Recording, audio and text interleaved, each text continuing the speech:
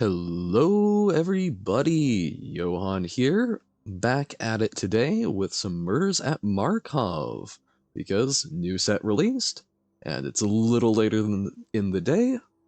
Hopefully, we're not too behind with only a couple hours of extra experience under folks' belts, but in either case, we are going to have some good old fun with it. Since I got the Alquist Prof Play bundle, I've got a sealed token to start things off, so let's hop right in with some sealed. Sealed Murders at Karlov Manor. Alrighty, I have not done a sealed in quite some time, so let's see how this goes. Okay. So, wow. Eye's not even focusing, but it does look like we've got a fair bit of blue to be looking at. So we've got Total Smear. Creates a 5/5 Trampler. And can force folks to block. Neat. Coveted Falcon. 1/4. Lets you get back things that you own but don't control. So, and Disguise for 1 and a blue. Okay, so I can give folks control of some stuff, and I could even give them one thing and then just immediately take it back for a card. Not terrible. Zoni, Center of the Web. Collect evidence 4 to create 2/2/1 black and green spider tree creature tokens with menace and reach. And ways to utilize tokens. That seems very powerful. Ill-timed explosion. Okay. Form of Wrath. Lizov.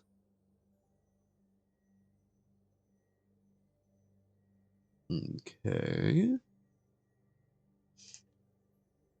Card Advantage Engine. That can get a little scary. 3/2 for 2. Always good. And then... Ooh, and can turn things into little, well, just whenever you turn stuff, it hits their face, which seems pretty sweet. Green-blue. A little mini growth spiral, but as a clue. Then a 3/4 flying vigilance for 4 body. That Trigon predators, and oh, but you can also hit yourself to crack open a clue, basically, and then a lovely flying hate bear. And the green-blue surveil version of the temple. Alright. So, we probably are looking at green and blue mostly, but we've got, let's see what else we've got. So we've got the Novice Inspector, seems pretty sweet.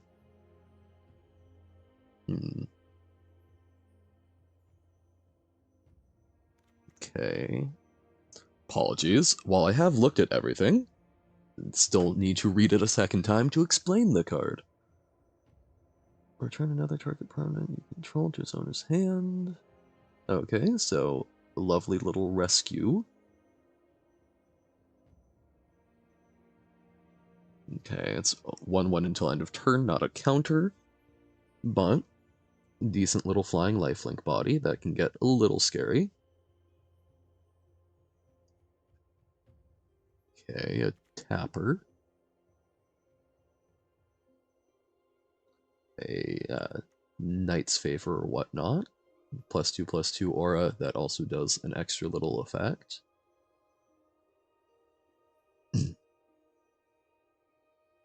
Okay, good for the detective deck. Decent flyer with some graveyard hate.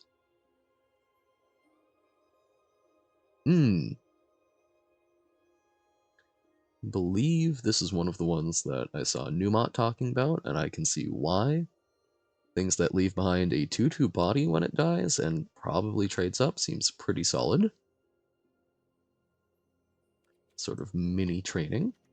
Okay, blue. Ooh, our blue is not very deep. So, can be used as a combat trick to buff our thing or make theirs smaller. Theirs smaller requires more. Bubble Smuggler, I think, is a pretty good disguise one. Gets quite large late game, which I like, and is just a decent piker if you need it on 2. Got that clue tie-in. Deduce, draw a card, investigate. Okay.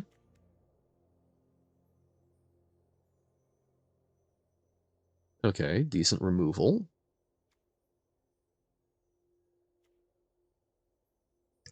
And helps out collect evidence.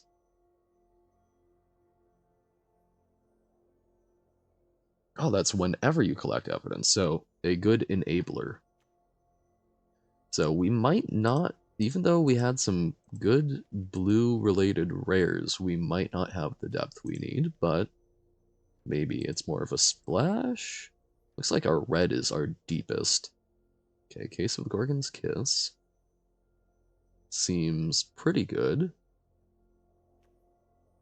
Removal spell that also becomes a beater later. Oh, Long Goodbye is sweet. Fun, good combat trick. Suspect it.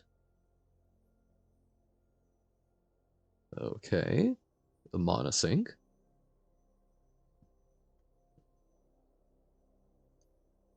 And the equivalent of the snail.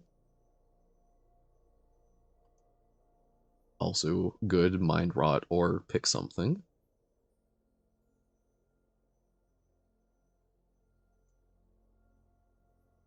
Hmm.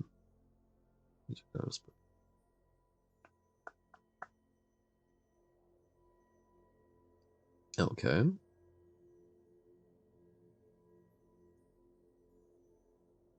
Oh, okay. So 4/2 flyer, and then you can basically cheat it in, quote unquote, with the disguise to avoid paying the 3 life. Hmm. Okay. Good with collect evidence.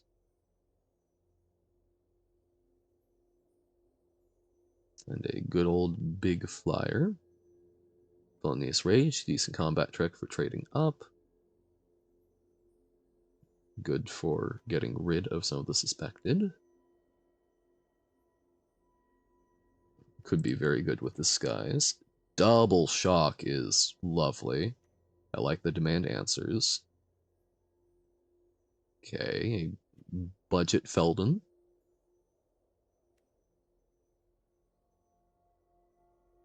Very nice. I somehow had missed that. A clue, fish, red herring. Beautiful. Okay, so a 3 mana 4/4 or a 3 mana destroy something important of theirs.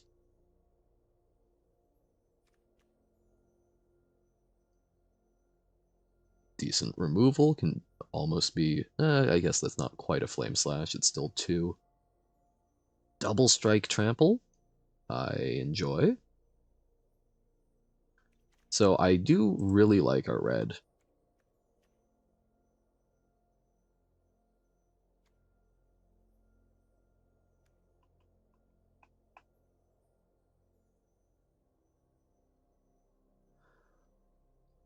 Okay.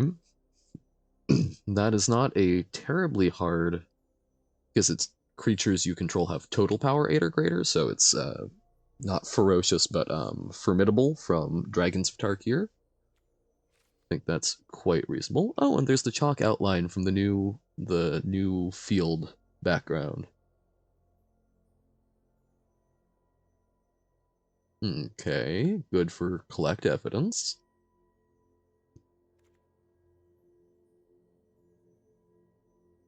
Okay. Decent. some important removal. So we've got some good green beef. Okay, 3/2 flying vigilance. Seems lovely. Oh! So, I guess that's one of the list cards. So, from original Ravnica, allows us to mill slowly but surely. Okay, there's that Lazov. Look at the top 2 cards of your library, put one into your hand and the other into your graveyard. Decent. Lots of 1/4 flyers. Whenever you sack a clue, return it from your graveyard to your hand. Okay, that's some powerful recursion. And we've got 2 of them.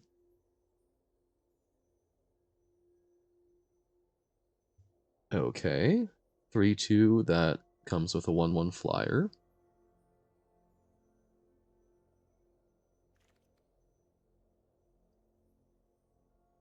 Indestructible can be quite useful. Good combat trick. A not significantly cheaper disguise, but a very big surprise reach fellow. Access the number of other creatures you control. Okay. Classic Selesnya. And then we've got the Kellen and Undercover Crocodilf. Lovely name. Just a big beefy boy. So this can be done in a red deck either way. You may turn off the creature you control. So an overrun type dealio. This is the green centric one. Okay.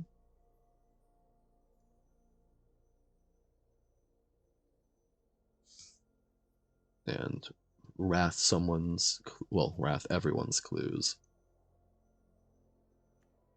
Okay, that can be good for a grindier thing. Okay, so I think I want to start off just put in all of the good red cards and see what happens from there.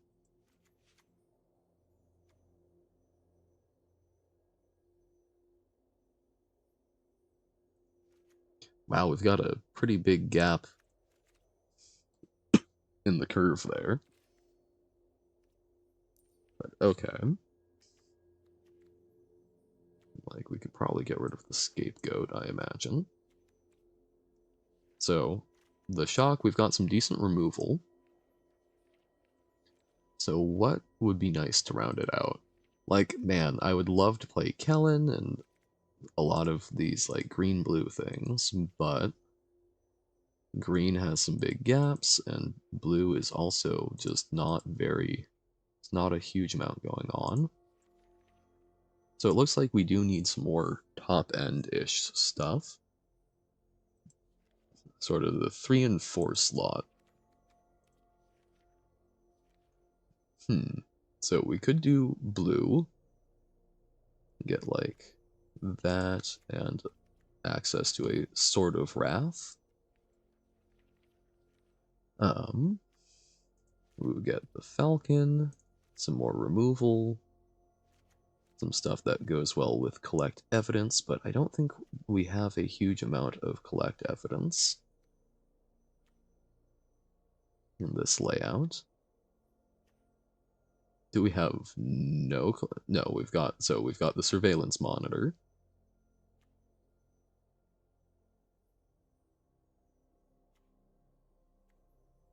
Yeah, so these are not actually all together all that good. They aren't enabling like an archetype. Bumble Smuggler, so that's kind of, I think, a little lackluster. What about Boros?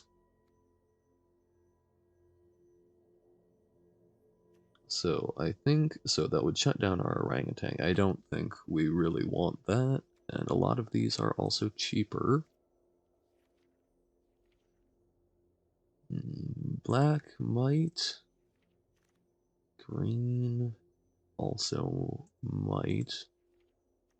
So, okay. So, killing some stuff. Long Goodbye is amazing removal. I think we can skip over that combat trick. A Mana Sink. We do like that. I think at least one of those. And not a lot of 3-drops, but hopefully the Disguise can help fill that in. Don't think we necessarily want that.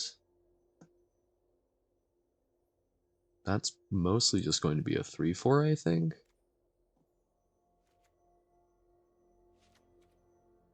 There's some top ends that we were complaining about.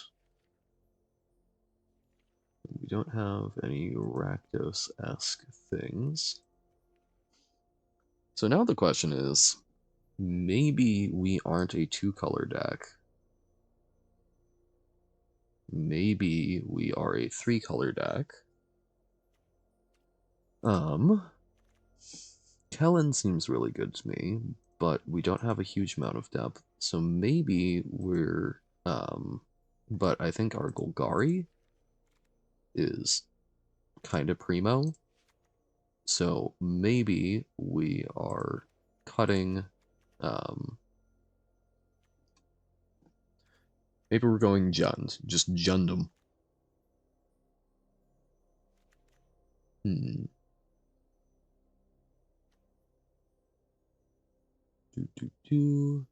Yeah, I don't think that's altogether all that good.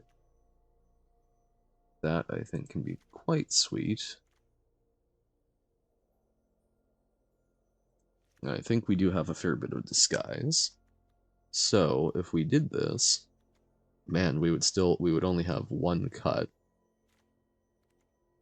And our mana looks pretty crazy. I could see potentially ditching the Basher. I think it's really nice. I think it's seriously terrifying, but that double red might be a big ask. So then, yeah, this is kind of a 3-color aggressive. Oh, this is kind of a mess.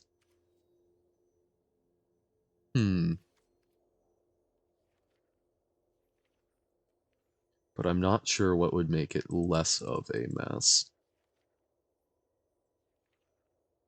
I think whatever we do needs to involve red.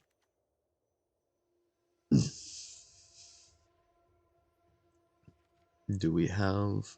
Because, yeah, our green is not deep nor particularly good. We've already got most of our good black in here. So, yeah. I think this is probably it. Do we have any fixing in color list that I glossed over? Okay. So escape tunnel. And can late game help force something through.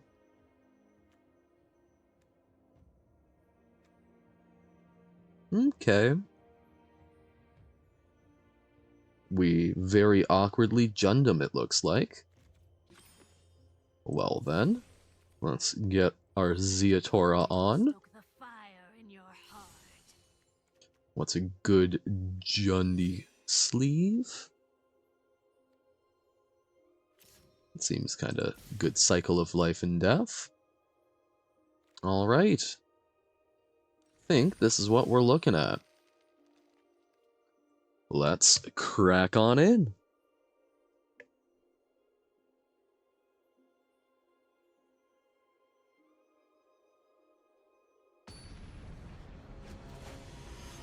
Longhorn.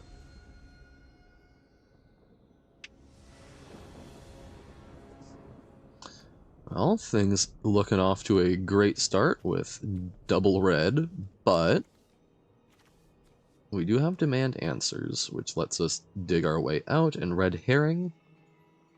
We can get down on curve. I think we do actually keep this. Probably running out the red herring, and then demanding answers. Fester Leech. Okay, so it's got a lovely little pump ability.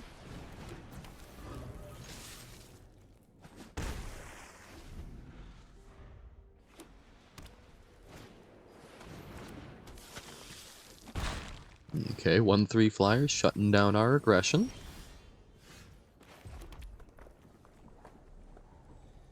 Okay, and we can disguise that out. Yep, that shuts that down. I think we do disguise. Just really hope that we draw land. Ideally a swamp, I think?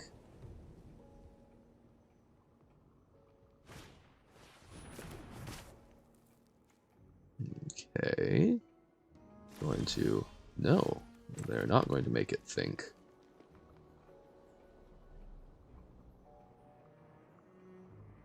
Okay, then I think in this case we get Case of the Trampled Garden going. I think we put one on each, so that, yes, they may trade with the leech. But they can get through the onlooker.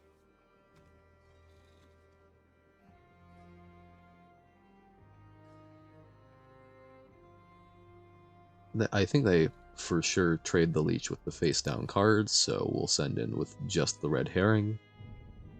Make it a lot more awkward for them, I think. Yep. Alright, we can get with that program.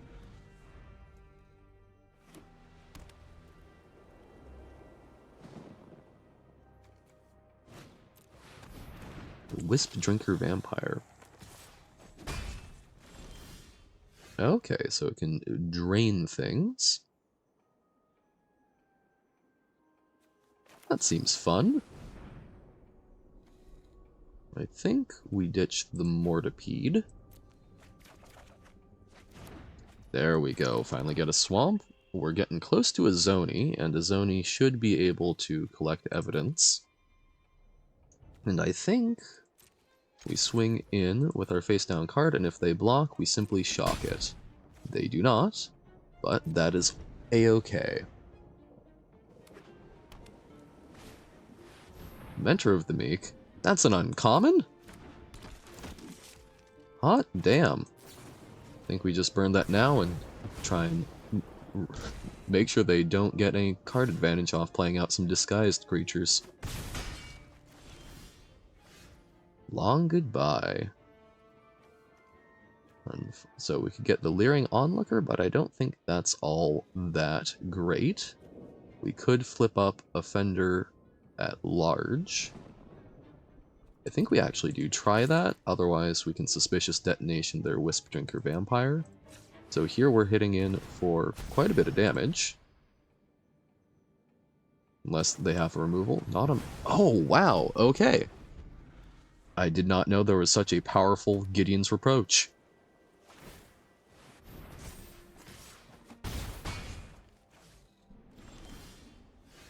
Yeah, we could really use that. 6th land. I think a Zoni will trigger the Trampled Garden on its own. There we go. And those spiders can potentially block, but I don't think that's our first choice.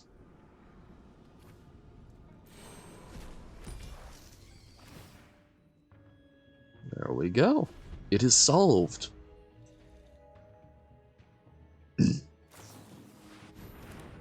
Oh no. Oh, that is quite sad, but our spiders can do quite a bit. Yeah, can't block because of the menace, and we aren't going to, or they cannot block us because of the menace. I think we want to simply long goodbye their onlooker.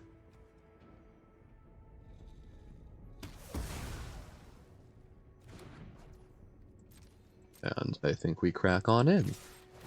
I do think there was an argument for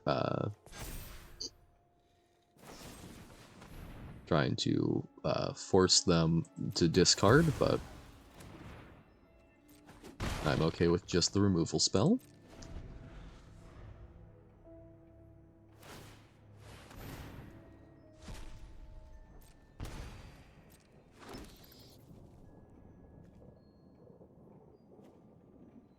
The bats are quite unfortunate for us.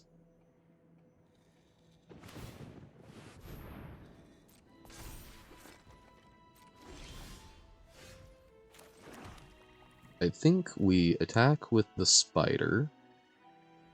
Okay, so first we force them to discard. It's probably just a land that they're holding on to. No, call a surprise witness. Okay, that's something. And then we now attack with the spider so that it becomes a 3-2, and we can block their bat, and then trade with the other bat. This is not looking great.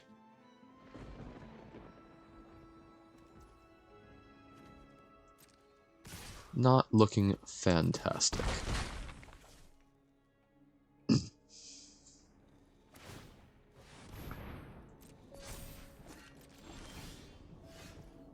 Okay, escape tunnel, not really what we wanted, because now they have lethal no matter what.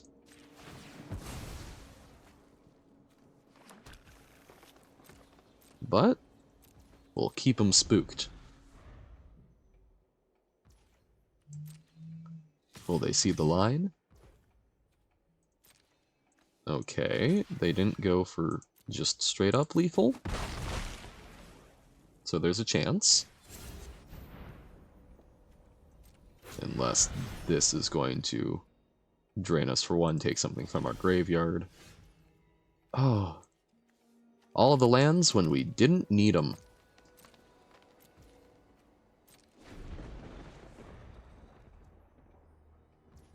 Off to an auspicious start. There we go. And just for shits and giggles.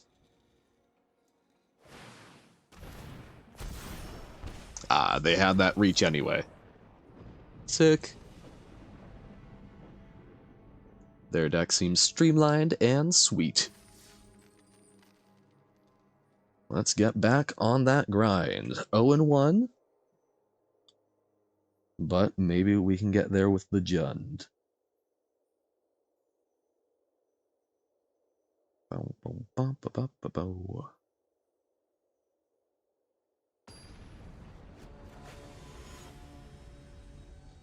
Ikoma. Ikoma? Ikoma. Okay. Not a turn 1 play, really, and these require green to go get more green. I think this is a mulligan. I think this is also mighty awkward, but such is the nature of our deck. Probably getting rid of the Mask Maker as being the least likely to be effective later in the game.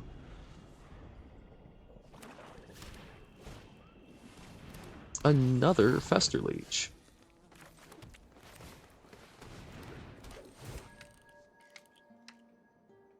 Force them to exile at the very least. Got rid of a thinking cap. And now they threaten with the leech. Get in for a free one.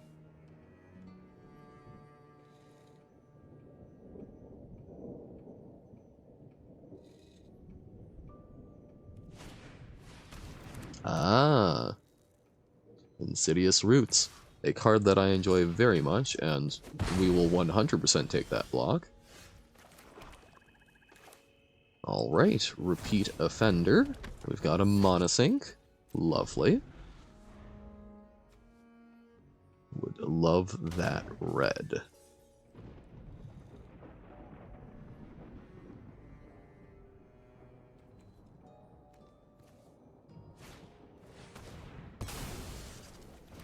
Okay.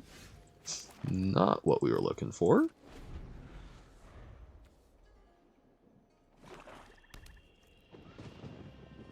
A clue land. That actually is fun since it is an artifact.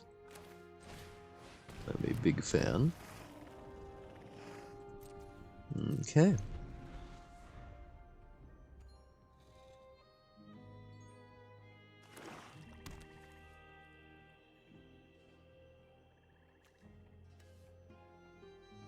Sidious Roots is quite scary, honestly.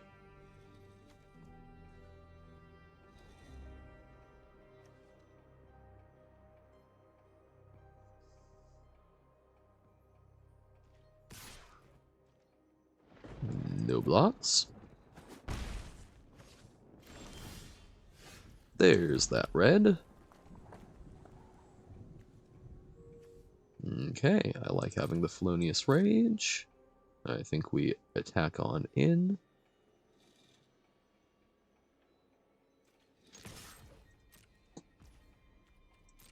We are not winning this race, but at least we are in it.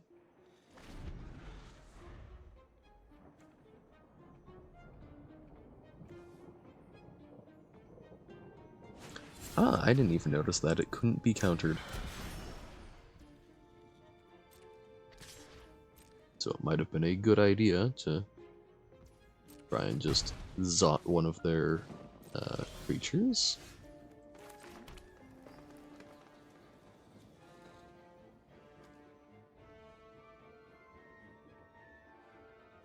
Well, here, let's attack in.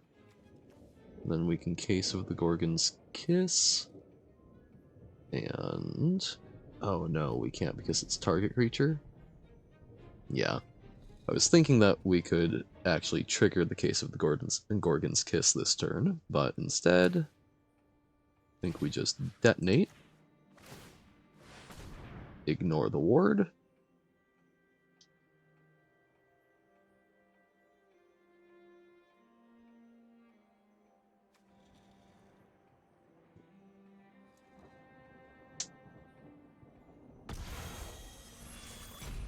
decline,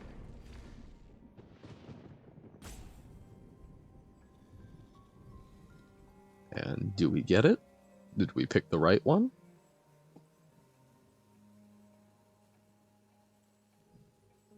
They've got something.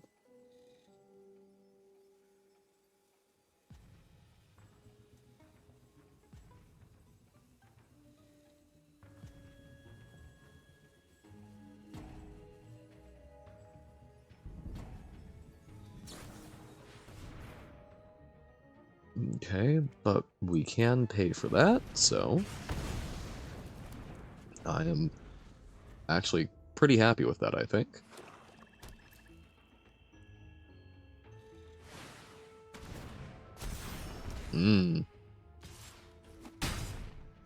Ally Assailant, quite scary. I think we just hold on and try and block with the Felonious Rage. Block with the Tipster, Felonious Rage, get left with a 2-2.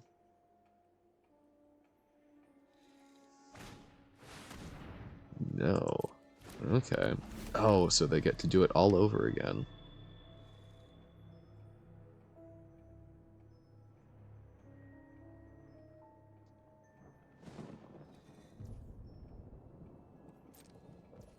No, not going to. They just want the board presence. Reasonable. Let's play this face down. And then, I think I'm willing to try attacking in to Case of the Gorgon's Kiss it.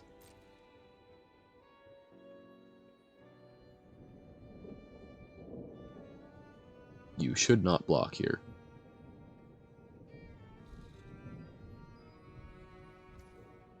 Good, good. So it gets to grow, and then we will be able to turn the performer face up, zot them for... actually, I guess we Felonious Rage first, because the power should stay. Zot them for 5 and block the 4/4 probably. the natural 4/4.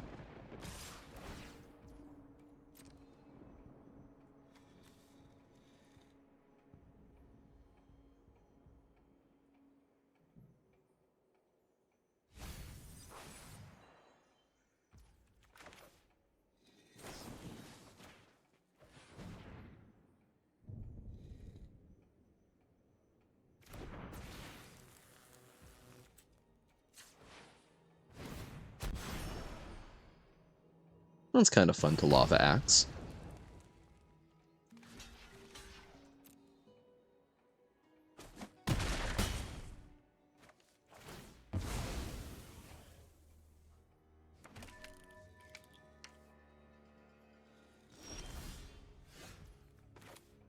Oh goodness.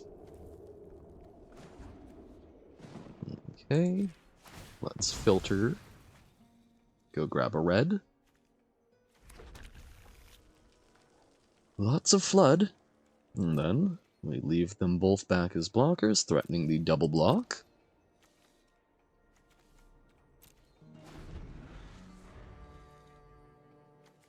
I think a Zoni would probably be our...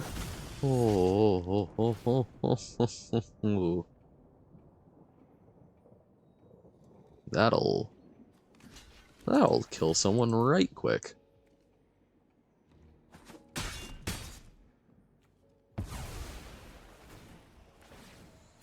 Yep.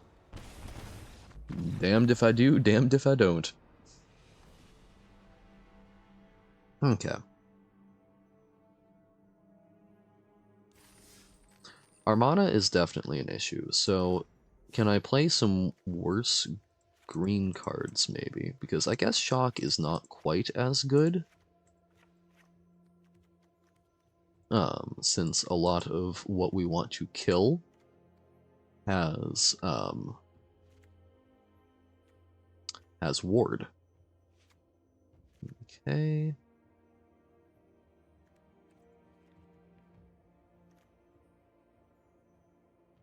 Okay, holds down the ground, I suppose.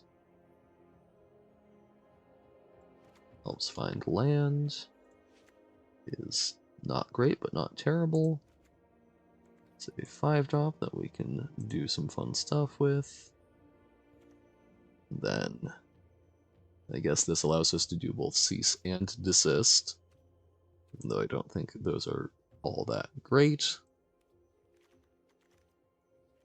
Man, yeah, there's just not... I don't think there's enough. I don't think we can in any way justify playing that. Rope can't be blocked by more than one creature. Costs so much to do.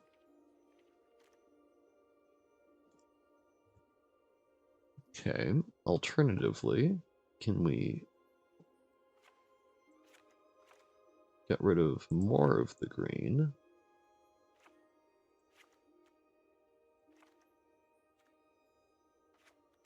And play more red, perhaps.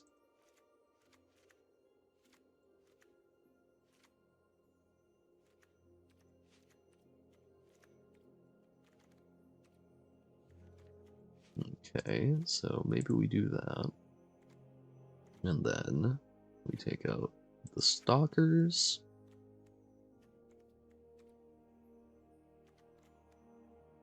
In that case, we also probably don't actually want to play Case of Trampled Garden and just splash Zoni. So maybe replace it with one Basilica Stalker. And then green, we do 2 green sources. I mean, this is a really awkward curve. But, I mean, man, this pool is just, I think, very awkward in general. Yeah. And we don't have a lot of detectives, so I don't think we're missing out with the thinking cap. Whew.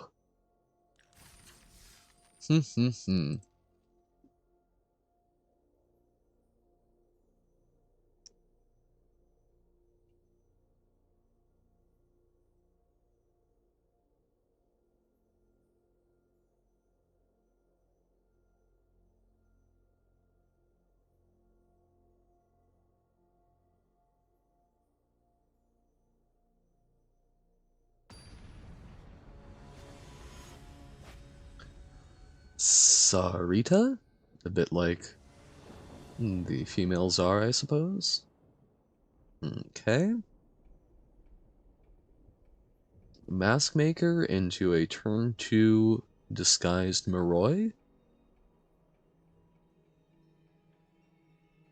Uh, this is not good. But man, no, we mulligan this. Jeez. Just not our lucky day with this sealed, but we pitched the Rage since we are nowhere near. I guess we need the red to cast it. But Snarling Gorehound, okay, that's the one that does some surveilling shenanigans.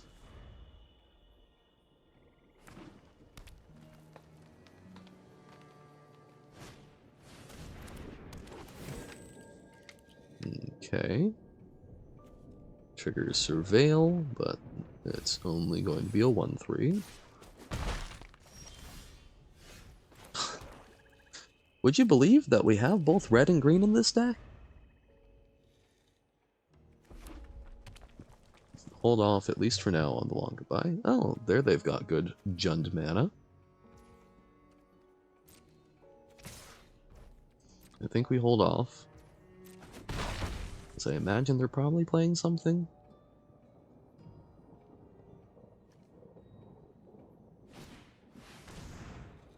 Okay. They are ramping, so I guess we do want to take out probably the Inspector. No, we actually want to probably take out the Gorehound, because it's doing more for them, I think. Okay, repeat offender potentially, but I think we just get out a face-down Night Drinker Moroi. Then next turn we can turn it face up and repeat offender.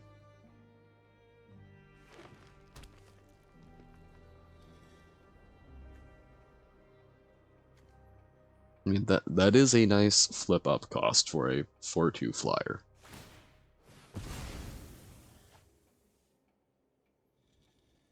This does have reach. That is something to be mindful of. But it is only on ETB, not on attack. There is a red. Happy to see that. I think we try attacking in first, see what they do.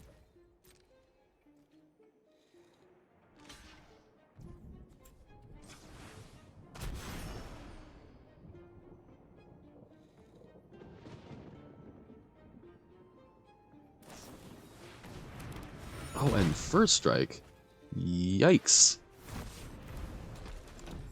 That was an efficient way to deal with our threat.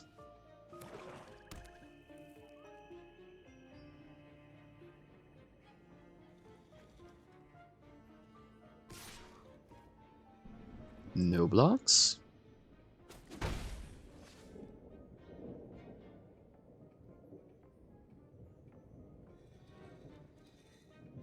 I think we probably don't disguise out the Basilica Stalker, since we'll probably just be playing it for retail. Okay. Can destroy their clue, but they sack in response. So yeah, I think we just get menacing. And play out the Stalker next turn.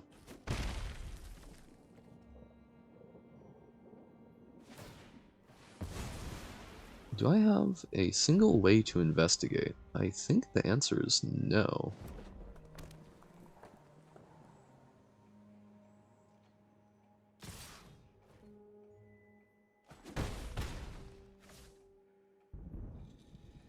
Yeah. So this orangutan is not actually all that good. I would have to sacrifice the herring. Innocent bystander, I suppose, can as well.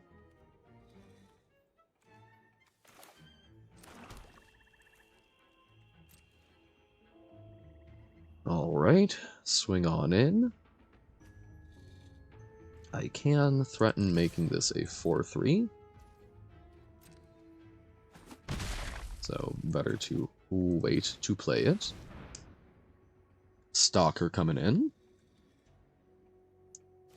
I'm very afraid that they are simply going to turn this face up. Reveal it. That's not terrible. I can live with it just being a bear.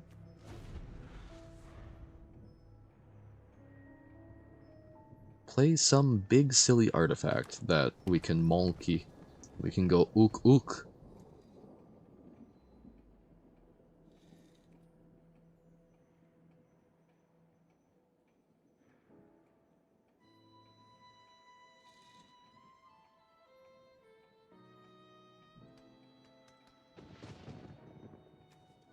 Allow us to add to the Zarista's menagerie. Sacrifice our biggest thing. Alright. That does hurt. That was kind of important.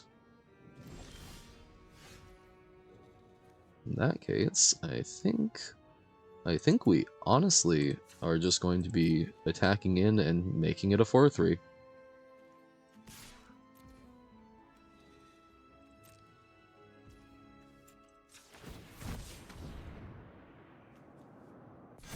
No.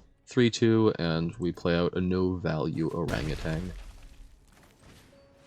Something to at least, in theory, block.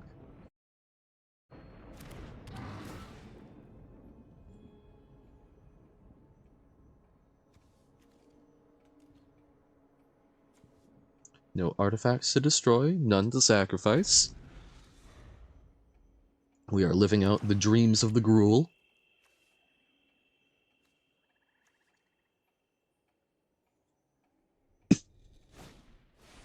Homicide Investigator, okay. That's a pretty good option. I think, in that case, we will simply block the 1-3. And not give them the card advantage. No! That's our card!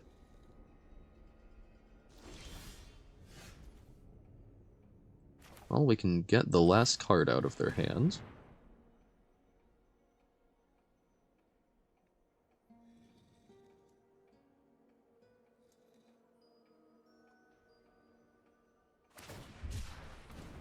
Alrighty.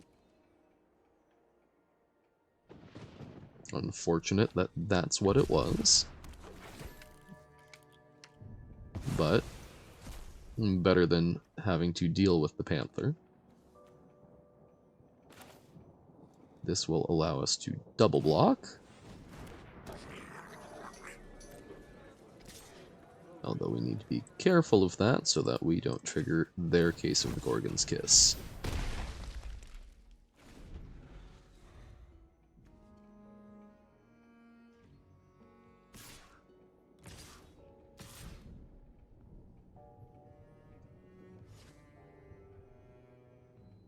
Yeah, they're afraid of losing their investigator. I think we'll try killing their gardener, even though that is not necessarily great.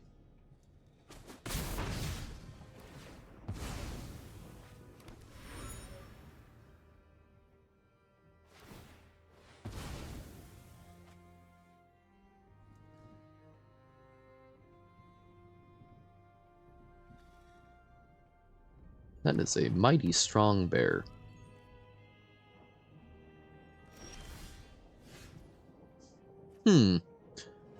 Well, a second red would be lovely. But let's attack in. Pump up once. Offer a pretty compelling threat. And play out an extra blocker that might be a second very big threat if we manage to find that second mountain.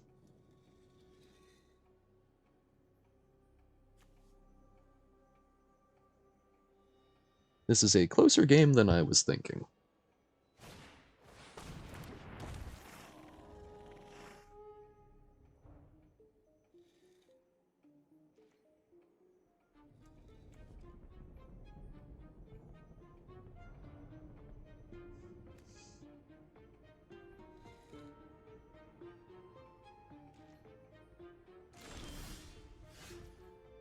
Okay.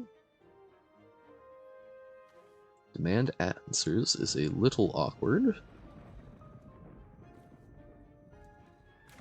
But I think we try it first, see what we get.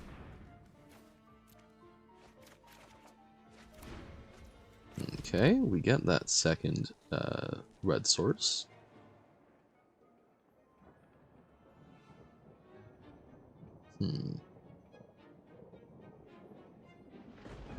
So suspected.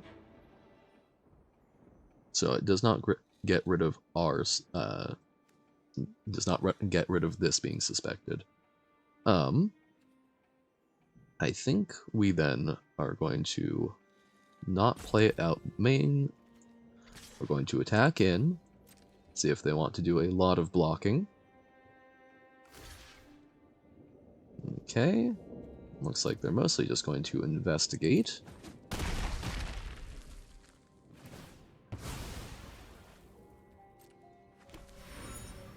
I think we grow it once.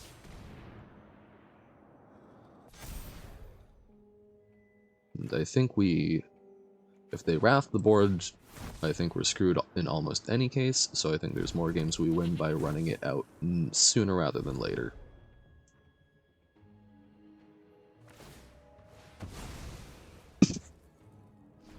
This is crunchy. Because yeah, if they wrath the board, it flips the Gorgon's Kiss anyway. I do feel bad for them. They're seeing that flood that we've been seeing, although even worse. Okay, Monkey is a 2/2.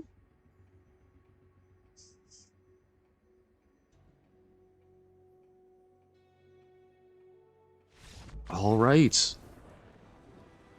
Pick up the first win with this deck. I do think the streamlining kind of helped. At the very least, we weren't worried about the forest as much. Okay, that's a fun little one. So, sweet. Moving on up. Oh, wow. Okay, big jump at 3 wins. So, just need to get 2 more in a row.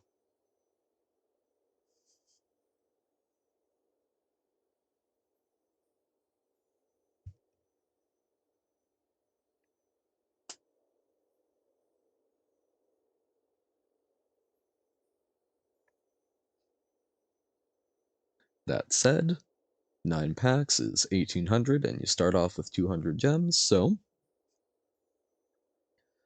we are not worse off than if we simply bought packs and we're having a good time.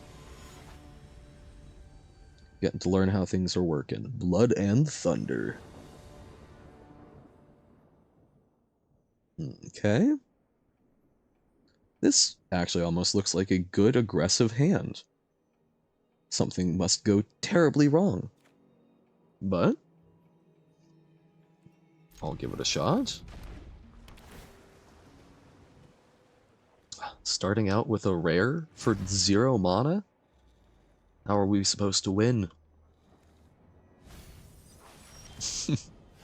Alright.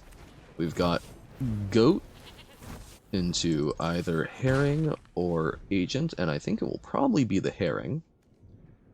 And probably suspect the Herring since it's not blocking anyway.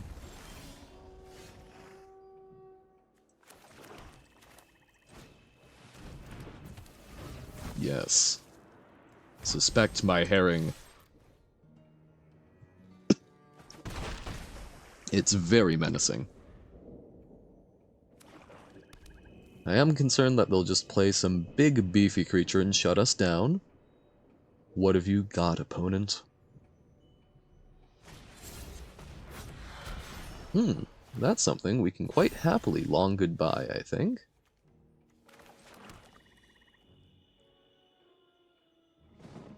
So I think first, though, we will attack in with the herring and see how they feel about things.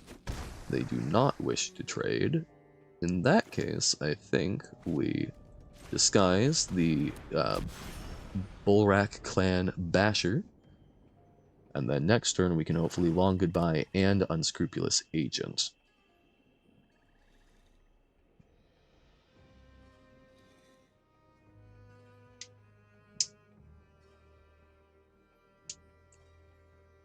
They are Sultai, Golgari, and Demir.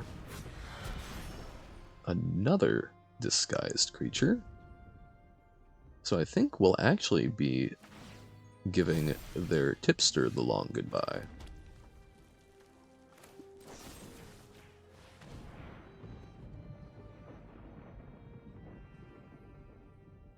That is a very good removal spell.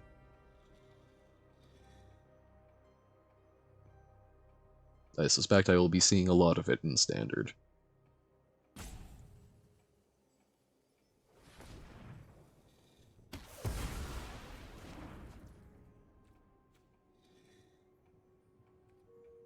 And I think I will move to attack before forcing the exile.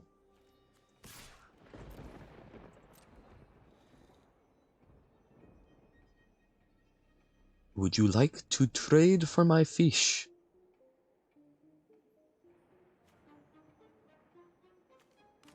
They do number them. Yeah, it's got menace. So, let's kill their second one, I think.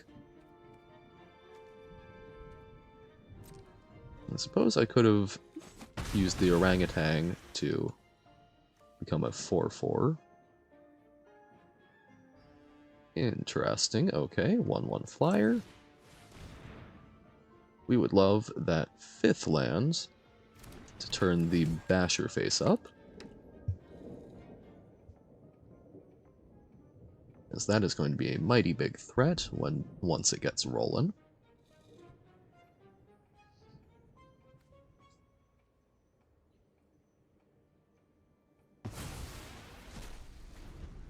They exiled Slice from the Shadows. Ah. Solid removal spell, which makes what they have remaining in hand all the more terrifying.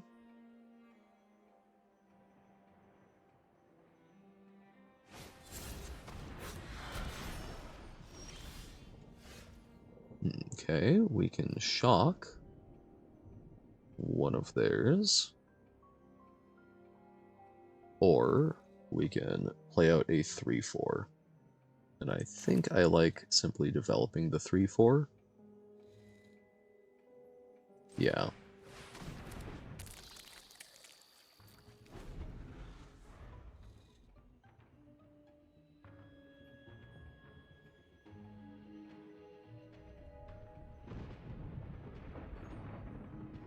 Not the least bit, because then we can swing in with the Mortipede and leave up the shock. Or, okay. I think we swing in with the Basher, although they're about to do something.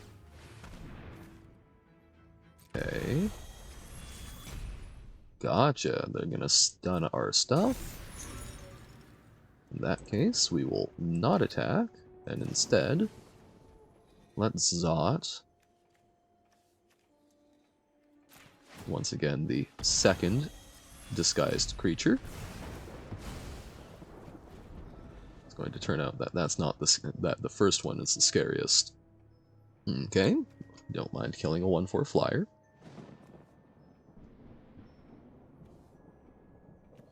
Oh, interesting. So face down card doesn't get the chain shown on it. And they're digging.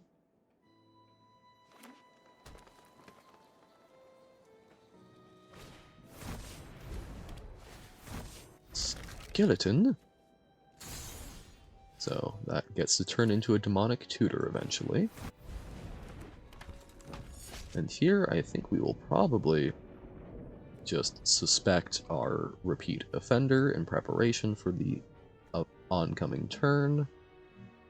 I think we'll just be taking 2 from the skeleton.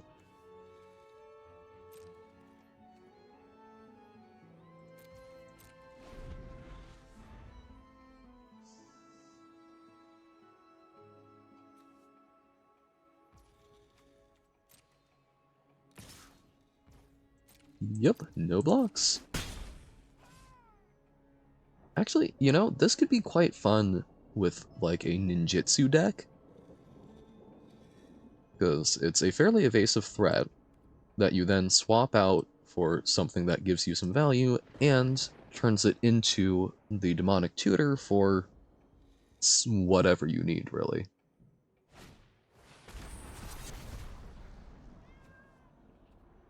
Okay. So they did collect evidence. And they get our millipede. Unfortunate.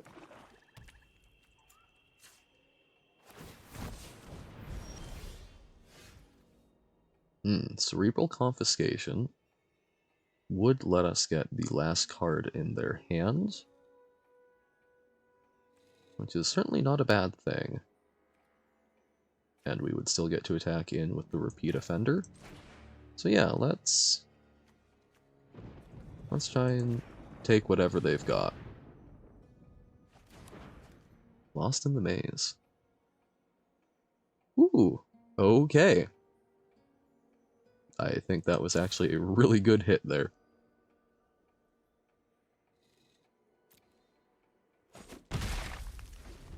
So now we are kind of even. I think we're ahead on board. And I like that they just drew a land. And so we are pretty much never blocking that skeleton.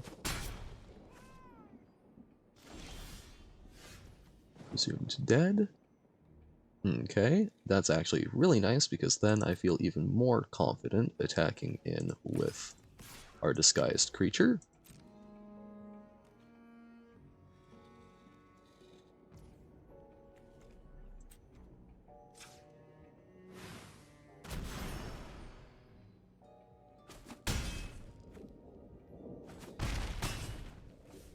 I think that if they had tried blocking with theirs, I would have just used the presumed dead, and then this comes back as a 3-2 double strike trampler with menace.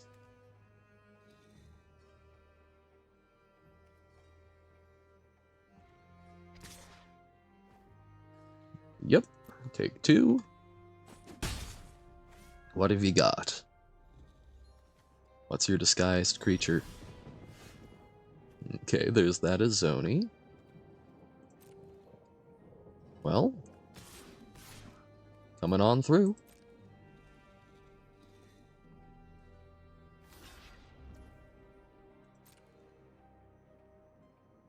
That is not enough to save you, unless it's mighty spooky. Greenbelt Radical. Ah, a little overrun effect. Fortunately, we can make ours super big, and it will do it. Yep, everything we need it to. Whew, okay. That was a scary disguised creature, but we managed it.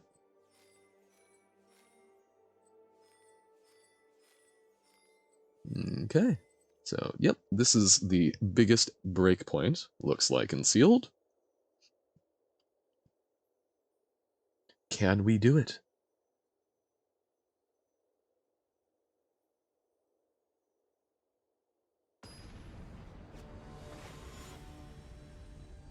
Dude guy bro. Dude guy bruh. What's up, bruh?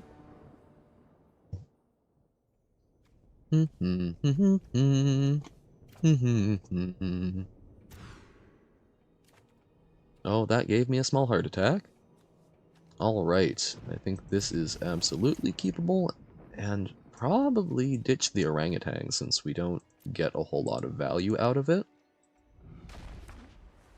And I think we lead with the tunnel. Never creature. Okay, that's only a one-turn thing. I think we just that could have been real bad. So don't go to the left with it. I think we just start off by fetching a swamp, since we aren't doing anything else turn 1.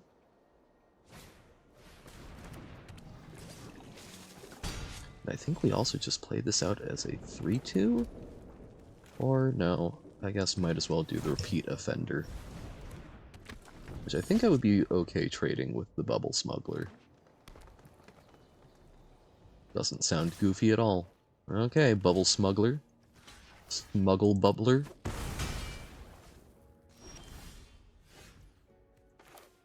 Smubble bugler, I guess.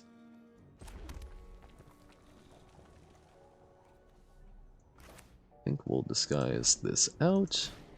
Then next turn we can disguise out the basher and turn it face up, or... Hoo hoo hoo, okay. Vanifar.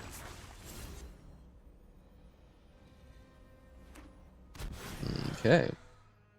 Unfortunately, we do not have the suspicious detonation up, but we do have it in hand, and next turn we can hopefully Zot the Vanifar. That is quite bad. Make them 3/3s. Yup. I can get out of control real quick.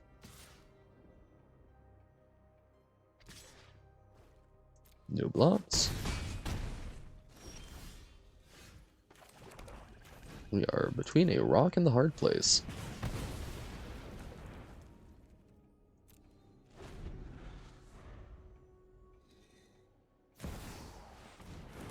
The second Dude.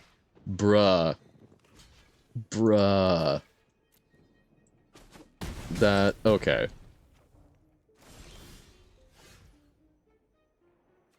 Look, I'm sad. But, at the very least... at the very least, we lost to 2 of the same mythic. Wow. Okay. That certainly sets a tone for the day. Okay. So, did our sealed. Let's have a lovely little interlude. Let's do some jump in. Slime against humanity, that's just everything I want in life. I assume we do not actually get to keep the cards.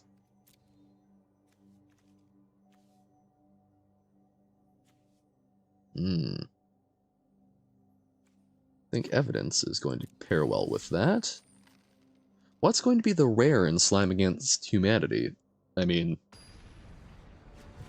you want just more Slime Against Humanity, right? Watchin' Bam. Bam. Watchin' Bam. Watch and then a little bam. Oh, I have to assume this is only for jump in. I figure I would have noticed it the other times. That's cool. Okay. We've got a bounce spell. And we've got some slimes. I think this is nice. Hello! I think we'll play it down the wall rather than leave that up. Ooh hoo hoo! Case of the stashed skeleton. Well, let's get to sliming. No attacks. Collect evidence with Slime Against Humanity is quite fun.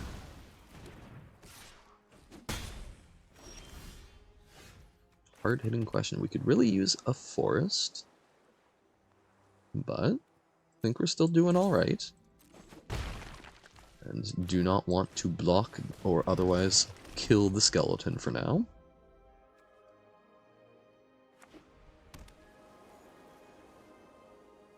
Case of the Trampled Garden is solid.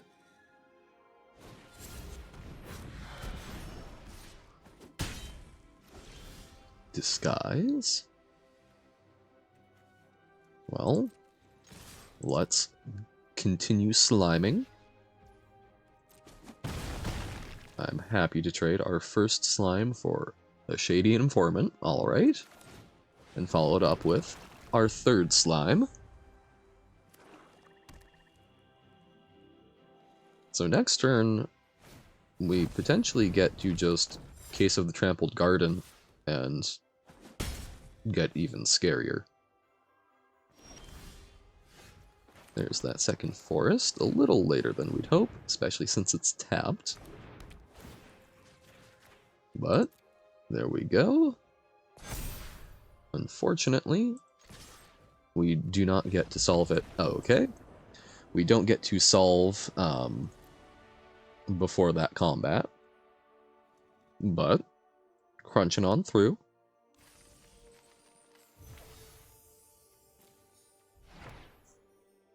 I suppose I can actually just look at the deck and try and find. So, hard-hitting question, repulsive mutation, Steam Core Scholar. Okay, so that's from the Collect Evidence deck.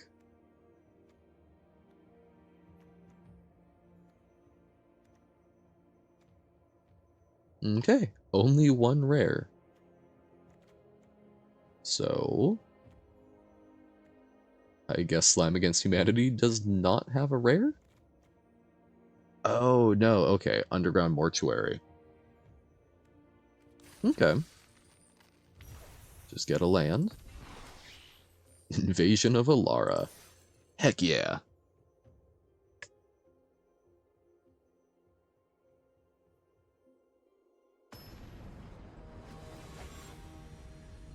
Salt and Vinegar.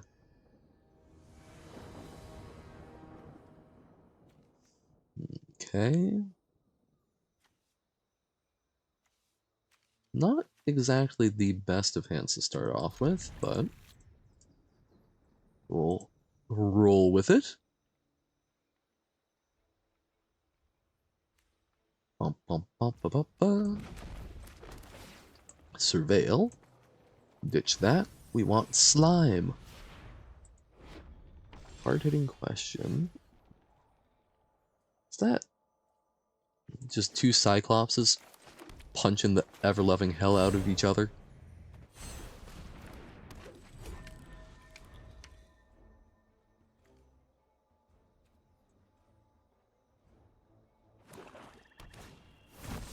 Runebrand Juggler. The Juggler. Okay. I suppose we make a 3/5 and pound on in. Get ready to ask some hard-hitting questions.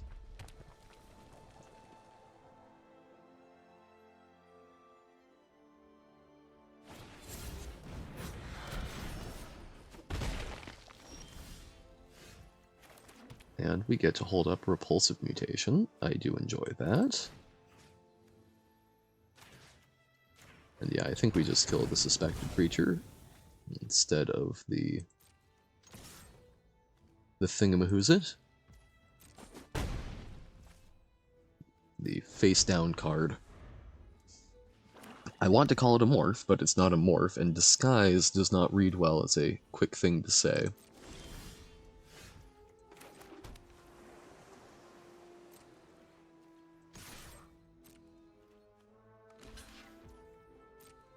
Okay, what's it gonna be? Okay. Well, fortunately, we can grow. We can watch our inspector grow. And just simply make it bigger.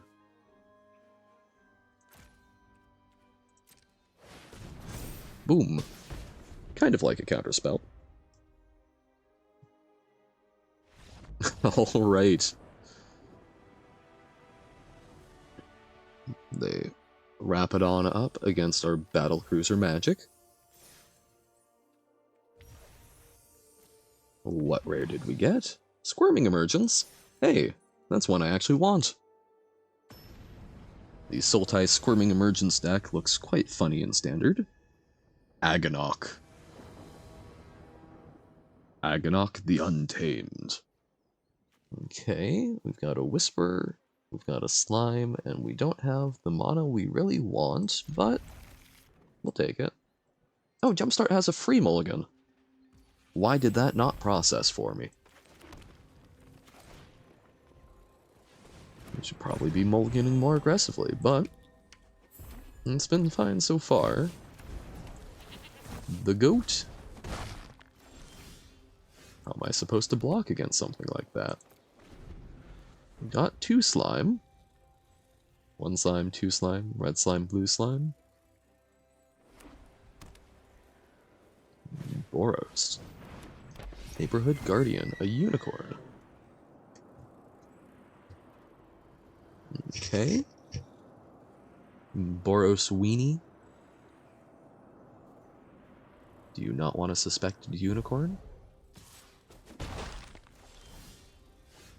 Crying shame, really.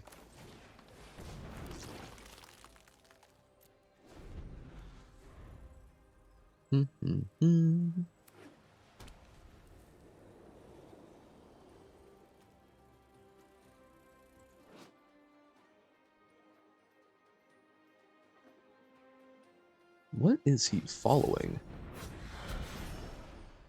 Is that paper? Or meant to be like some sort of gore that he's going along after?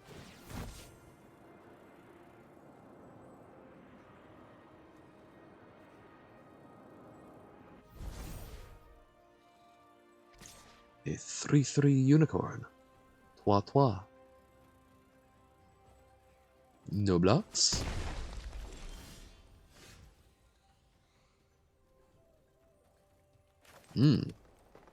Yet another slime.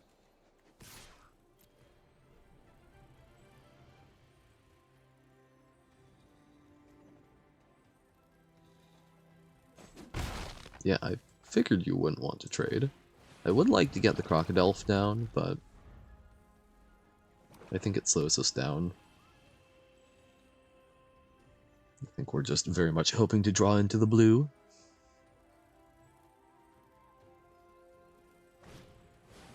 Wisp Drinker Vampire.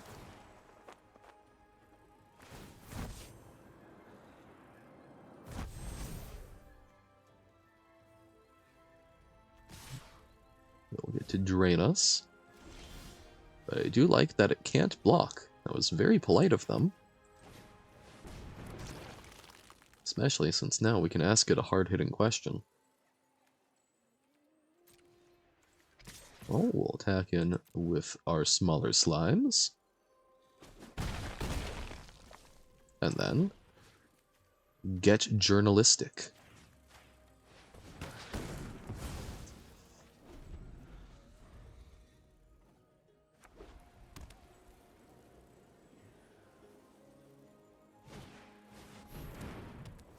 Get rid of our 4/4. Alright.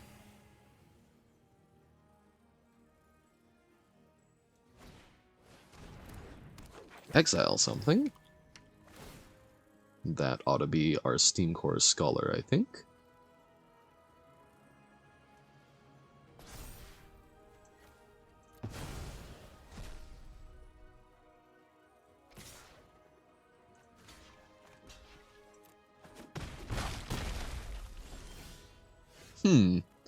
Unfortunate. We could make a land into something worth writing home about, but it would be tapped this turn, which is not exactly ideal. This way, if we draw any land, we get a 5/5. Ah, the Thopter Maker.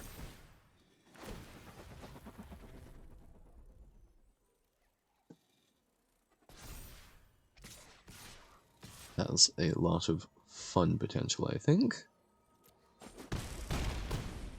Ouch. And does do very well with that unicorn. There we go. Okay. So if we attack and we do threaten lethal, but I think they will absolutely block if that's the case, so I think we hold off. Yeah. Hold off for now, we'll just take one in the air, probably. I guess two. We might be dead. We are 100% dead. Defenestrated Phantom? Is it from Prague? Never parley near high windows.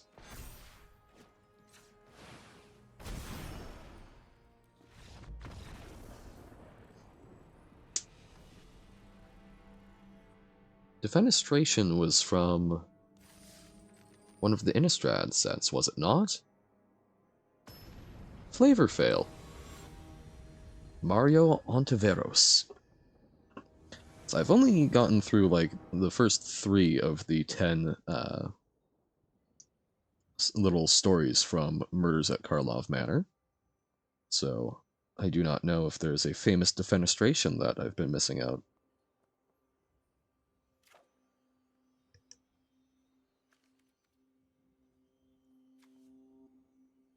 I like this. We get to Steam Core Scholar discarding a slime.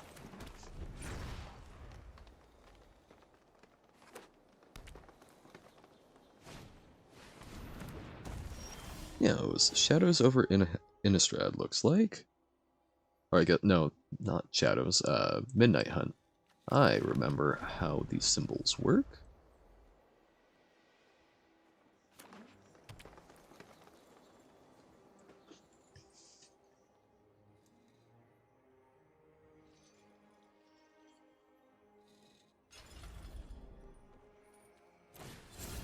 Hide in plain sight.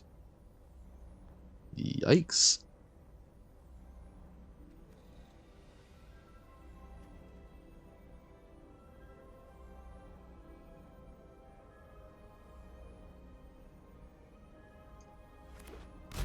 Double cloak. Fair bit of power and toughness.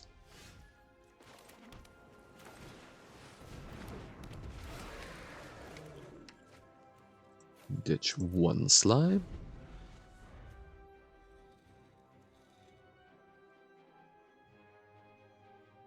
I do like that it has vigilance as well as flying. It's like the best Windrake. Sumala Sentry. Okay. That could get out of hand. Yep, you got it.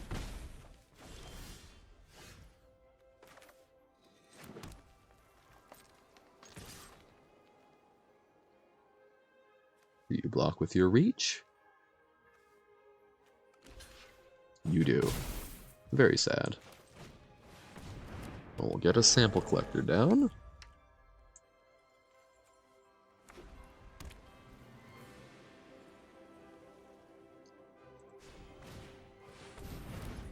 Uh-oh.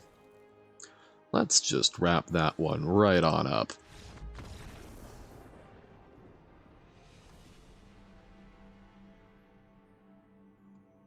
Alright. We haven't fully finished it out, but I think that was a good palette cleanser. Let's check out a premiere draft.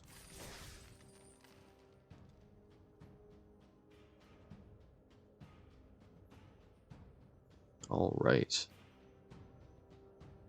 One draft token. And we're off to the races. Quick filling queue, who would have guessed? Raptor, Nectar, any names I recognize? I should focus. Okay, Ill-Timed Explosion, that's the draw 2, and Wrath. Okay, fun little reanimate spell, decent counter spell, good removal. Defenestrated Phantom, I think, is good. And the Mask. I think there's some decent stuff, but I suspect the Rare and the Wrath is probably going to be what wins us the most games.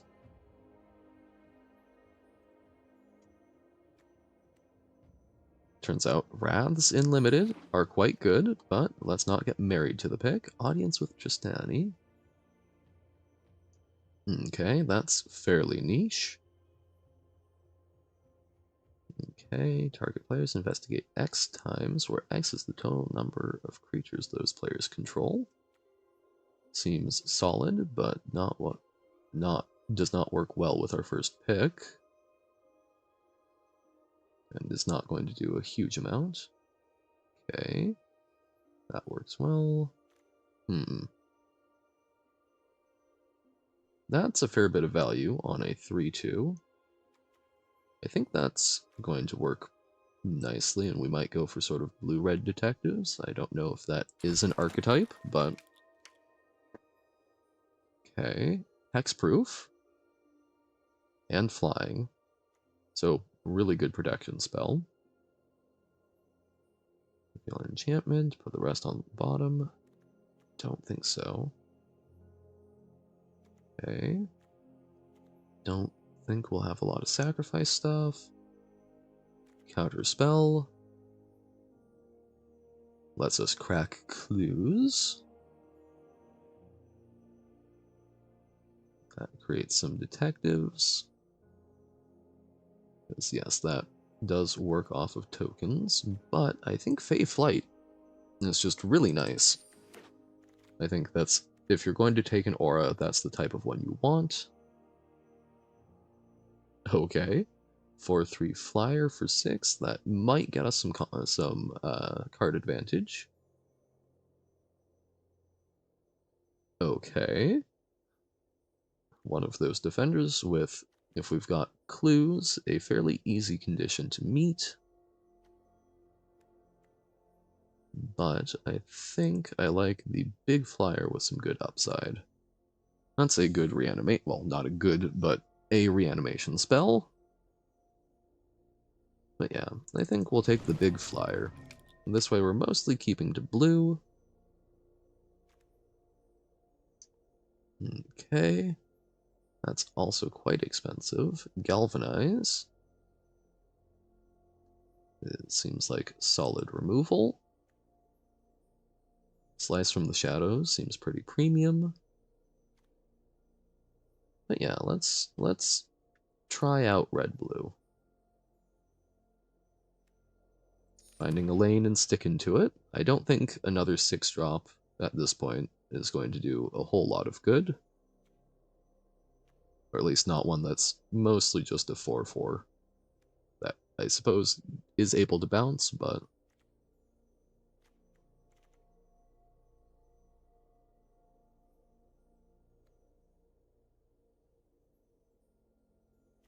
This is good for dealing with non-disguised creatures. Okay. Honestly, kind of very sad memory lapse. But I guess it can also hit things already on the field. Felonious Rage, I think, can be quite good. That's expensive and kind of middling. I think Felonious Rage. So we've got some decent quality sort of combat tricks. We could use some good creatures. Okay.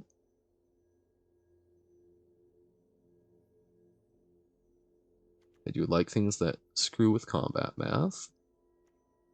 But I guess we'll take a 4/5 beater. That might get some clue value.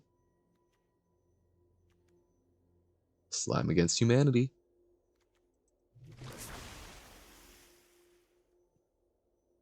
Okay, bounce spell. Bubble Smuggler. I do like Bubble Smuggler. I think that's a good example of the kind of creature we were hoping for. Behind the Mask, I think, is quite reasonable. Even if we aren't likely to be doing much with it. Griffknot Tracker. Sure. I think we'll take Reasonable Doubt as a counter spell. We'll try the Jaded Analyst, since I think we aren't going to be looking for a lot of benthic criminologists. Wow, 2 rares in another pack. Tesa oh, so I guess this can fill... I suppose the lands are in the... I suppose there's a land slot. Okay, Tesa, Opulent Oligarch. Investigate for each opponent who lost life this turn. Never a clue you control. Seems very solid, but not the type of stuff we're doing. However, I don't think we actually have justification for the Gearbane Orangutan yet, so I'm going to be a rare drafter, because, look man, I want to have cool stuff for limited. Barbed Servitor is a fun card, but not what we're doing, so we could get a second Projector Inspector. Wow, not a lot of red, not a lot of blue. Which makes me tempted to rare draft. But I think this does actually meaningfully contribute to our plan. I think it's a decent creature, and I think it has some good potential upside. Okay. That can do some scary stuff. Surveillance Monitor, I think is also quite sweet. Decent removal, but... So we do not have a whole lot of collect evidence at the moment. But I think we can pick some up, and it's a detective. Even if it's just itself, it's a reasonable body. Concealed weapon. Oh, very cute. I remember that. Cold case cracker. 3/3 flyer detective. Sure thing. Don't think we want another behind the mask. We could take the thinking cap for some of our detectives, and to get some value off of our agency outfitter.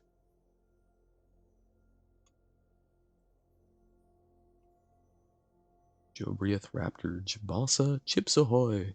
Dr. Candlestick. I like that name. Okay. I think here...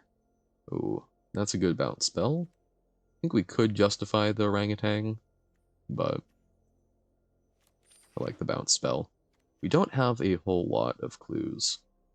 A whole lot of investigate. We've got, okay. Second Bubble Smuggler? And not much else? Sure thing.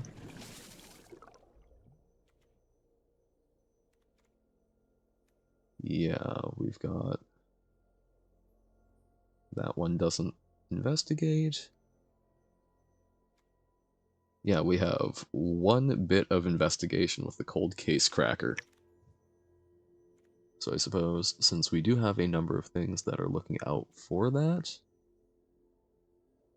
I suppose we can take the second benthic. I think we're more likely to run that simply as a body than we are a second Felonious Rage. And something that bounces. We are still mostly blue, so I think if we see something worth splashing, or something... I think we could pivot and take a different secondary color in this last pack without hurting too badly. Because we saw almost no red. But we could potentially play the Riftburst Hellion if that's the way things go.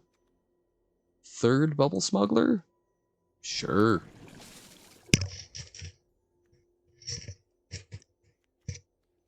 I guess, you know, potato. Aurelia. Okay, I think that is a splashable card. Dronesmith creates artifacts, which actually does work with some of our stuff. That doesn't do a great deal. I think cold case cracker is nice, but I think we can find a way to make white. Because that is a very, very good bit of power. And, oh wait, no, I was thinking, oh, well, and we can just do that instead of red, but that's red and white. That would be another good thing to go into white for.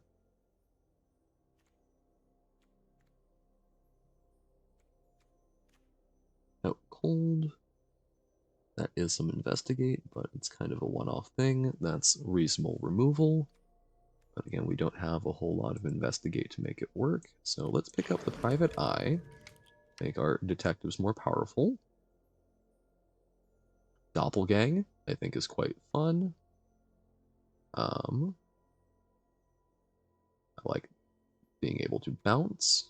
A second private eye. Actually, yeah, let's take second private eye. We do have a lot of detectives. Coveted Falcon. We've already got one surveillance monitor. Oh, high alert. Good list card. Don't think what we're looking for, though.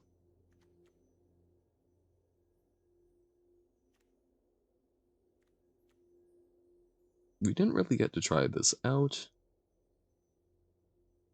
And worst comes to worst, we can sacrifice it. Okay, I think escape tunnel, so that we can grab whatever, because we may be 3 colors here.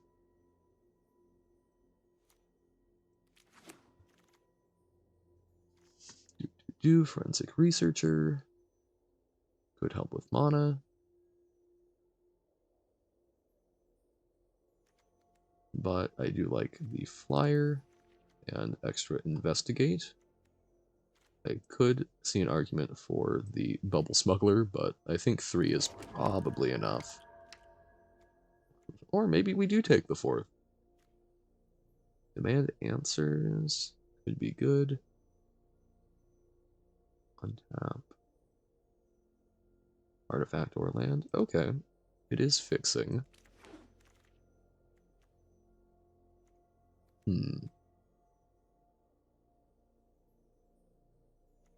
Okay, 4th bubble smuggler. So we can make 3 cuts.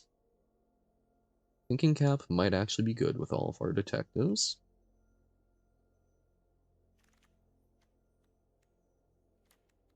Sure, a cold case cracker.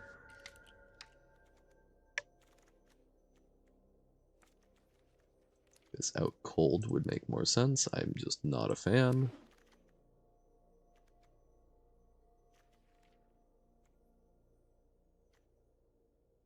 I think hot shot or exit specialist.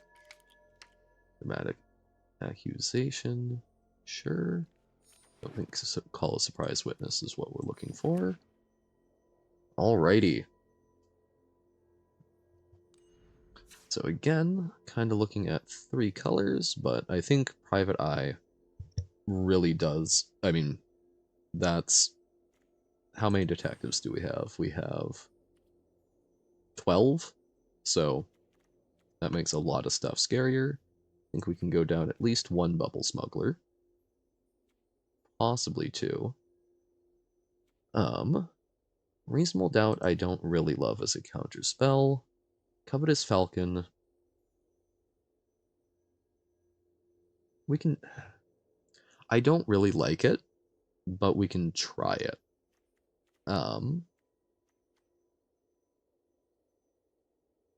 Yeah. I think we go down 1 cold case cracker. The surveillance monitor, I think 1 is not bad, especially since we do have a few other collect evidence. We might ditch the jaded analyst since we don't have a lot of clues to make it work. Actually, type creature.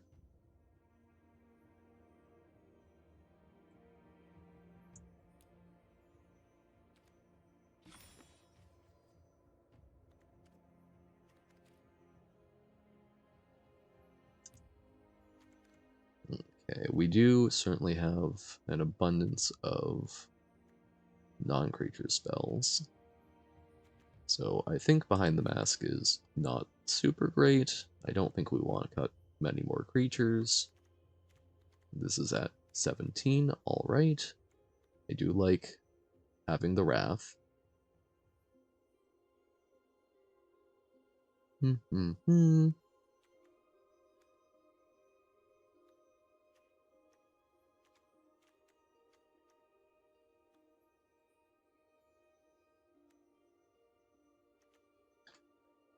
Well, is there one that we can feel good cutting?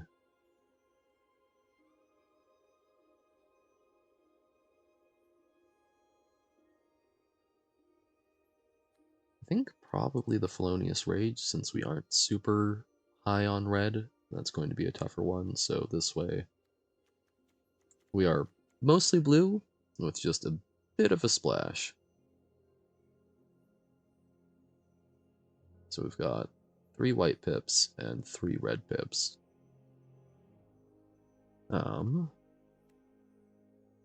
then that's 1, 2, 3, 4, 7, 8, 9, 11, 13, 14, 15, 16, 17, 18, 19, 21 versus 3 and 3. So I think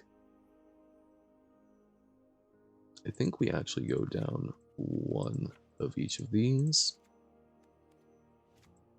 I think, because then we've got 5 sources of our splash colors and feel pretty good. I guess these do also. So 5, 5, 11. Yeah. Yeah.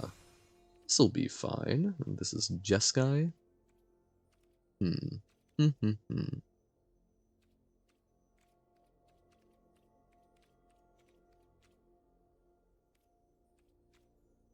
I don't feel How a about day over 150. Jaya? I don't know. Don't think it necessarily works, but we do absolutely. Oh, actually, we can use the. Oh, where is he? Oh, is it only sleeves with Alquist Proft? Suppose no avatar. So we'll go with Jaya, but then we can use the Alquist Proft sleeves, because this is a detective deck. Alright. Think it's going to be awkward, but hopefully we'll get there.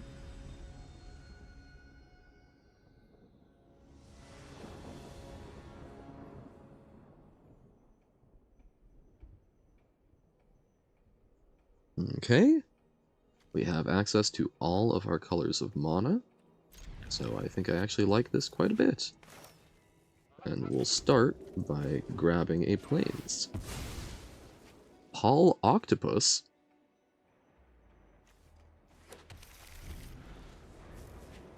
With a goose and a Yargle. Man, this is memery at its finest.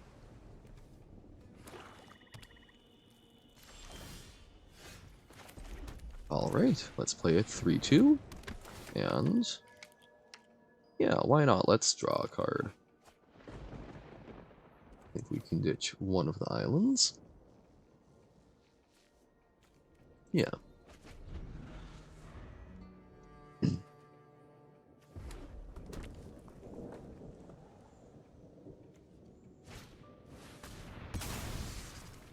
Okay.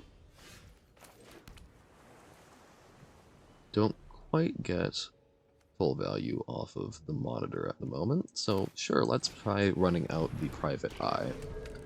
Since even though this fits the curve better, we get more value out of doing that. Ooh, boy. Collect evidence 4. So, on the bright side, we can hit that with ill-timed explosion. It does kill our own thing, but I think we really just need to get rid of it. We can ditch a benthic cryptologists. Then you may discard 2 cards. Yeah, we get rid of benthic criminologists. Actually, I think Hmm. Yeah, let's get rid of both since we didn't draw the land.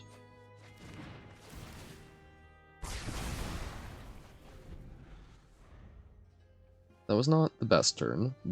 We could have waited, but yeah, I was kind of worried about what we were getting to deal with. So surveillance monitor, we get to make a Thopter.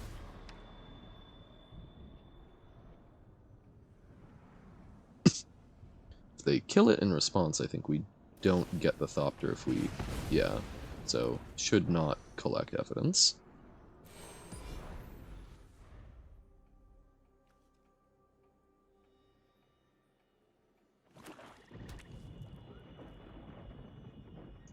And this can disguise and bounce in the same turn now.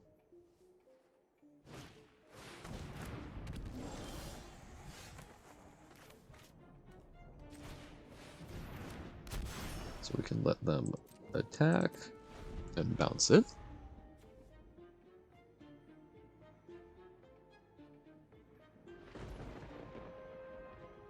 It's very intimidating music. Oh, whoop. Well, I guess that tells them what I've got going on.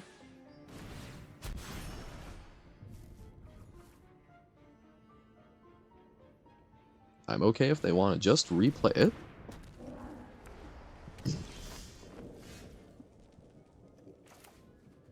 I think. So it can't be blocked. So then we can run out Private Eye.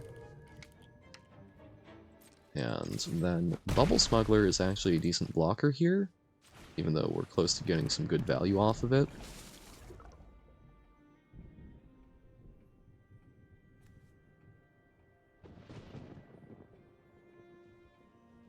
Aurelia, I think, would be pretty sweet. Oh, these are adorable. Very, like, storybook author's style, for lack of a better term. Okay, we could hotshot Investigators, our own Bubble Smuggler. But we'll try swinging in with just the Specialist. I like that, so yep, I think we do the Investigators, and bounce our own Smuggler so we get to investigate, and they'll never know what we're playing out.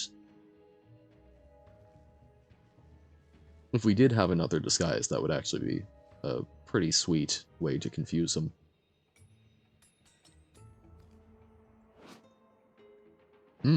Slime?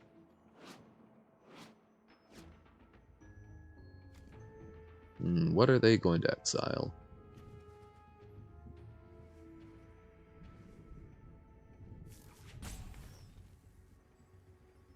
What you got? Ah, so they sacrifice something to get rid of our hotshot investigators, I imagine? Oh, very slick. Very, very, very slick.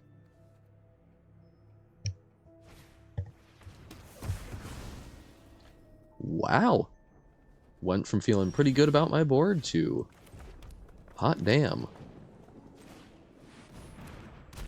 We are hurting. But we'll run out the Inspector and feel decent blocking. We are not going to draw a card when it's going to go straight into the bin. Next turn we can do the Clue, or we can do the Smuggler. Depends on what we draw and how we're feeling. We are behind on cards, ahead on board and damage.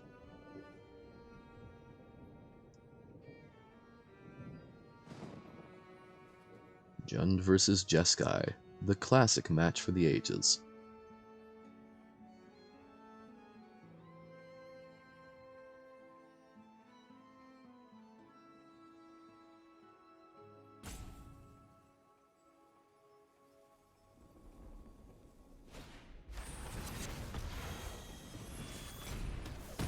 Well, they did know it was a Bubble Smuggler.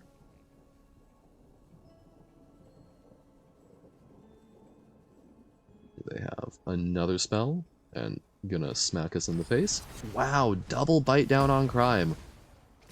That hurts. Aurelia is quite nice, though. Flying Vigilance and Haste. That is a good clock. And we can crack that clue end of turn. I suspect we don't want to block.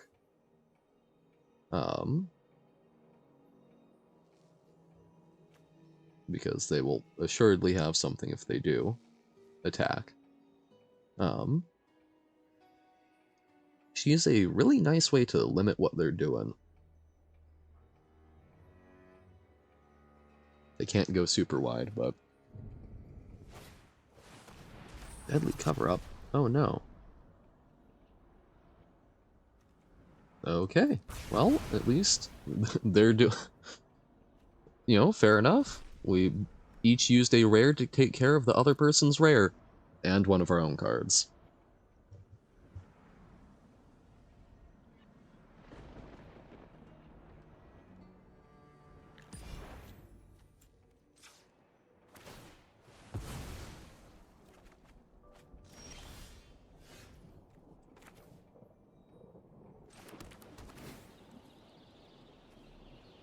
Oh, actually, I suppose I should have played the Thinking Cap, because then I could have tapped the Thinking Cap.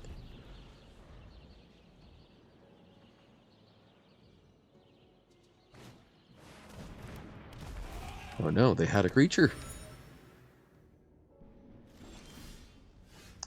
And we do not. Not looking great. Not looking great at all.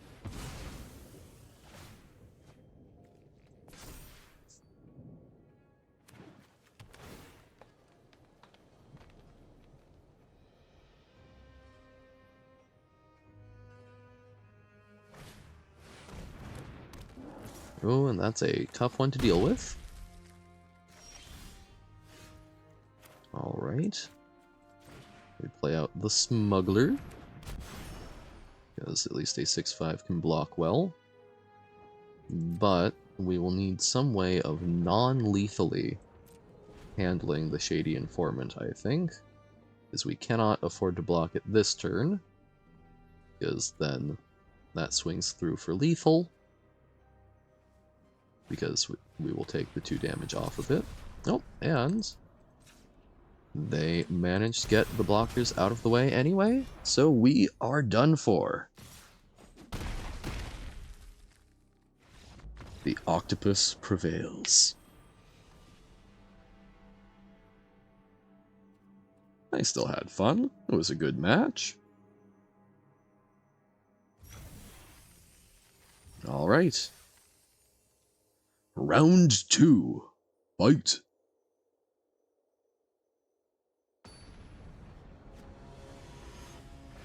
Elfandor. Elfander.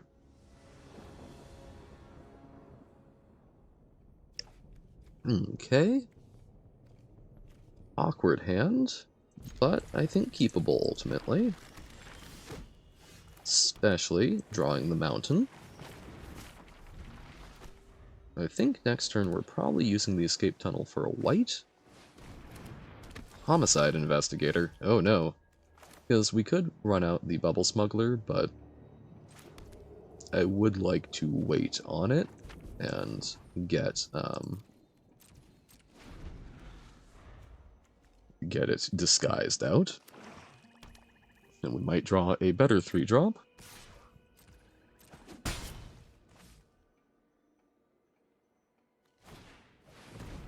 Homicide Investigator is messed up. In the way that a lot of the cards I think that tend to be the best are simply not necessarily the most powerful on a raw scale, but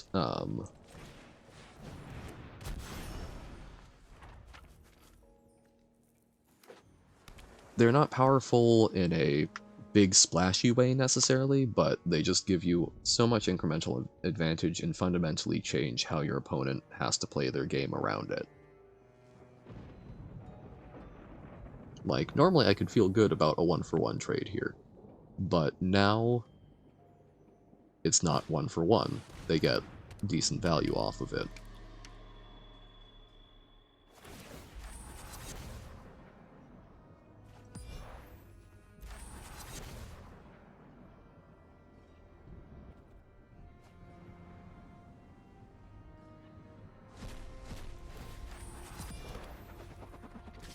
Oh, the discard happened first. Very nice. No blocks, because we can suit it up with the thinking cap.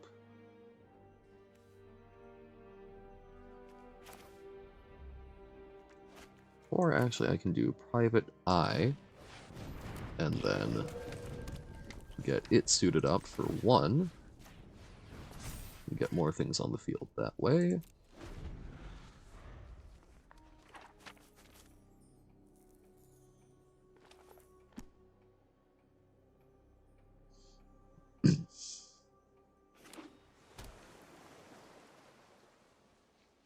Long goodbye.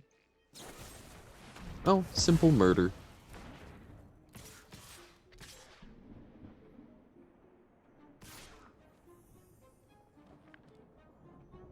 Man, I think we trade for the homicide investigator. It's only 1 more damage, and it gives us a slightly better chance going forward if we manage to live through this next turn. We aren't currently dead on board, but okay. We cold case cracker, and we're playing the untapped land, because then we can make it a little bigger, more likely to survive. Aurelia would be a really good draw.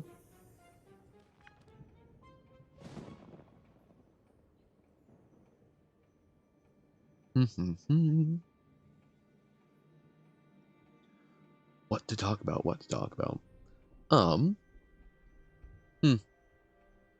No thoughts, head empty. Thopter is cute.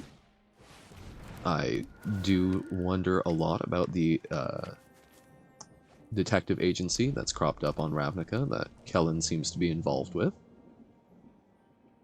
They seem quite cool, but I do wonder. I wonder why they were founded and how they're going to continue interacting with the Azorius. Okay, I could play just a 4/3 flyer. I could also bounce one of their things. I could bounce the 1/1 and simply kill it, because they do get value off playing their other things, but that does slow them down. I think I play something to try and slow them down a little bit.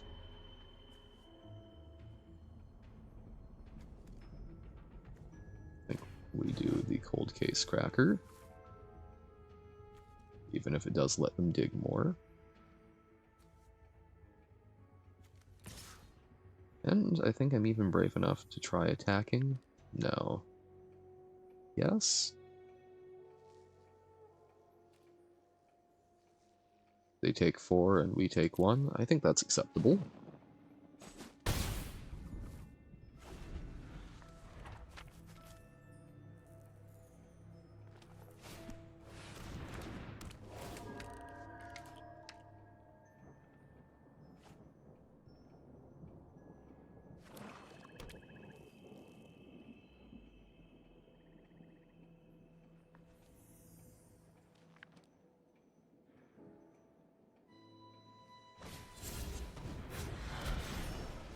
A disguise. Oh, okay. I do like me an Aurelia. Tap the hat. We can play Aurelia. And I could War Leader's Helix here. But then they do just double block, I imagine. Oh no, I wouldn't get to Helix. I would get to draw a card. So I would be trading Aurelia and a lot of my blocking safety. I don't think that's worth it.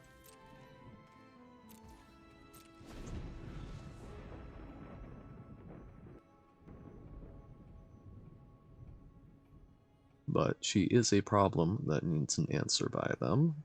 I am nervous about their disguised creature, however. Okay. Not the worst it could be.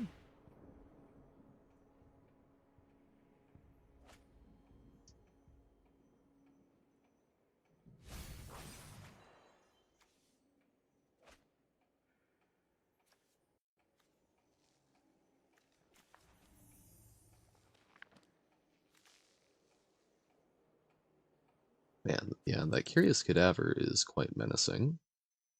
Crash. Yes, it itself does not have menace. My joke! My amazing joke!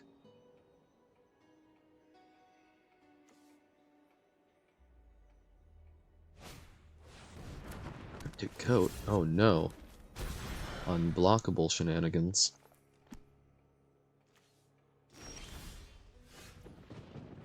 Oh, but it can't get equipped to anything else. Interesting. So, she is simply an angel, but I could make her a 5/6, which would allow her to attack through. But then I'm not able to play out this agency outfitter, and I think I do need to just be having more blockers out. Wow, do not know why the frame rate is tanking so much, I'm sorry. Come on, Arena. I do not have another one, so I will decline. But I do think I will equip it to the outfitter.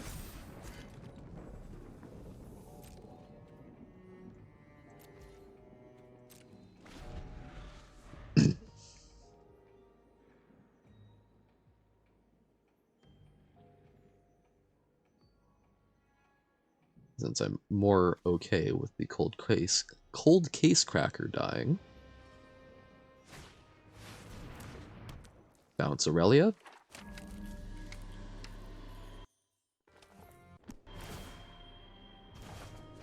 Bounce the outfitter. Alright. I mean, this simply kills me.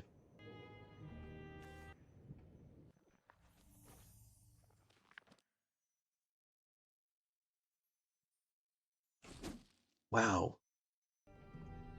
What is up, Arena? Come on. You can do it.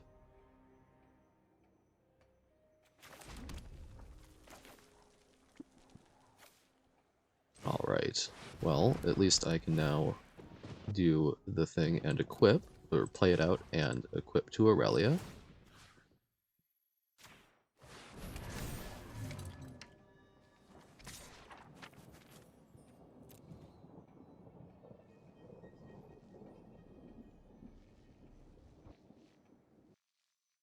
And they're limited in being able to do all-out attack and whatnot,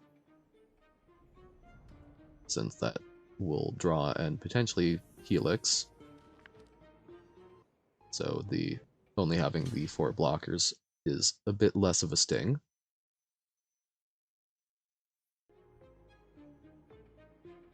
I think after this game I'm going to close Arena and restart it, because this is painful to look at.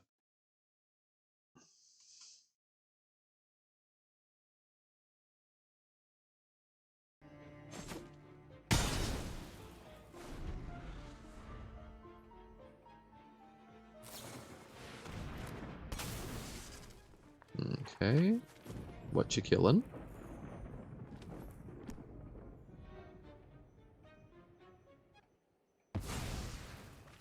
Alright.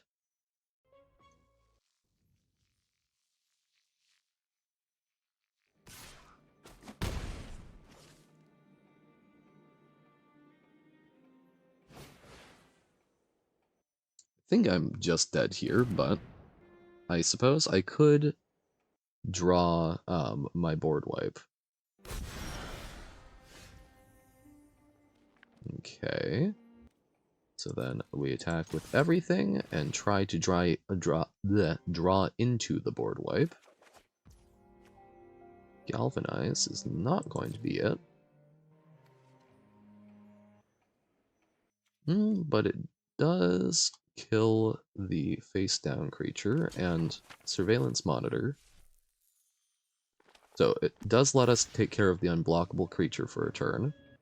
And surveillance monitor will get to make an extra blocker.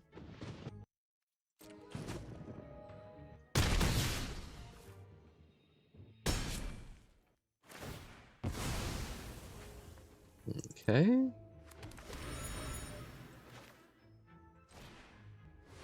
We'll get some blockers.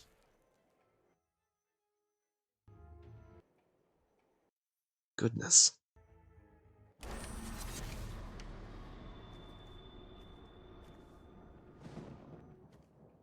Old case cracker. I'm crying. Please, Arena. Please. My laptop's doing just fine, I think.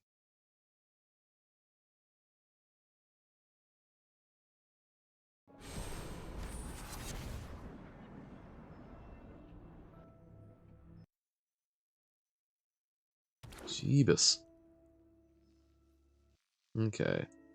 And we hang on to the Galvanize so that we can pay for the ward. Like, we have a chance here.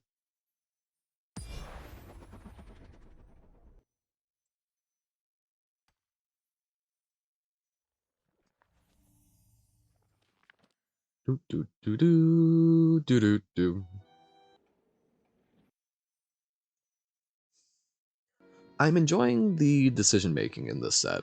I was kind of worried with Disguise. I was not a huge fan of Morph. I know it was objectively made for a very engaging format, but it feels very slow, and I don't know. There's just a lot going on that you need to keep track of that you aren't always able to. Granite Witness. Oh, okay. The tap is unfortunate.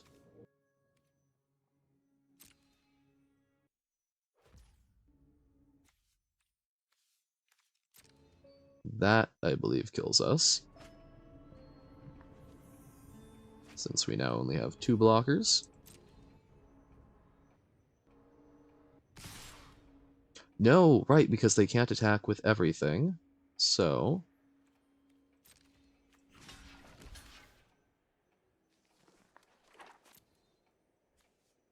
Right, because Aurelia still does her thing. Yes.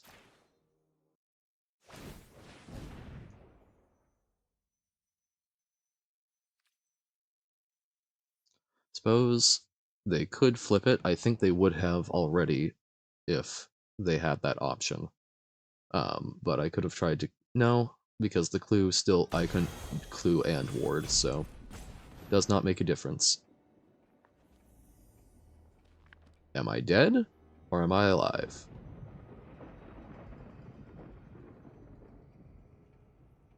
Oh my goodness.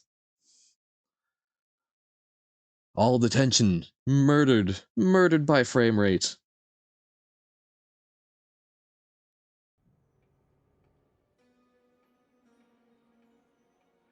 I was worried that Aurelia was a greedy pick, but... Oh no. So, they are flipping it into something that survives. No!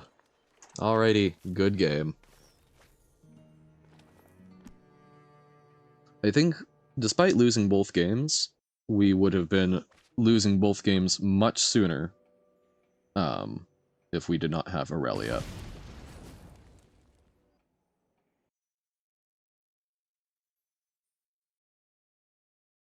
I think she would be very fun to build a historic brawl sort of prison death and taxes-esque deck out of. I'm not sure what Red has for punishment on Arena right now.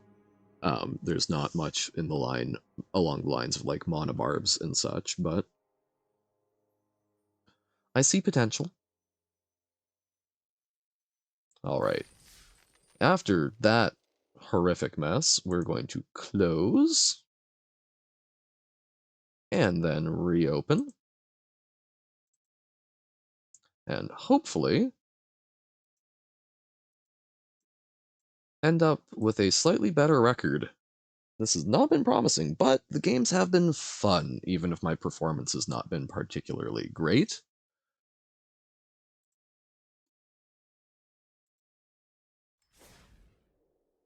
Alright, and we're back. Awesome. Oakley dokley. Back at it.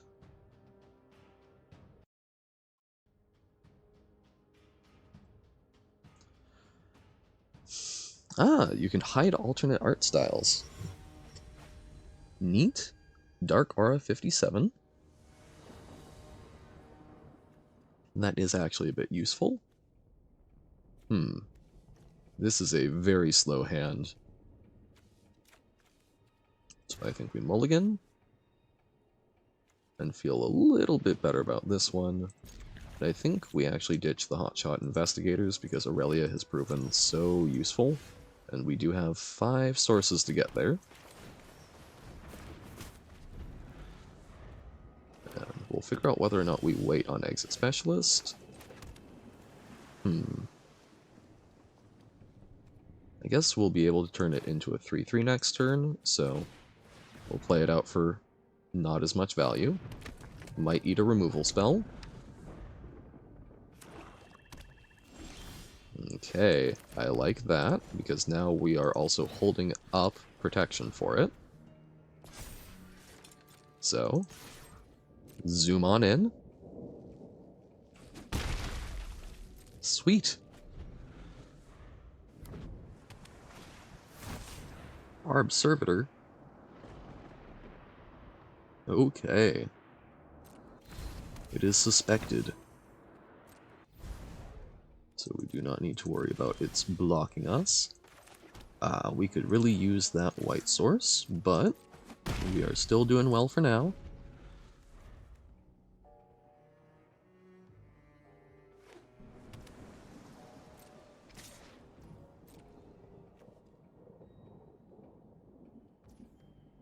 It is card advantage, but I don't think we want to be blocking it. It is unfortunately simply something we must race.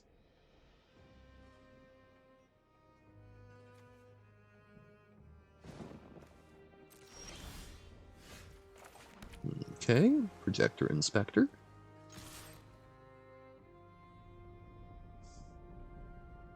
Helps us dig for that plains.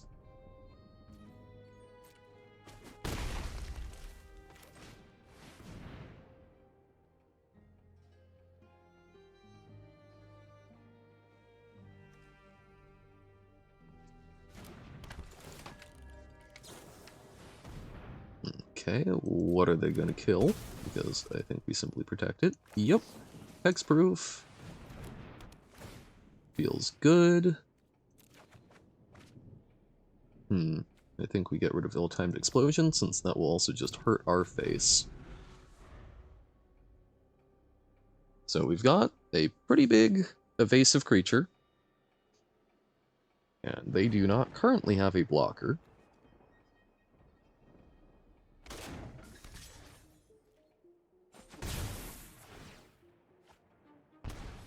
But they are drawing quite a few cards. Okay.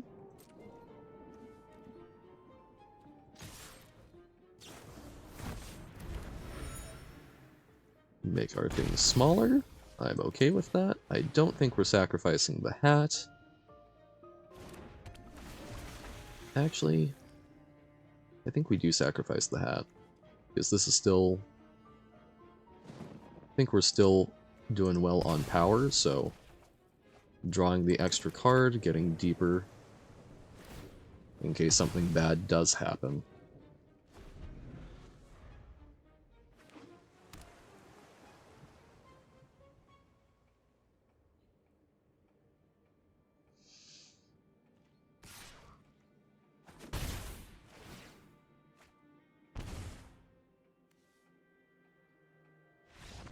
Alright, there we go. I guess it does change the clock. I forgot that they were losing 1 life each time they did that. So it would have meant that they couldn't attack with it and draw a card next turn, but I think we were generally better off drawing a card digging deeper so we could recover more easily than we were worrying about them drawing what they needed. Okay, Meddling Youths. Classic.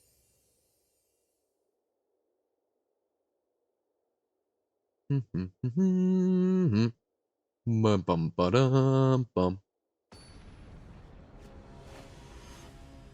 Quarren. Almost felt like Quran, but don't think that is one of the accepted spellings. Okay, we've got a double private eye hand. Kind of funny.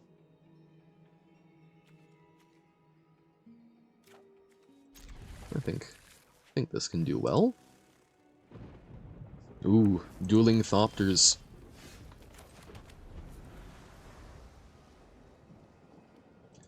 More of a Kaladesh versus the Azorius. Okay. I think our Bubble Smuggler isn't doing much, so might as well play out the Thinking Cap, and then hopefully we get to Private Eye, Mountain, Private Eye, and equip a Cap. I think that's kind of our living the dream right now. Another Jund deck. Lots of other folks seeming to be pretty lucky with the mana they get. It's always the way, isn't it?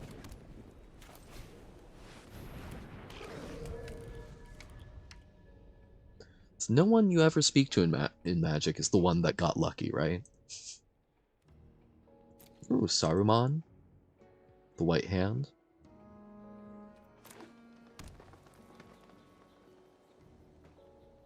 Of Orthanc? Is that the name? Or I guess of Isengard. Ooh, lots of disguise. But at the very least they can't punch my Private Eye.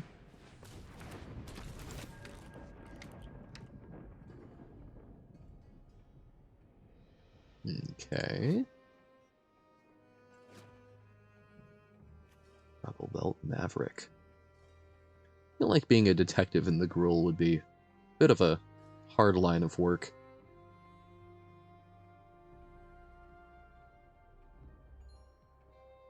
Thankless, perhaps, would be a good word for it. Getting rid of both? Okay. I'm guessing they really need the land.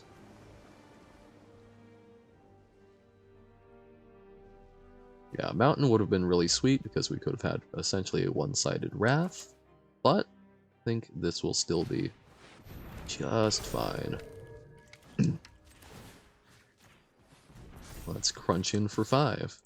Crundle.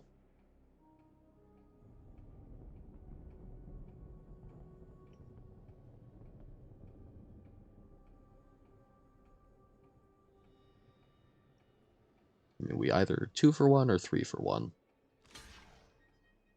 If they try and actually trade.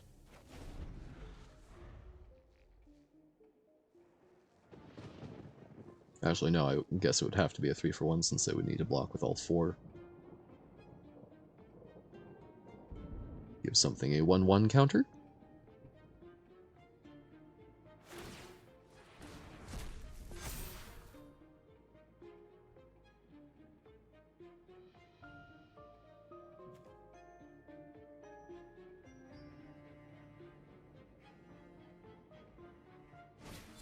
It's very interesting that makes you discard 2 cards. I'm guessing that was a later on balance thing.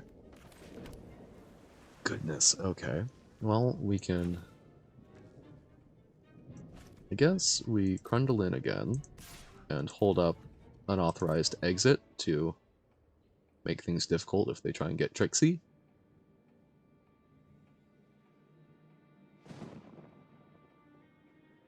And if they don't, I think we disguise a Bubble Smuggler, holding up Unauthorized Exit on any of their things if they turn it face up.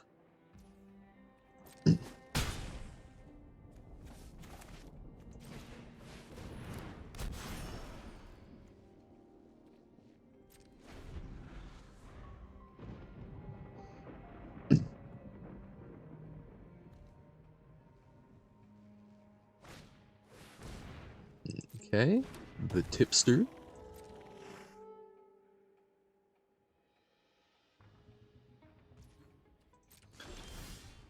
Alright, and I like getting that extra land so that we can play out a big ol' flyer. But I think we repeat last turn, at least for now. That feels real good. And, oh right, it's a 6/5. Yeesh. Double Anthem. Oh, I really do want to play with the Anthem slash Impact Tremors. Riv Burst Hellion. Oh, that will be... Oh. Oh no, that feels dirty. We just get to bounce that? Oh, and they don't get to replay it next turn? That feels harsh. Oh, there's the mountain.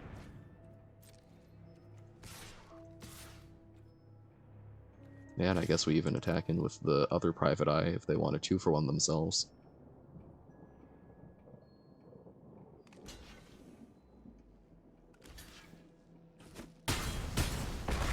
Okay. Feeling solid.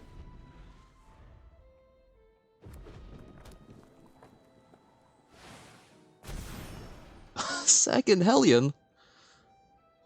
But we just get to attack around it, so...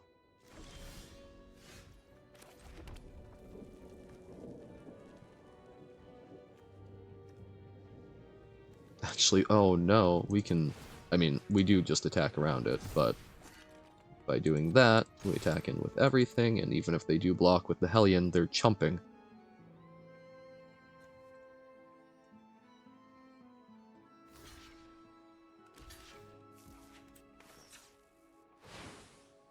Alright. We get a win! Awesome!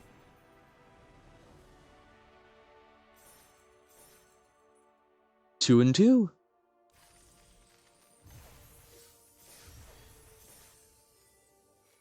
Well, I say unfortunately.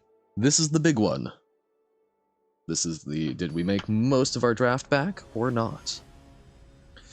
Idrin.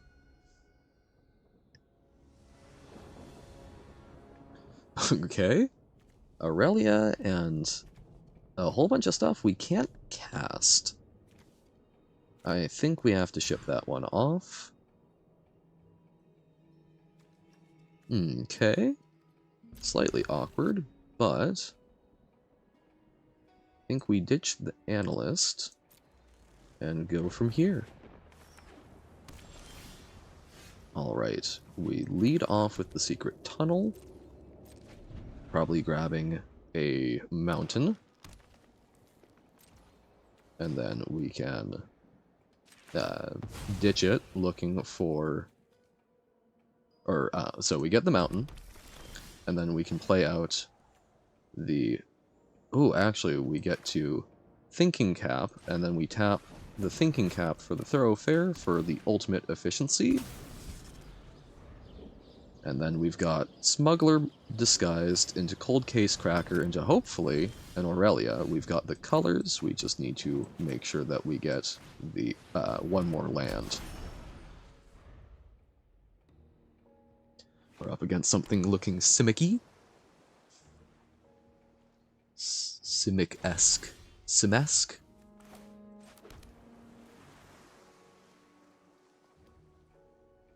So we could also do Private Eye and equip. Do Private Eye, so I think we start by attacking in, see how they respond.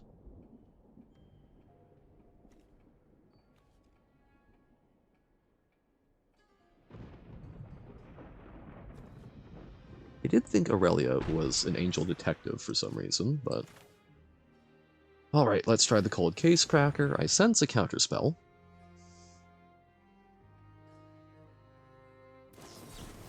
Yes. But that also would have hit our Private Eye, so... All the flyer is good, I think. This is A-okay.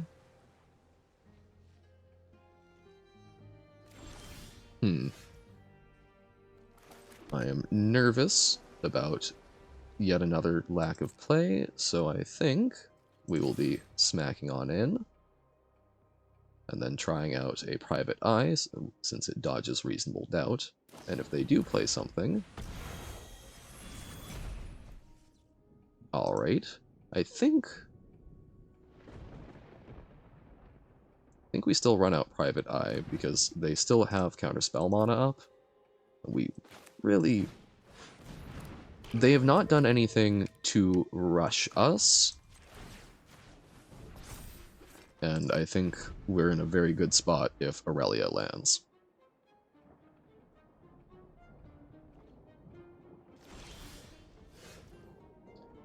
Jeez, okay. Well, we attack in. Oh, no, actually, should have done the exit specialist first so that we could bounce something in response. But we'll disguise it out, and it should should hide the bubble smuggler, because they have no reason to believe it's not the bubble smuggler. It could be anything, any card in our hand. So we've got that, and we can use it to bounce a creature at instant speed if needs be. So let's chug on through again. If they have a flash creature, we're feeling okay. Let's disguise out the bubble smuggler. And at that rate, we've just got onboard lethal next turn.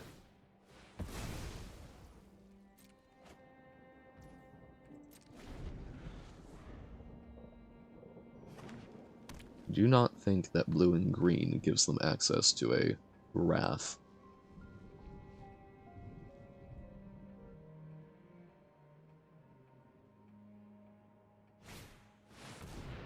Undercover Crocodile. Alright, good blocker, but we get to return it to your hand. I suppose I should have waited, but... Alright. Yes, I should have waited until after their second main phase, in case they were holding something up, I guess. I don't think it makes a huge difference, but... Ooh, rare wild card, or rare card. Devouring Sugar Maw, horror. That is really upsetting. Gummy worms and a fruitcake, ugh. So create a 1/1 human and a food, and Menace Trample at the beginning. Okay, so it's got a... So basically it bargains each turn. Interesting. Eldraine stuff is still new to me, but we got the 3 wins. Awesome. Means we got our packs semi-cheap, plus the entertainment value. Cairn Wanderer.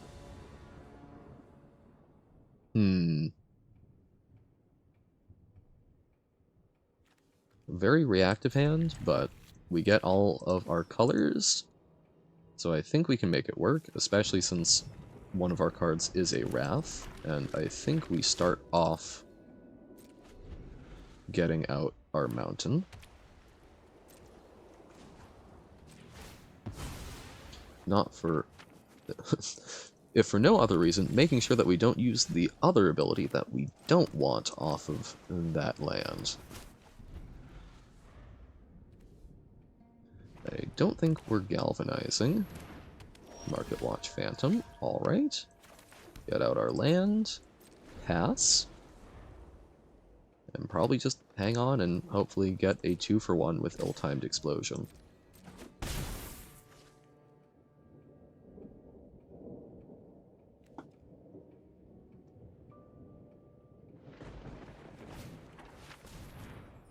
Okay.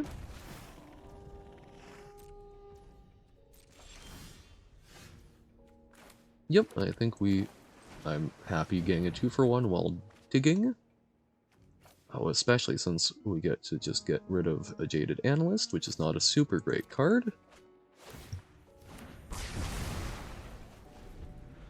And then next turn, we can collect evidence that away for our surveillance monitor, and equip.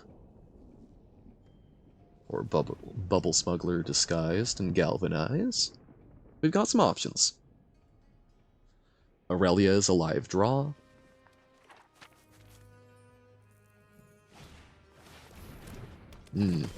Good card, good card.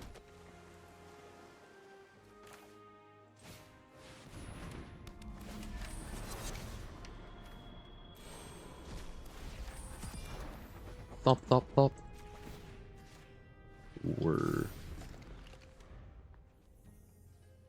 Oh, there's a bird is the word joke, but WHIRRED somewhere in there. Okay, they can use that to suspect something, but still think we do galvanize it.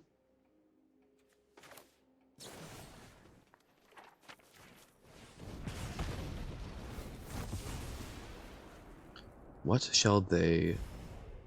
Not suspecting either of our creatures, alright. I think we lay out the Bubble Smuggler to just be more aggressive. And I think we're okay attacking in, getting aggro.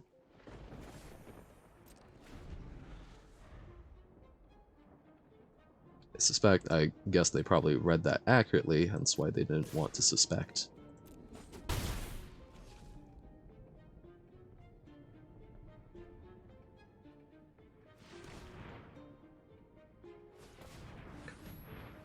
I think the only thing that really makes me sad about the Bubble Smuggler...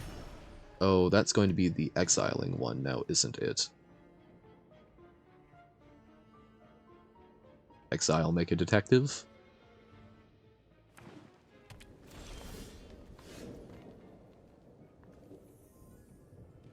Bubble Smuggler dies to the long goodbye, which is an unfortunate reality, but let's hit on in.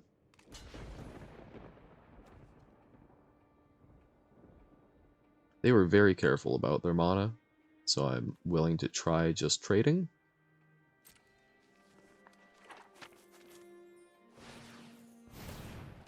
Dogwalker, alright. In that case, we will eat it. Force them to go first. Because, yeah, there's the rare that can flip up for 2 white, or 1 and a white. I was thinking that they were just being very careful, but Dogwalker makes more sense since it requires specific colors. But if we flipped it up, they could then just turn it into a 2/2 detective in response, whereas doing that kept up the wards, so they could only do that on the surveillance monitor. Okay. Phantasm is back. We disguise out the specialist so that we've got some good options. And we hit on in.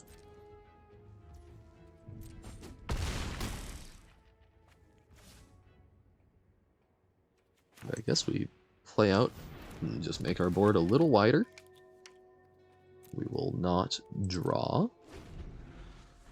Oh, I guess there are rats in these colors. I probably should have held it back and just held up the bounce, but... Live and learn. Nothing. Okay. In that case... I think we turn this face up, which will let us draw a card, and we get to bounce their 3/2. Awesome. And now we, I think, swing with everything. Because it is very likely lethal. Yeah, and it is. Phew. Awesome. And that's the real break-even point. And we made it to gold! Look at us. Obviously masters of the new format.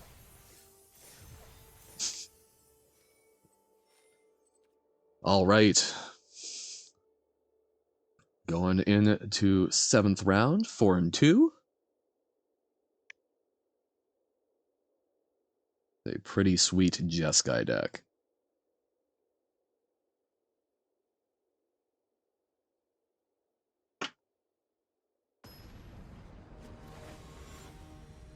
The two pieces of fixing we have makes a very big difference. Heals already up against a platinum opponent.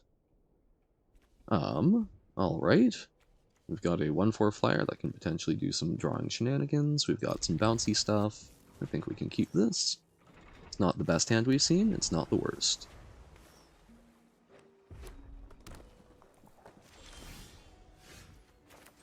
And I don't think we play it out as just a 2/1. I think that's one that gives us a lot of value.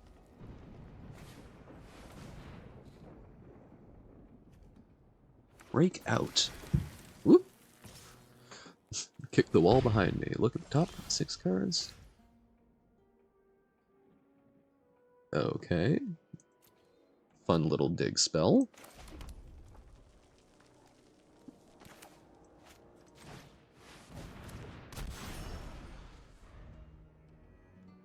We do really want the extra land.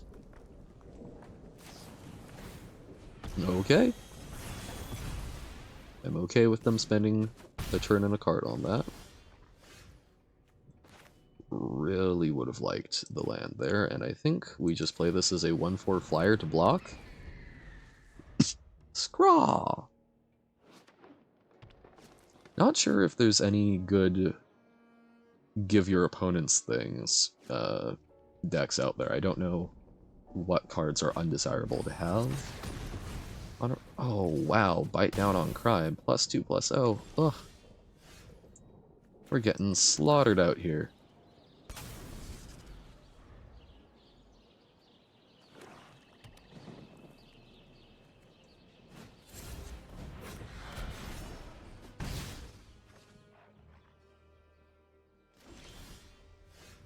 We do have all of our colors now.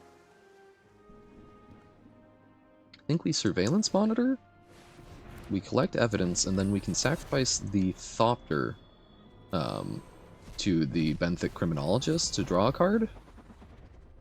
It's a very slow way to do it, but I think worthwhile ultimately, if we aren't simply dead here.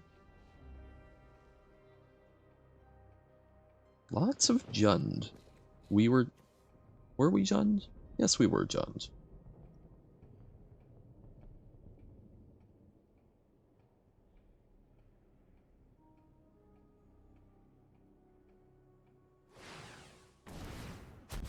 Flourishing Bloomkin. Okay. Okay. Neat. Oh, the Aurelia? Hell yes. And we absolutely attack with everything, draw a card.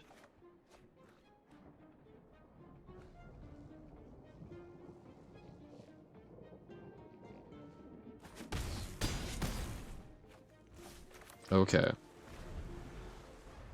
I mean, they could murder, there's a lot of things, but that feels pretty good. We do not block, I don't think.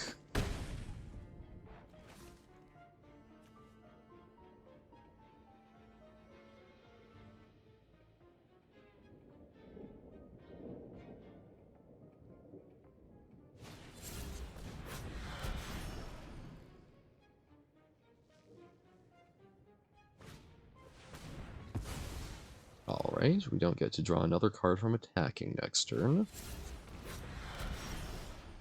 But we can hotshot Investigators and bounce the 4/4, which I like a fair bit.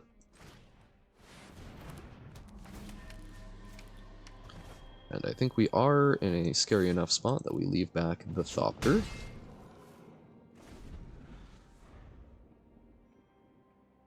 As a chump blocker.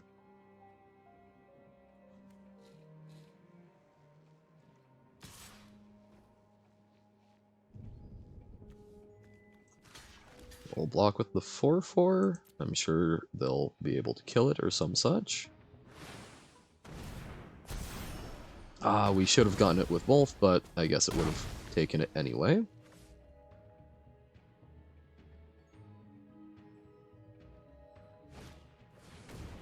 Okay, they get to replay the 4-4. Galvanize can get cute. I think we Cold Case Cracker.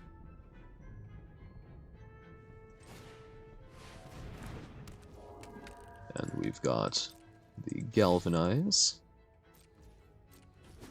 And they can't attack us with just everything.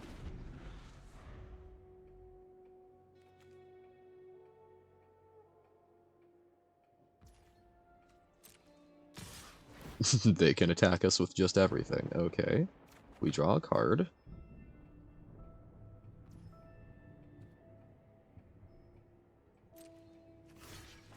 Okay. Lock like so. I don't love trading, but you gotta do what you gotta do.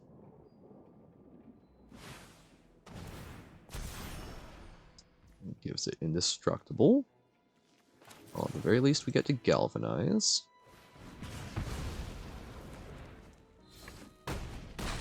But I do think that means we have lost the game.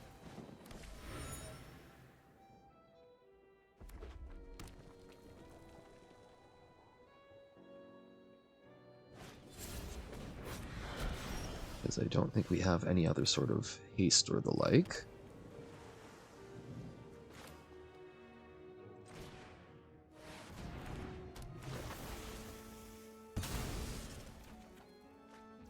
Well, Aurelia certainly did us proud. That was a close game.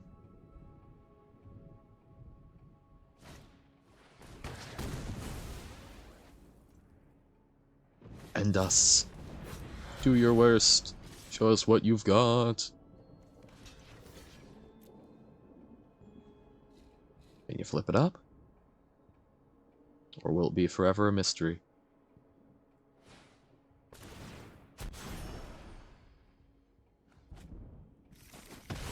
It is forever a mystery. Oh wait, no. Dog Walker, okay. Alright, 4 and 3. For the first draft of the format, I think that is quite respectable.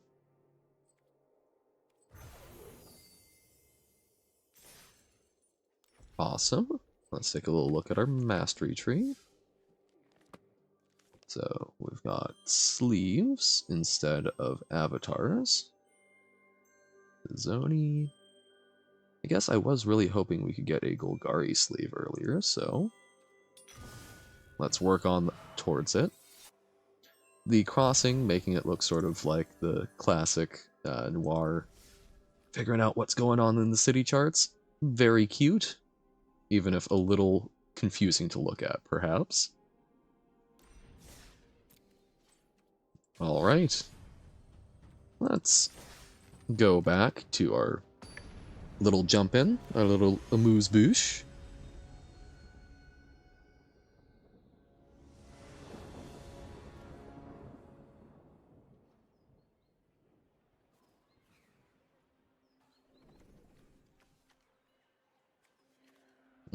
Okay.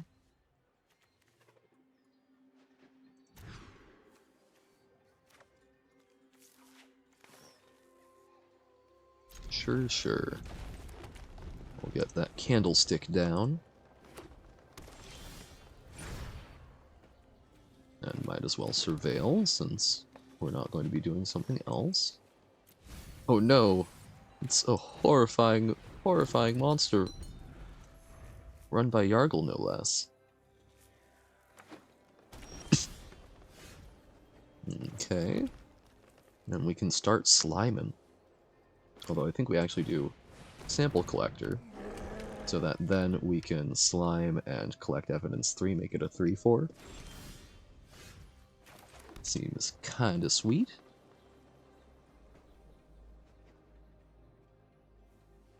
Ooh, the being able to tap stuff down is also quite nice. Oh, are they stuck on land? No. That sucks. But no mercy. Even if they have a cool Yargle. Even if they have a cool Yargle avatar. Oh, we're both sliming. I didn't even notice that they pitched one. Game sees game.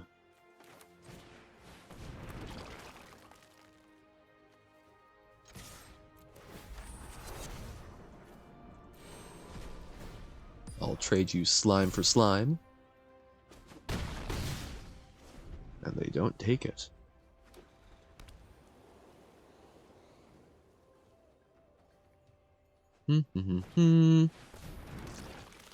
Slime Wars.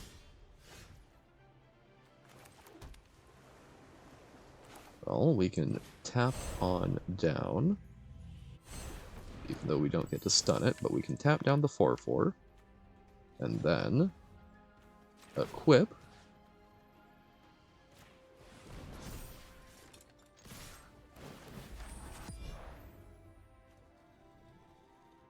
A nice removal spell. That's a punch, right? Yes, it is a punch. And unless they've got something to deal with the flyer / reach, I think we've got it in the bag. Alright. And now, for a little tradition, I apologize if it's boring to watch, but something that I would like to see... Ooh! Oh, that is a gorgeous sleeve. Something that I would like to see more people doing. Don't know if other people already do, but for the midweek Magic event, since it's, 2 free wild cards and 2 free random cards, I would very much like to see more folks just concede 3 matches or something, because sometimes folks get unlucky with the things that they pick as jump in, or, it's one of the draft ones, or maybe they don't have a sufficient collection to put together a particularly good deck for one of the constructed events.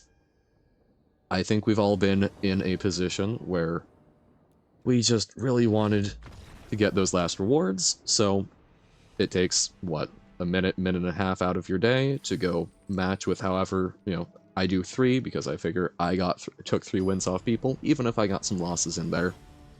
Just put out 3 into the aether that hopefully get folks where they're trying to go, makes their day a little less frustrating, and if they are just trying to play matches, it gets it out of the way real quick for them. So, awesome. With that out of the way, let's run back another draft of Murders at Karlov Manor, which will probably be our last one for the day.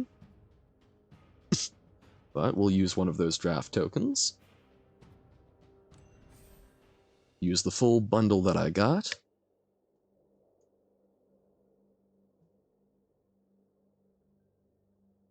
Free to play until I can consider it a business expense. Ha ha ha ha.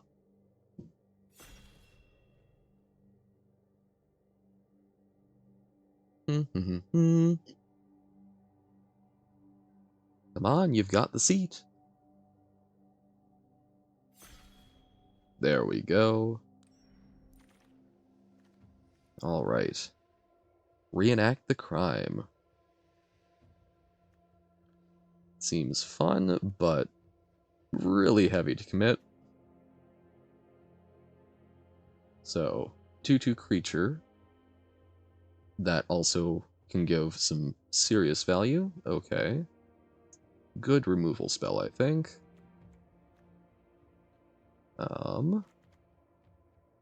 Bite down on crime, also quite good. I think we'll try Drag the Canal. Since again, building up a collection, and I think that's a decent one, even though it's, saying, hey, these colors. But I am noticing, so almost every pack has 2 rares? That's surprising to me.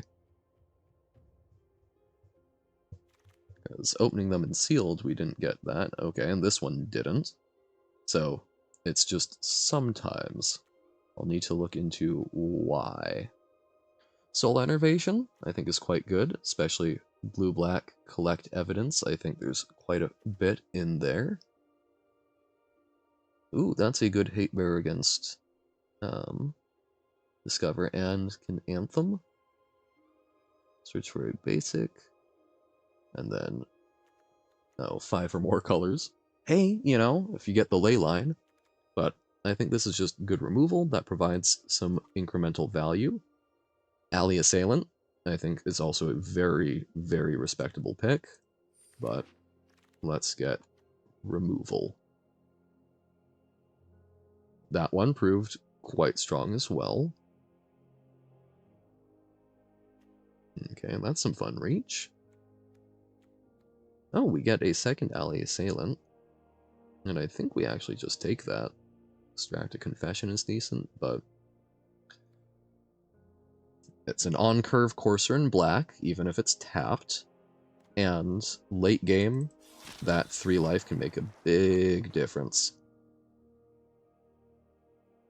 Because blue-black does not usually have a whole lot of reach.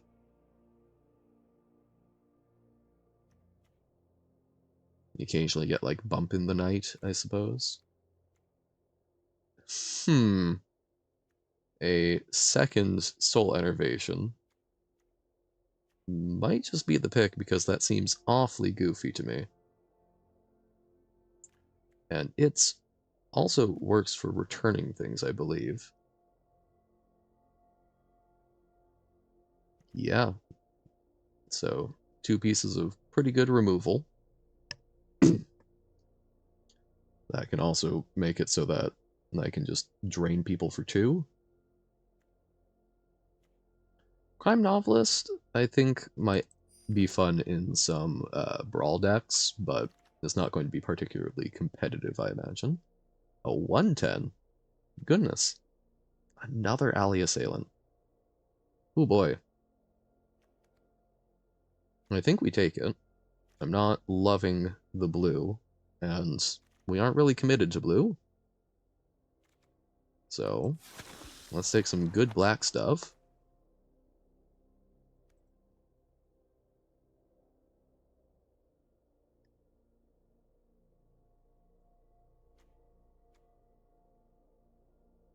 If we wheel the 3rd Assailant,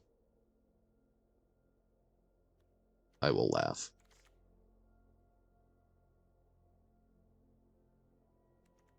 Coerce to kill. Good removal that also steals their threat.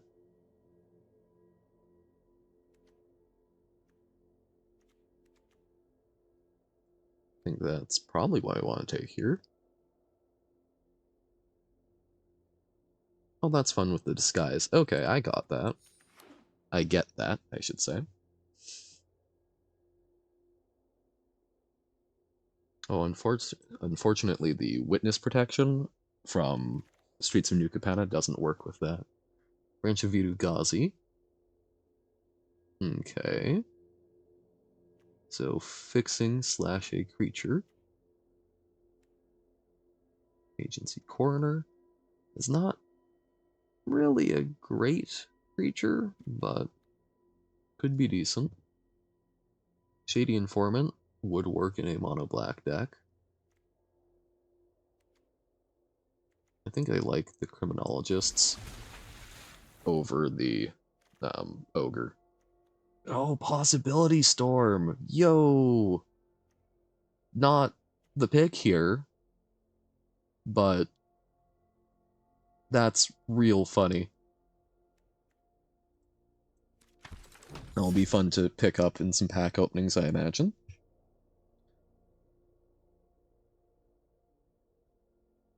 Build some silly deck in Explorer Timeless. Okay, draw a card, Investigate.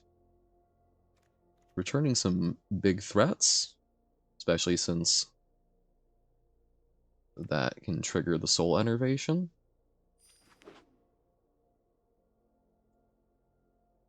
I love the Rakdos background. The blue flames. Oh, there is another Alley Assailant, but we do already have 2. And Bubble Smuggler, I think, demonstrated its value. I feel pretty good about it. Extract a confession, I think, is sweet and gives us some collect evidence value.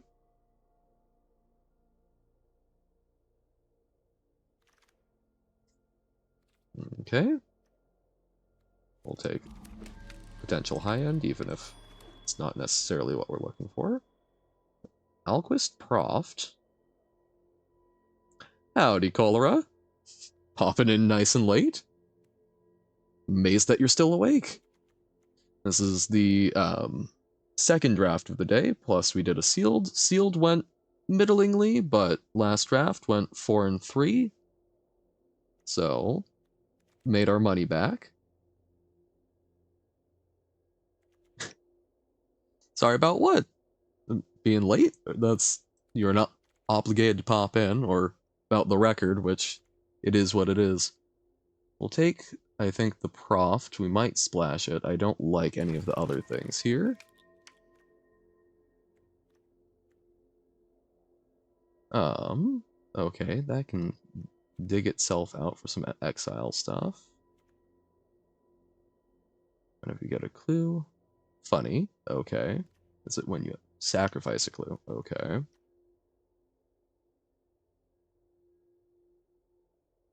Ah, gotcha. Well, if you slept a little bit, I feel less bad about you being awake and watching me for some reason. Well, glad you remembered your meds. Those are always important. I think we take the surveillance monitor.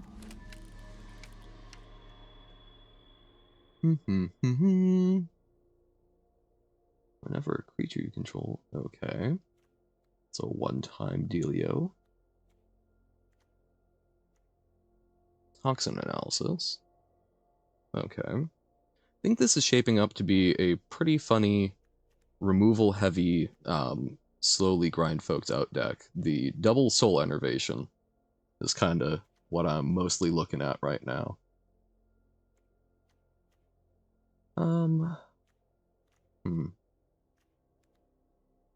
Not sure what the pick is. I think we'll try out the Mistway Spy, just something.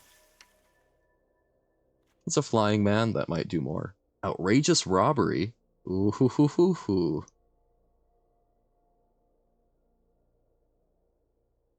Get to steal some of their cards. Repeat Offender, I think, could be good, but I think this is the type of deck that wants Outrageous Robbery. Just slow, get some big value from them. Blood Spatter Analysis. So removal spell, mill a card, and then get something back. I don't think that's something we're looking to splash. Snarling Gorehound could be good, but I don't think we have a lot of the cheapy creatures for it. So continue to ruin our curve and take another 4-drop. I wouldn't say necessarily. I think I'm learning a little bit about some of the cards I'm interacting with, but there's still a lot in the format that I have yet to see. Oh, murder.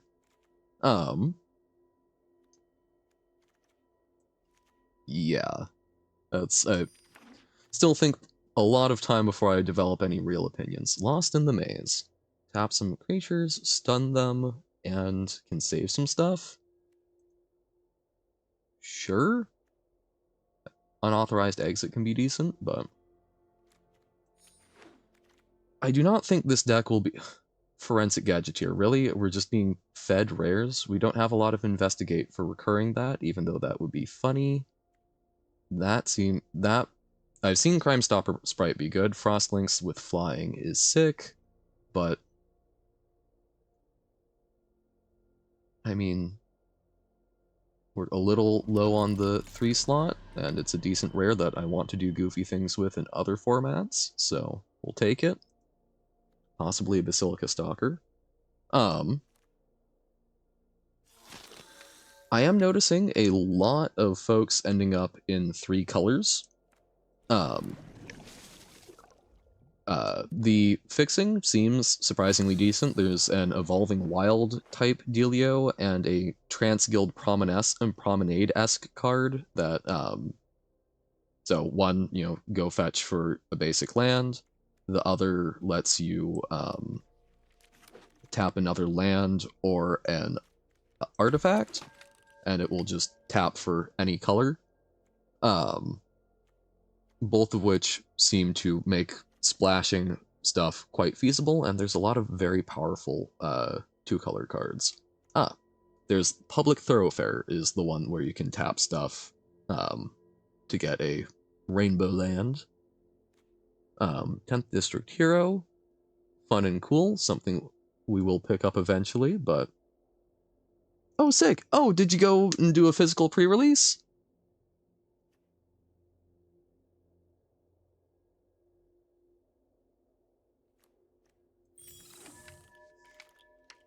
Or, oh, did you say something about going and picking up just a pre-release kit? That's now in the back of my head. I'm worried that I wasn't remembering. Well, that seems goofy.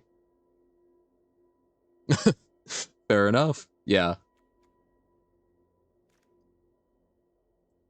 It's fun to sometimes just crack open the packs. What was your promotional card?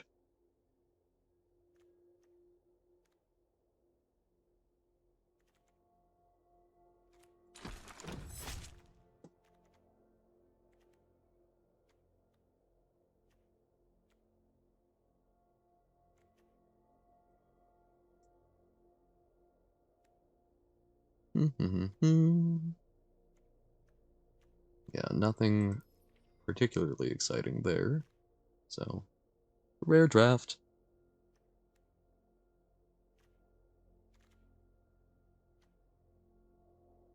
Guess we could technically do the Scoundrel, but that feels silly.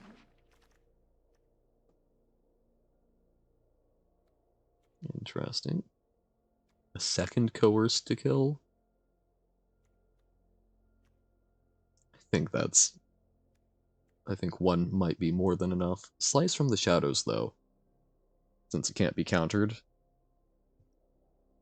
Slightly more expensive, but more versatile long goodbye.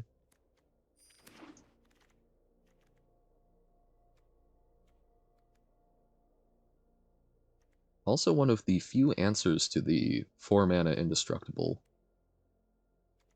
dealio.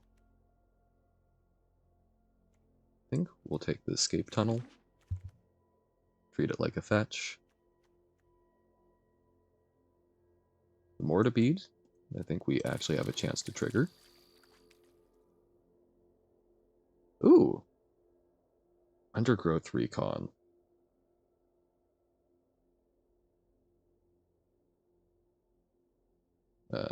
Undergrowth Recon.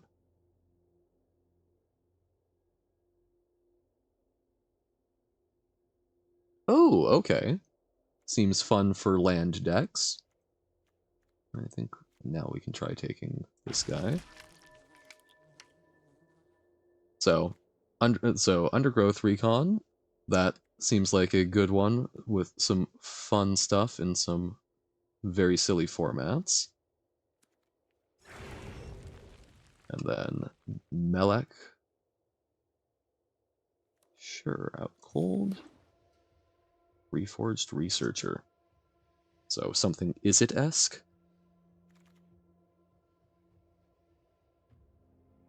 Ooh, I'll take a Bubble Smuggler number 3.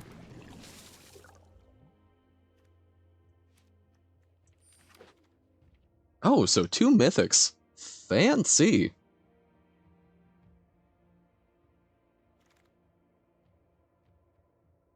Ooh. Well, then that begs the question, which Glissa?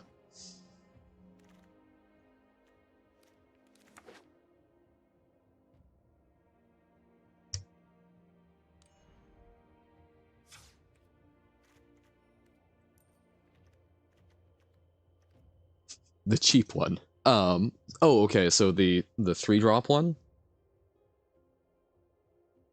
That's like a 3/3 with first strike? Yeah, okay. Sick.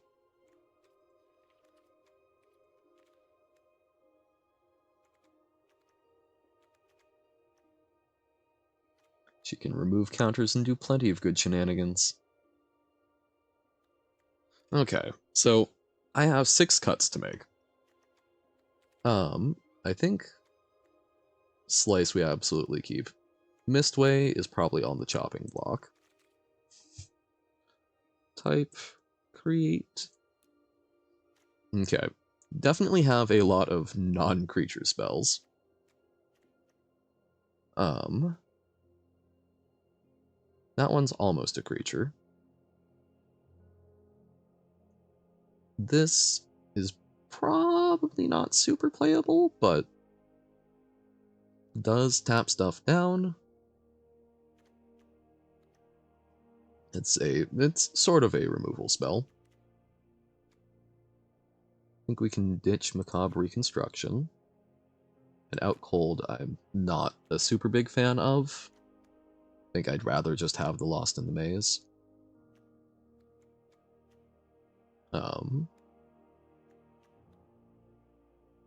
We might actually ditch Extract a Confession.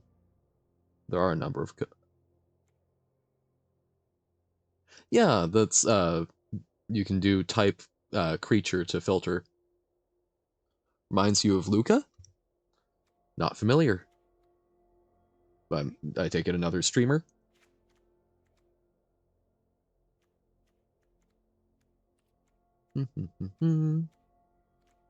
Think Mistway Spy, since we don't really have a lot of synergies. Man, 2 more cuts.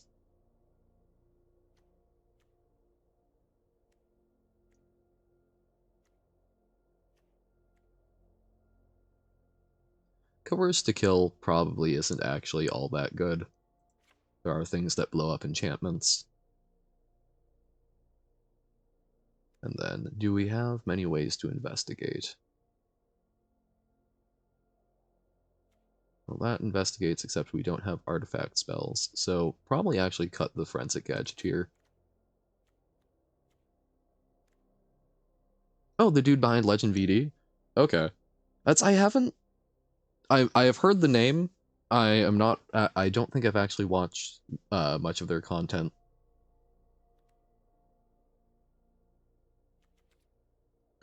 But no, I think I picked that up from Loading Ready Run, watching Graham do it, but it's how I like to do stuff in physical than paper magic, so like that we do have the option online as well. I think this is a much more control-y deck than I'm used to doing, but I think it can still get there. So we've got blue-black, that feels Ashiaki. And we can have the little Azorius Thopter. I don't think we have a sleeve that is more Demir-esque than my default, so I think this looks good, if a little awkward and removal heavy.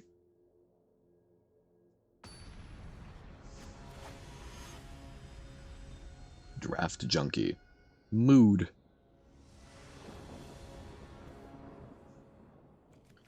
Okay.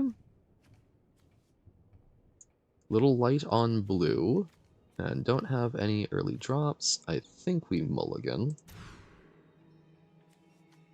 Whereas now we can ship off probably the Stalker and go searching for a swamp. And I think make things work.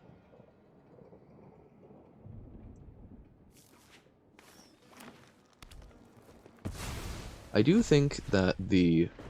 Oh! Oh my goodness! Oh, that list card. Yes, I know, I did. I'm calling it a business expense. I went, you know, I want to have fun and jam drafts. At least a sizable number of them. Yeah, Crashing Footfalls. The list cards are going to make a difference here. I think that's the first one I'm running into, but yeah, turn 1, count down to making 2 4/4 tramplers? Yeah, tramplers. So, on the bright side, we can kill one with soul enervation, but it's gonna be a lot. That's downright silly, honestly.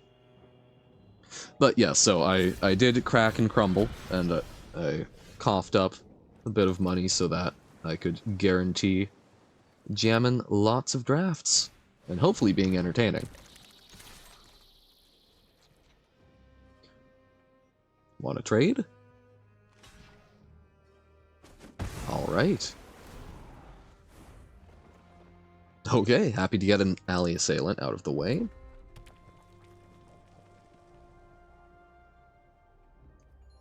If we draw a swamp, I'd probably just outrageous robbery. Just steal some cards off of him. Ooh. Gearbane Orangutan. It's only a 2/2 right now, but... As I haven't seen a lot of people making as many clues as I thought there would be, so a lot of the artifact-oriented, the artifact payoff stuff, I haven't seen panning out the way you would like it to. But doesn't mean that it doesn't, just means that I haven't been seeing it in the games I've been playing. Oh, are they going to try and turn this into a 2/2 detective and trade? Yes. I do really want to keep this for dealing with the 4/4 rhinos. But this does... Those rhinos are just really awful. But Hotshot Investigators bounces one of them if I draw one more land, so I think this is fine. They're trading 2 for 1. They're left with a 2/2, but a 2/2 is a lot less threatening than the 4/4s.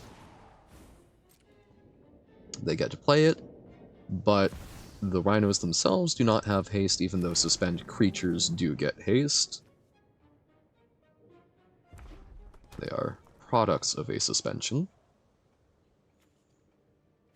1 mana for 8 power and toughness. Yeesh!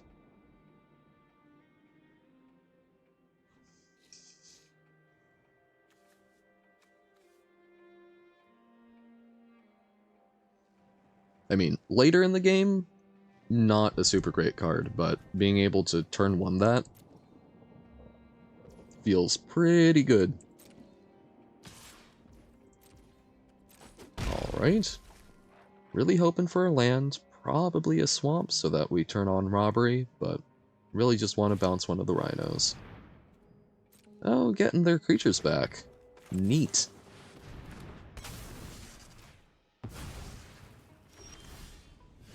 Okay. Feeling a little bit better there. So, we handled it before it got too scary. Back when Wizards made their oopsie and had draft me unavailable, so they gave out Apology 2 draft tokens and 1,000 experience points. I do not. I play Arena very on and off, so I might have just not been playing at that time, or it might have been from earlier than I was doing stuff. But, man, sweet. Would have loved to take advantage of that.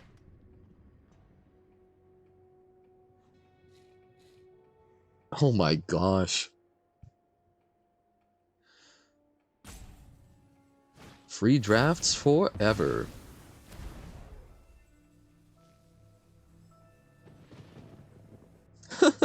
Sweet. Good value. It's for the right price, right? Okay. So I could play a tapped 3/3, or I could run it out as a 2/2 that eventually zots them. I think I just peek their cards and see if I get more options. I am taking at least 4 this next turn, which hurts, but I get a swamp and some good removal. Okay. I feel pretty okay with those hits.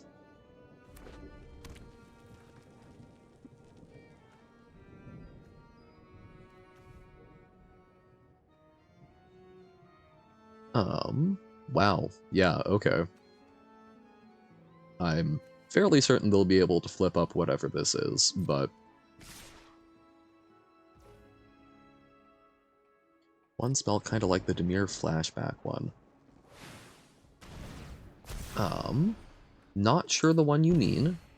Um, I've been thinking of it as kind of similar to Villainous Wealth from Khans of Tarkir. But yeah, it's basically you steal however many cards off the top of their library. Oh, I mill? Okay. Um, but basically you steal however many from the top of their library, and then you just get to play them using any mana, using mana as if it were of any color. So Villainous Wealth, I think, was a bit better in that you got to cast the things for free if they were less than the amount you paid for X, but it still does quite a bit. Ooh, ho ho ho. Okay, 5/5. Fortunately, Slice should deal with that.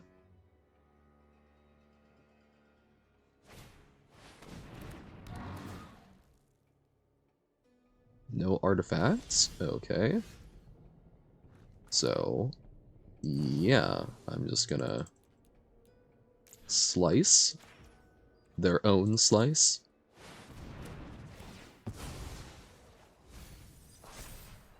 Oh, and there's my own slice. Siphon Insight. Oh! Yeah. Was that original Ravnica? But yeah, you just like steal one card off the top of their library and get to play with it? I think so. Oh no, that was Midnight Hunt. Gotcha. Look at the top two cards of target opponent's library, exile one of them face down, and put the other on the bottom of that library. You may look at it and play the exiled card for as long as it remains exiled, and may... Yep. Yeah, it's a Siphon Insight that lets you look X deep. Alright. No flashback, but you can go real deep and tear through a lot of their library. So I could 3/3 and drain for 3. Could also just Soul Enervation. So I think I play that out. I think I'll attack for 2 and leave up a -4/-4 removal spell. We're actually getting close to popping off that blood spatter analysis and getting back probably hotshot investigators.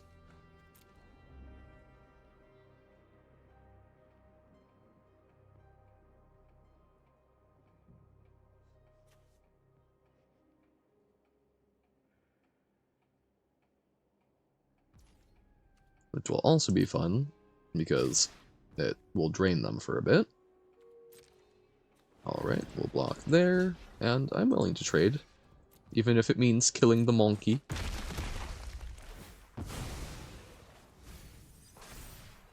Ah, surveillance monitor. Might almost be an even better thing to get back.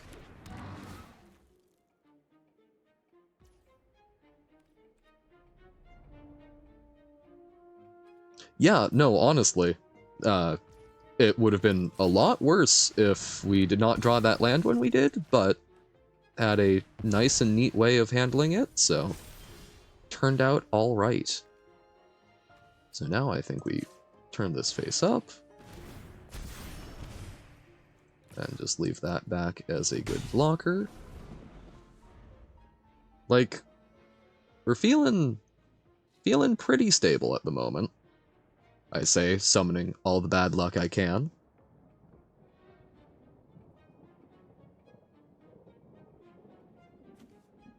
And, I mean, in fairness to them, I guess I've only played one rare. Well, okay, my rare took their rare, but...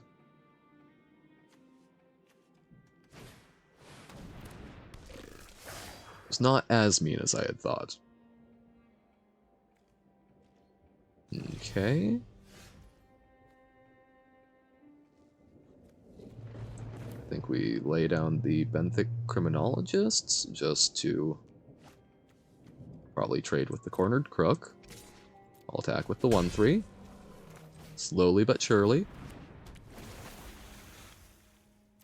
And we could lay out the bubble smuggler, but I think we're going to be able to like disguise it and curious cadaver next turn. So might as well set it up for being a 6-5. Zoom zoom.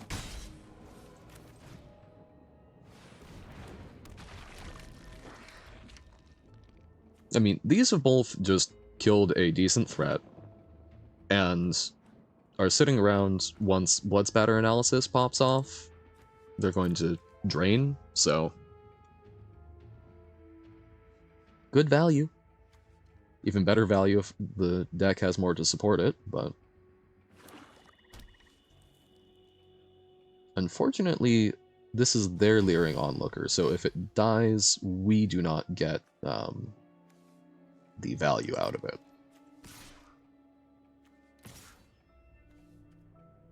Guess I can also attack with that and potentially trade the bubble smuggler.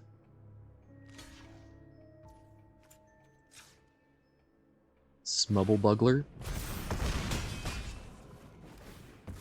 Alright. Sick.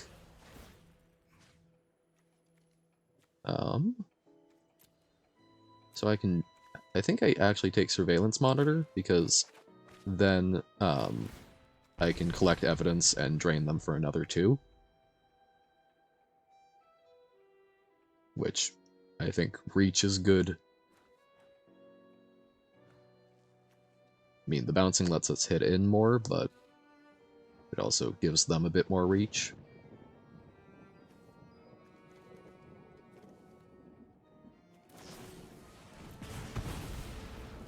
Alright.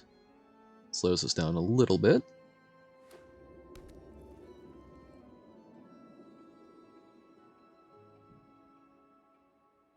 But I think we can swing out next turn.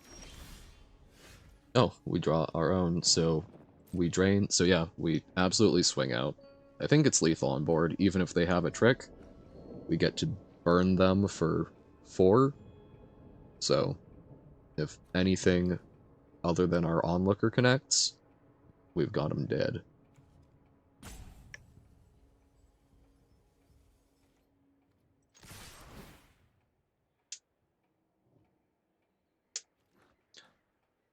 Oh, I think this is the 5th Jund deck we've seen today. So, don't know if that means it's the best, but we've certainly seen a lot of it.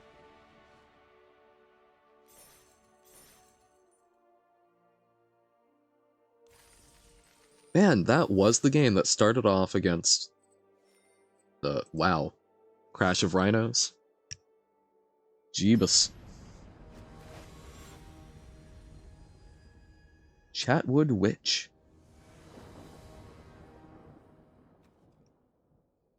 Okay, we've got 2 repeat offenders, but we're on the play, 2 lands, not a whole lot. Repeat offenders I've found I'm enjoying, but I do think we mulligan. I think we are on the slower, more control-y side. Alright. We'll keep 6, I think. Ship off a swamp. And lead off by digging for a swamp. Thin our deck a little bit.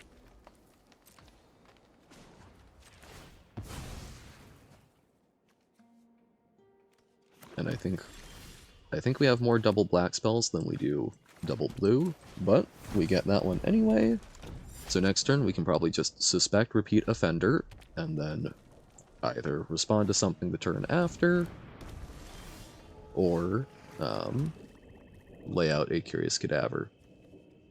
This creates a 2/2, and then 2 life, surveil 2, and investigate if something dies, so good to sort of keep in our back pocket. but I think we're better off just getting aggressive right there. And then hopefully they tap out for a 4-drop that we can kill. That gosh darn ward.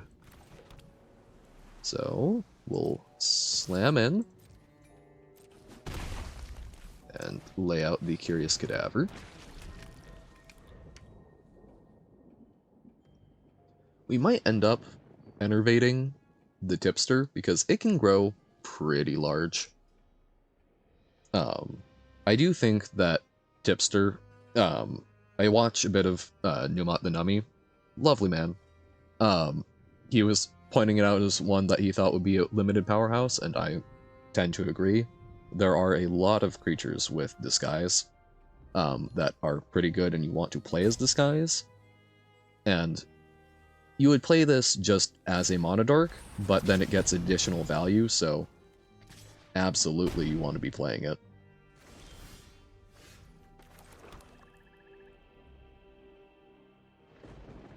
There is the partial temptation to hold off so that I can solo enervate and then drag the canal, but we aren't actually guaranteed to draw a land.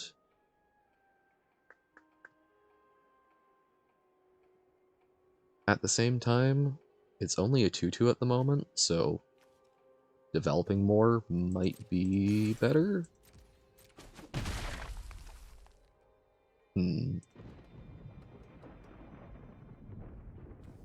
Yeah, I think I like developing this out.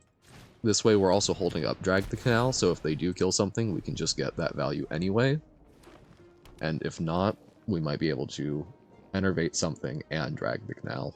But we are very much behind right now, so keeping up options, I think, is quite solid.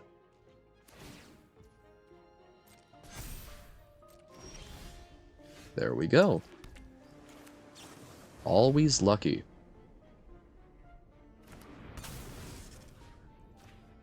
We shall enervate.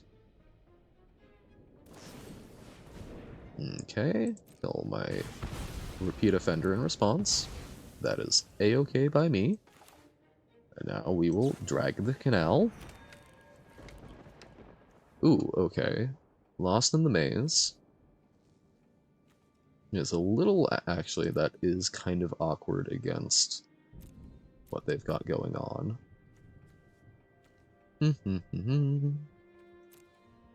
Because of the ward. But I do think we want it, especially for when stuff does get turned face up, so I think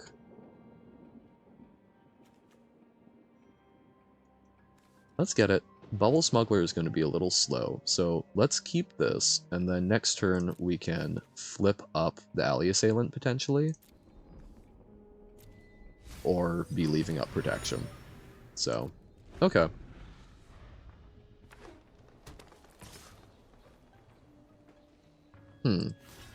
I imagine they've got something going on with that, so you know what? Let's not take the bait.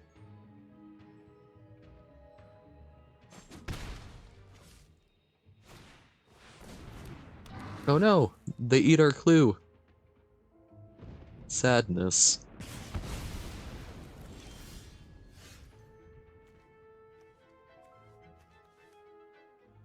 Oh, you know what this could be? This could be, the Gruul 3/2 Double Strike Trampler. But, yikes. Guess I don't know for sure. Let's swing in with both.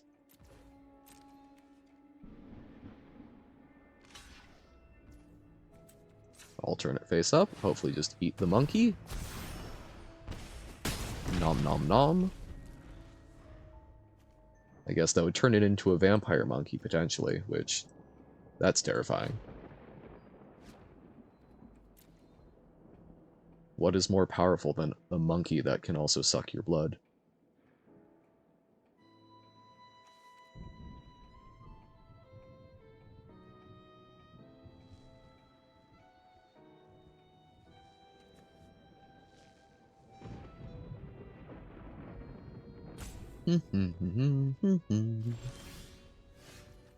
Okay. Outrageous robbery feels good. They're holding back, I imagine, to flip something up, so I think we just rob them.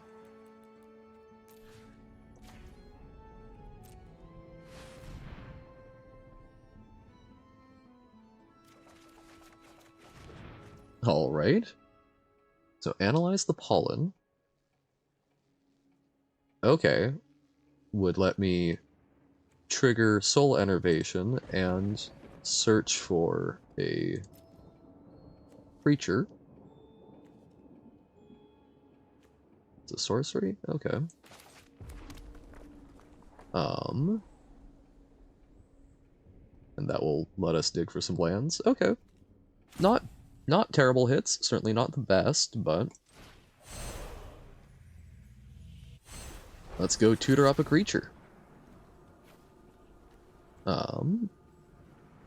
Actually, I guess we do potentially get the cadaver back at some point, and we don't get the others. That's 8. Drain them for 1. And who is going to help us the most?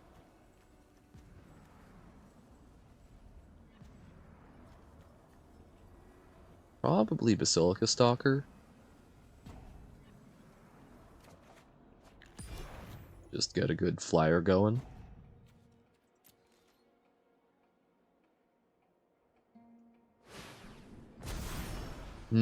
It's a Crocodile. Okay.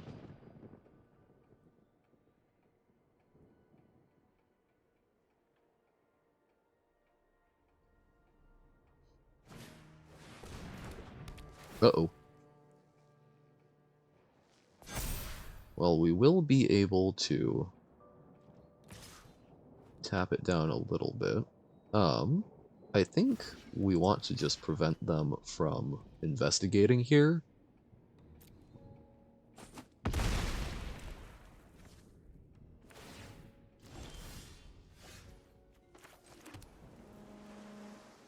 And I think we're okay trying to trade. I don't think there's a lot of ones that can get turned face up for 2 that will prevent a trade. Okay. Then we get to lay down a good old flyer. That will help us accrue some value. Then hopefully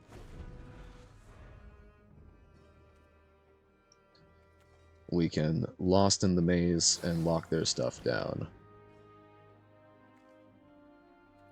Ah, no. Has to block. Okay. Good on them. As it still tramples over. So we are in danger.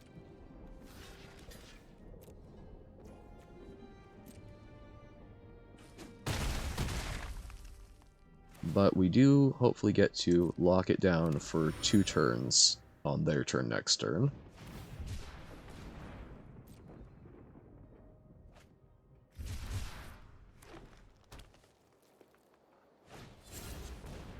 Okay.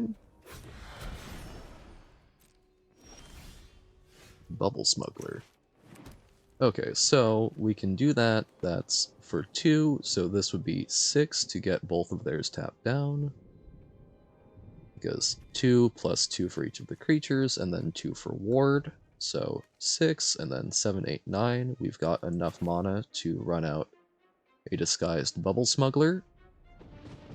And then Lost in the Maze them for max value.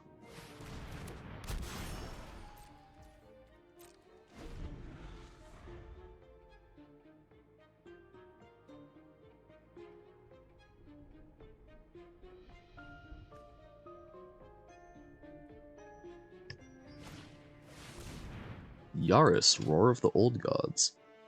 Creatures you control have haste. Whenever 1 or more face-down creatures you control deal combat damage to a player, draw a card. Okay. So they get to play that out. And I think we still tap down the way we planned it originally. Because then we can block, or we can attack, and Yaris gets eaten by the Bubble Smuggler.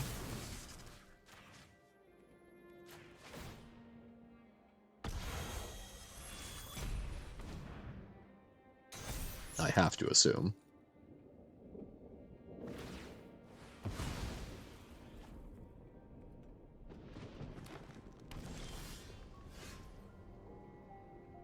Okay. Let's smuggle some bubbles. I like that it also has hexproof.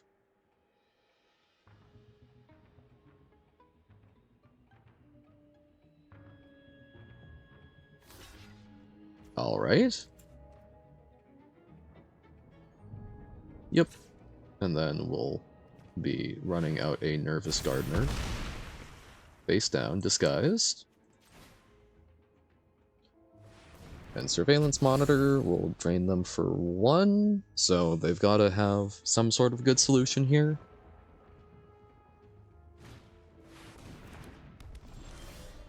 That's a pretty reasonable solution.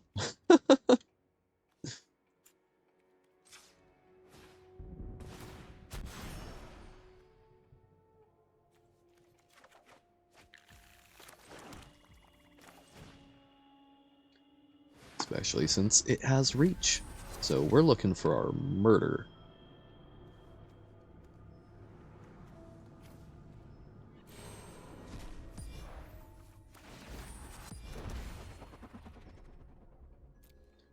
Alright, no attacks.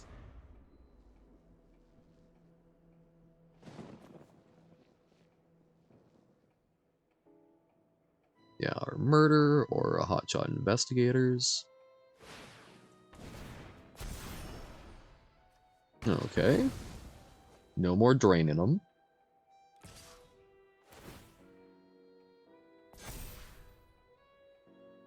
I do think that okay, so that tramples over no matter what. Unless I guess we can double block like so. But I would rather... I think we need to keep them off.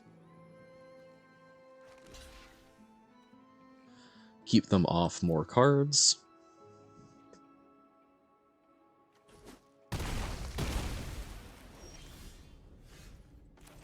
And now we shall rip only lands.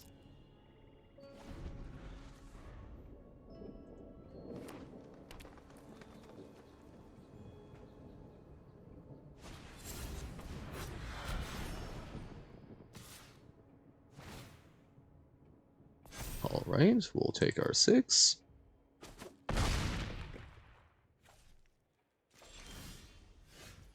There's the murder.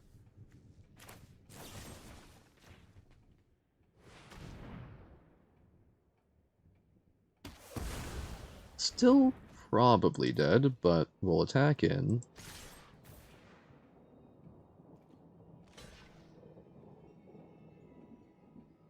Flip it up.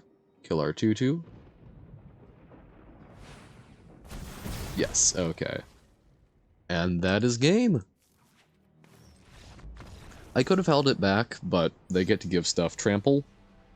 So I think trying to get in a position where we can burn them out or they trade, I think was the best opportunity there.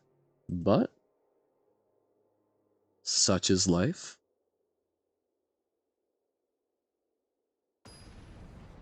Much grindier game. Zesty meme. Zesty is a very good adjective. I approve. Okay. I think this is keepable, if a bit sketchy. That makes it significantly less sketchy.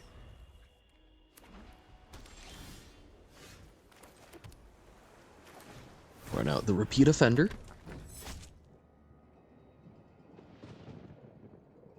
Am I gonna get shocked? Galvanized. Alright.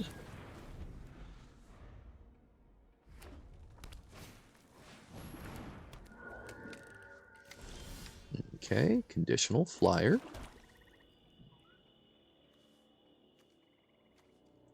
Let's play down our cheaper disguisey boy.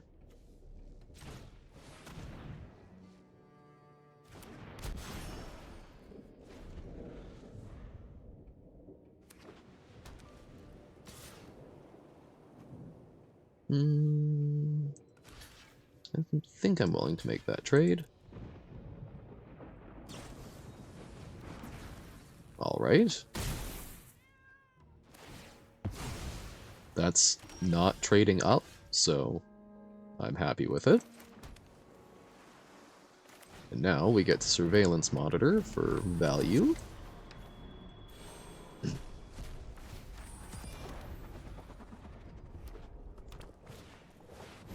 Ooh, they have Aurelia. I had her in the last draft, and boy howdy is she good. And you know what else is good? A soul enervation to kill an Aurelia.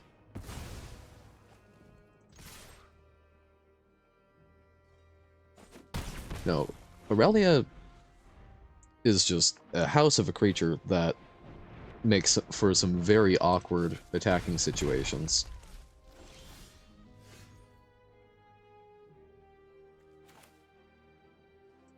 Okay. Play out something disguised. I think she would make for a very fun, sort of Death and Taxes-esque commander in red and white.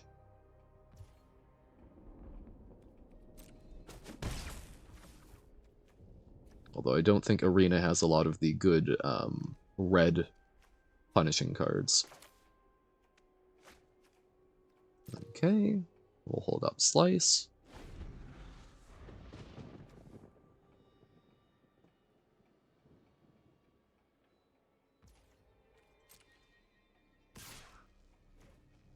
Yep, attack, I block, and I assume you sack. Yep. We are not in a hurry right now. Okay.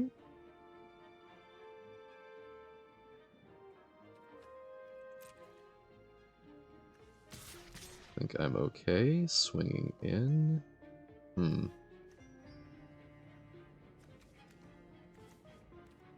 I think we're winning the race.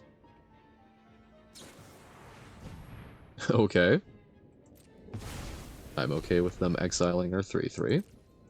I think we've got other things that we would be more upset about them doing that too.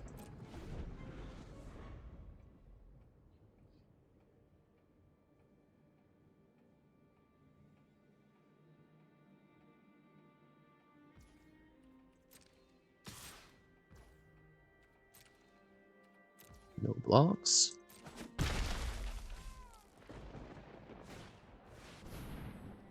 Gearbane. Oh, they can destroy our Thopter.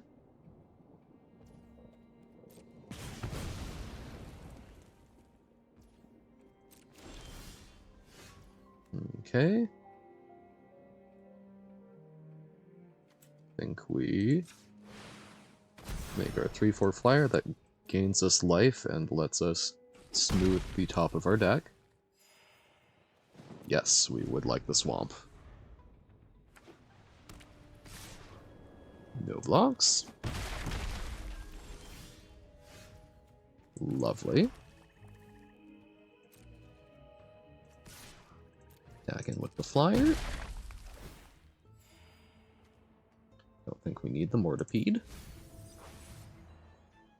And I think we bounce their token and have a good blocker.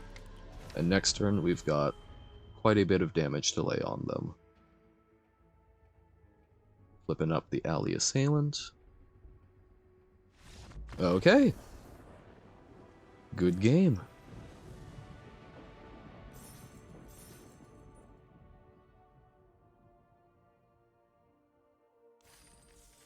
I think this deck is not... I don't think this deck has the same power as the other ones we've put together, but I think this is the first fairly cohesive one I've had of the day.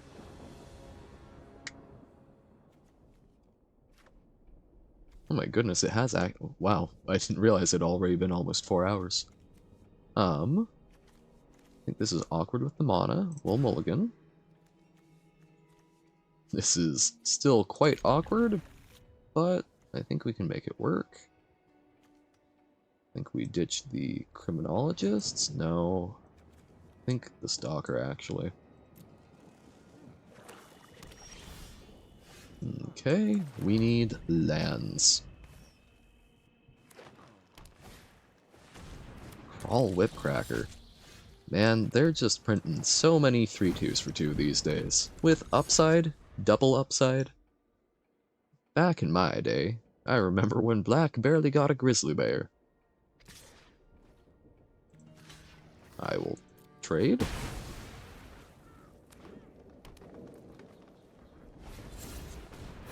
Even with Collect Evidence, I don't think that was a favorable trade on their part. And I think this is a situation where we just run out the 3/3, even though it's tapped. It's a hopefully big body.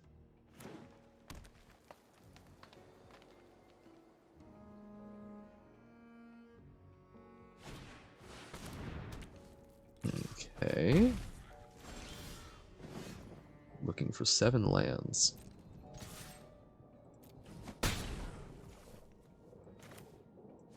And let's play out a second one, I think. Go on that 3/3 beatdown.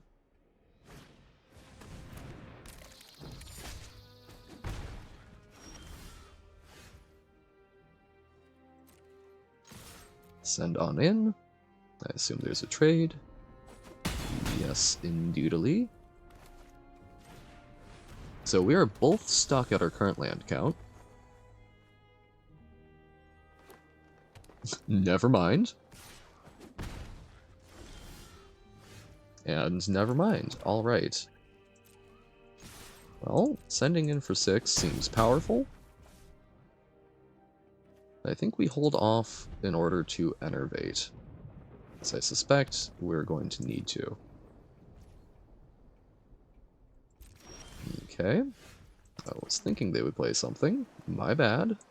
But we'll attack in. As if they flip up, then we get to enervate and not worry too much about it. In that case, I will happily, not hapfully, surveillance monitor.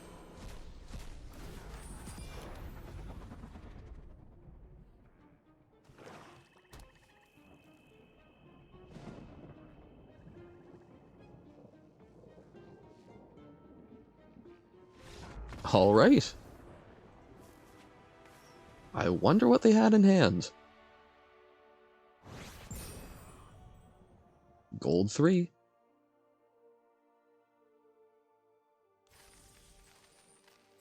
Alright, we got over the worst hump.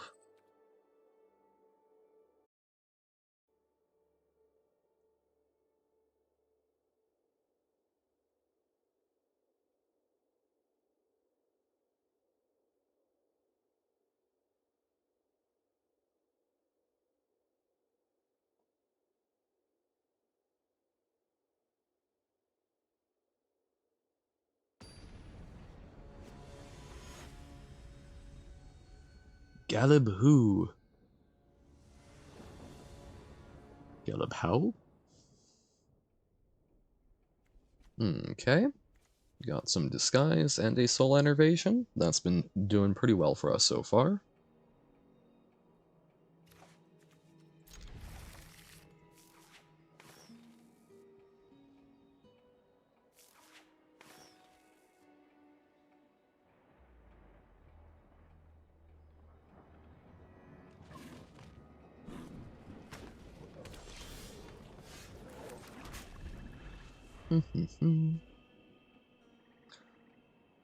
I'm in this very weird position, on my opinion on the set, where a lot of the creatures are very powerful, and so I think having good removal is quite important.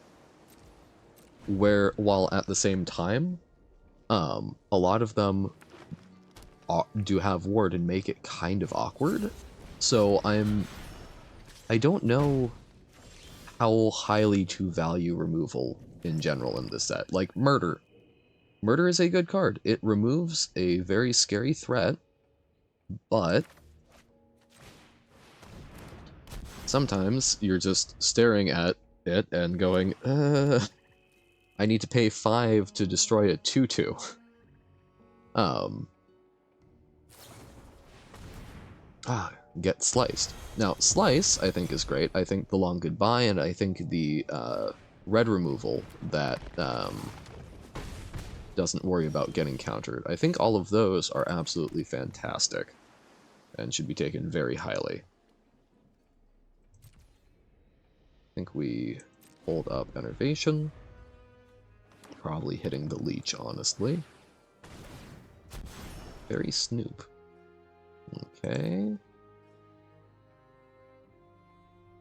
So yeah, I think the removal that gets around the ward ability, I think is highly valuable. I think other types of removal, like Soul Enervation, it's a little more up in the air.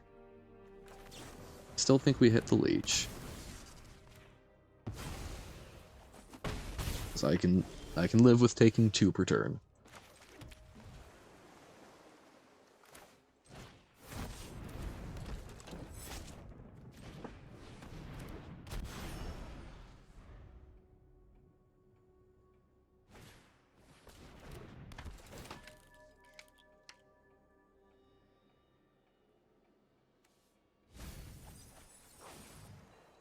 Cerebral Confiscation.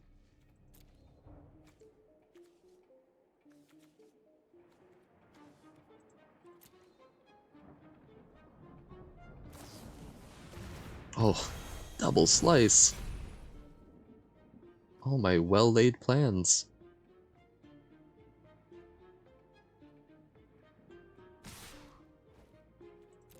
No blocks. Okay.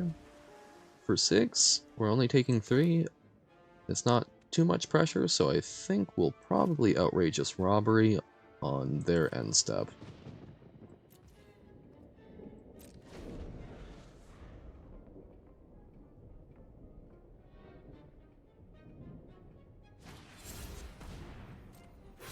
A Disguise.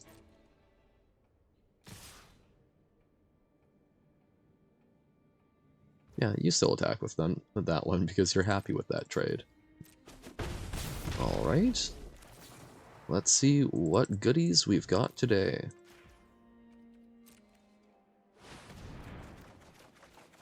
Tipster, Dual Leech. Intriguing.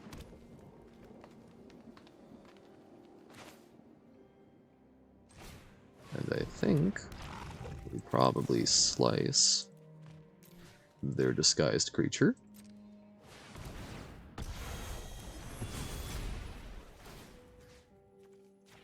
And as we've demonstrated, we probably aren't blocking with that, so we'll get a little bit of damage.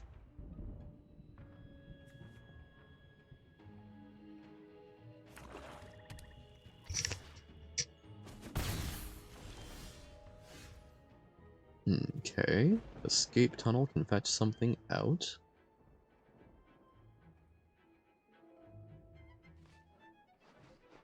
I think we absolutely want to repeat offender pump once, so that we can give it death touch, and then, yep, I think we just do it the one time. And then we can tunnel tipster and other repeat offender. So we'll do that. Swing on in. Water's fine.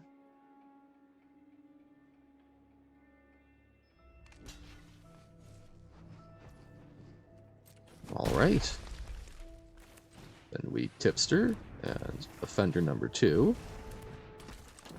And escape tunnel, and I think we'll use it to thin.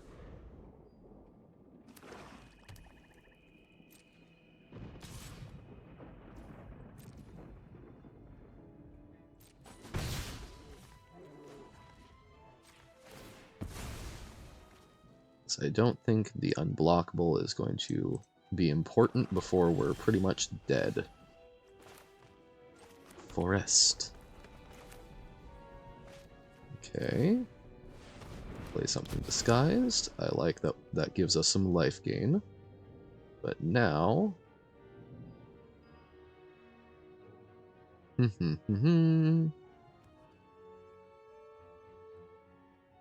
Actually, yeah, we probably do end up just flipping that up end of turn. So for now, that dual leech will just repeat last turn. And if they do double block, actually, we can just double pump. So, yep, goes on through. And end of their turn, we will make this a 3/3 and drain for 3.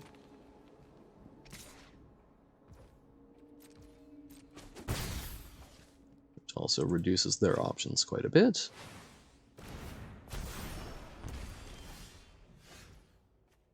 Okay. And then Hotshot Investigators. We can bounce their 1/1. Then we can make the other repeat offender, Menace and Unblockable, Menace. And crack in with the team. There we have it.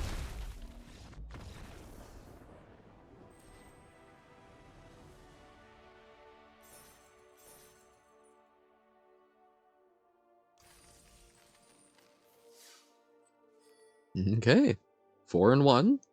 So, getting fed a bunch of Demir rares seems powerful.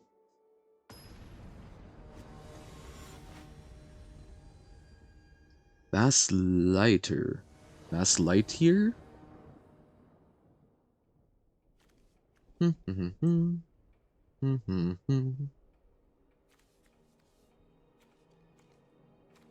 Not a great hand.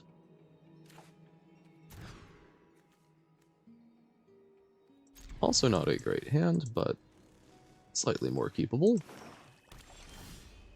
Has lands and spells.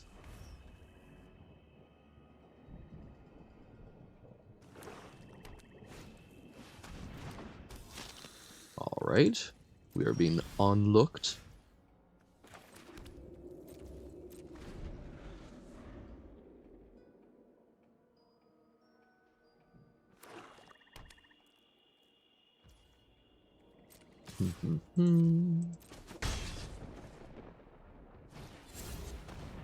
Alright.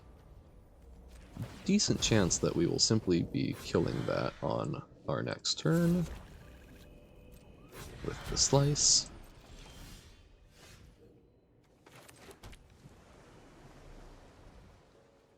That is, in fact, what we shall do, and I will even do it now, in case they've got some sort of rescue spell. Okay, Fairy Snoop, deny them some card advantage.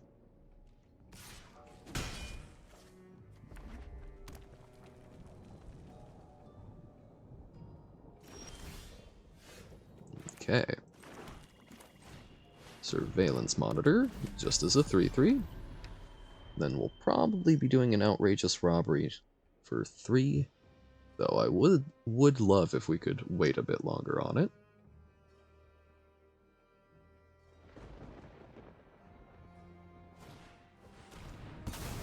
Unfortunate. So, Cholera, I believe yesterday you said you were going to try and challenge me to a duel. Had any lovely spicy brews planned up with new cards?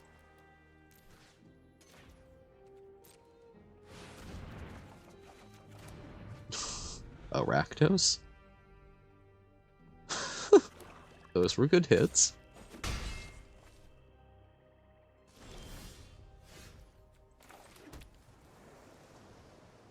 That feels pretty gross. But I think we try and draw out a little bit more removal.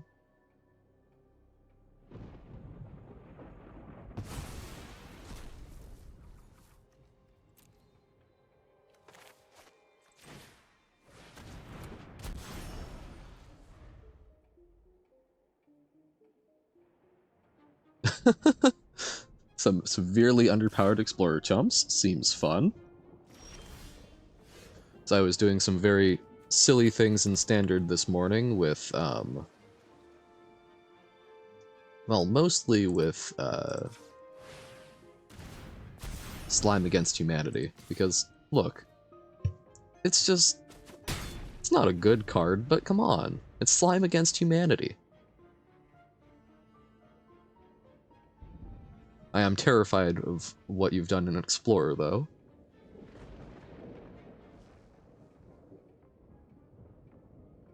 Feels like there's probably a lot of good exile shenanigans. I've been saying shenanigans an awful lot today. I suppose it's something about a murder mystery themed set. Hijinks would also be good. It's been pushed.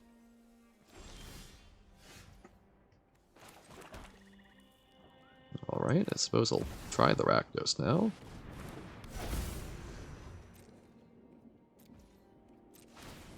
That's just going to be drawing 2 cards. Lots of land!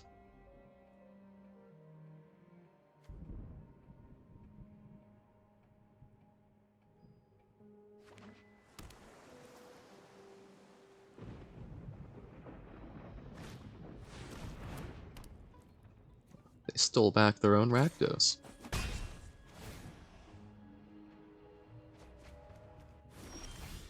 It's actually quite bad. Although, yeah, it's return a creature to its owner's hand, so we do not want to do that to theirs.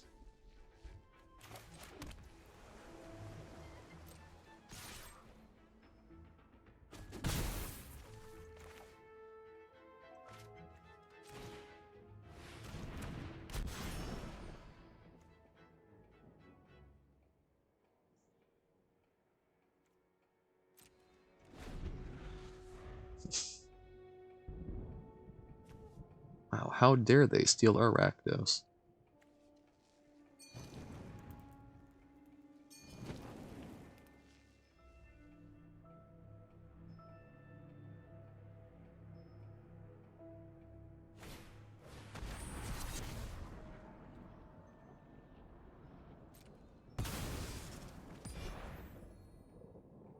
Seems good.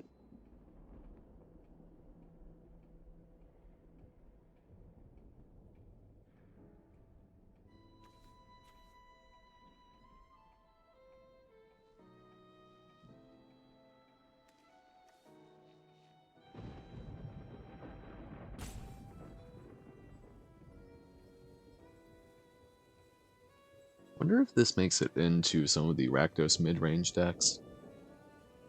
I mean, that's its end step, and it's almost guaranteed getting some sort of value.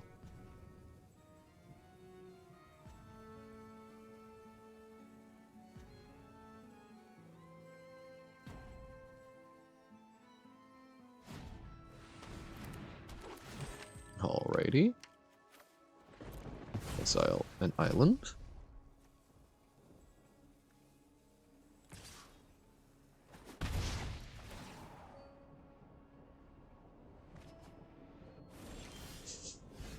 Maybe our plan is to let them mill out.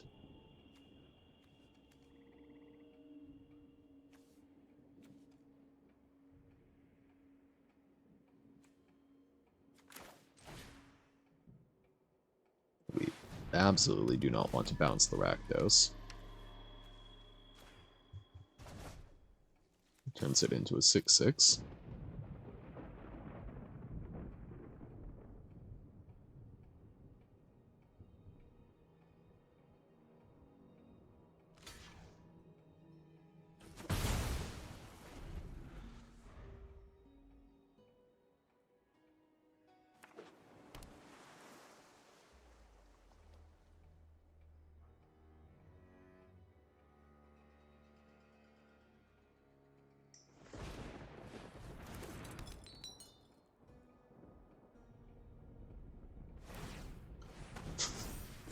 Who committed the murder was Rakdos, in the manor, with the candlestick.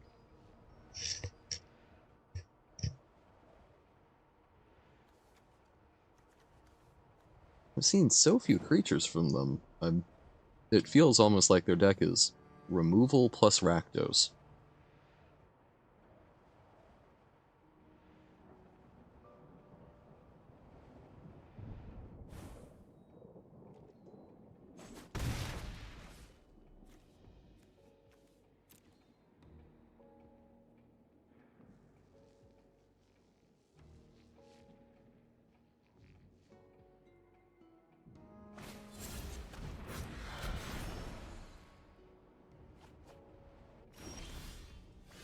AP Defender. Alright. We can make it quite big.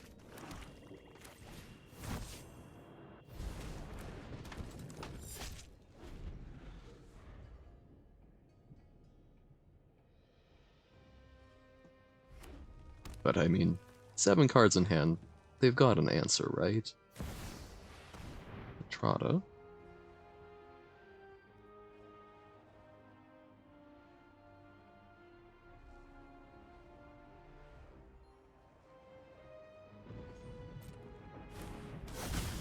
Okay. Hey, they've got 2 mythics. Sick.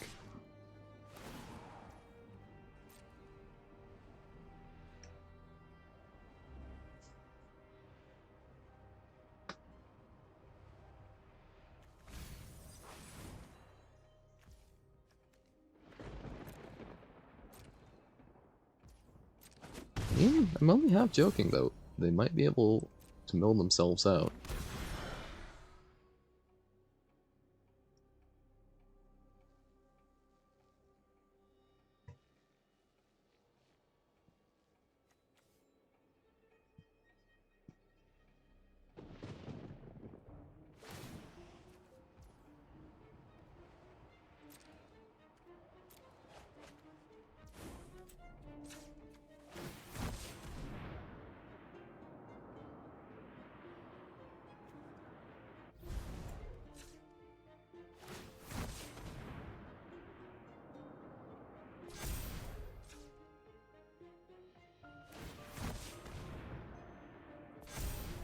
So next turn it can become an 8/7 with Menace.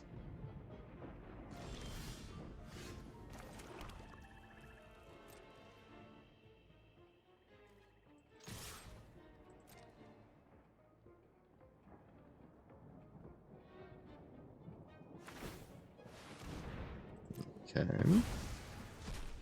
What is it going to become? It becomes a murder.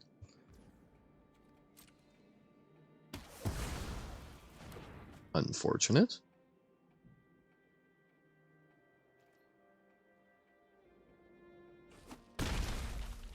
Okay, down to 5.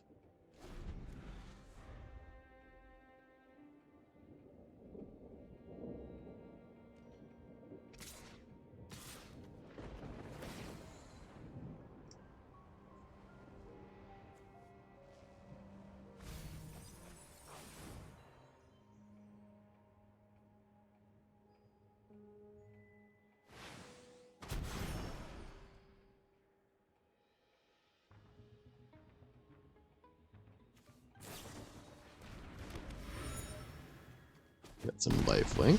Smart.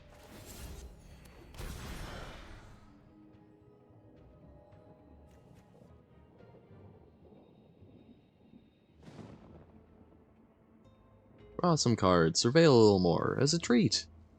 You deserve it.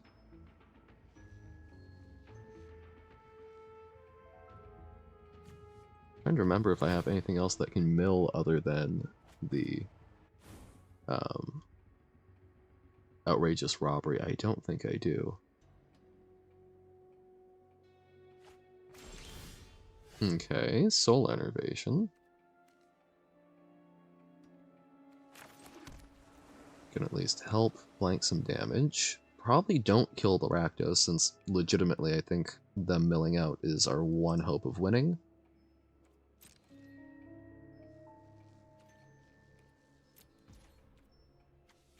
That's 2 damage to any target.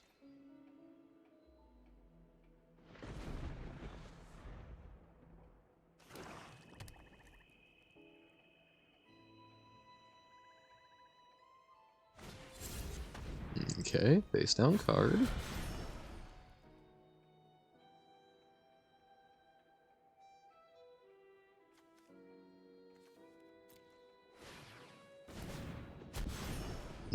Okay.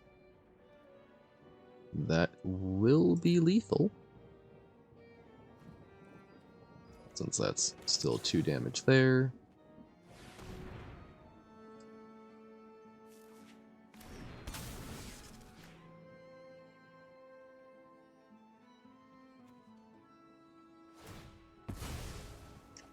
They can always get it wrong. They do not.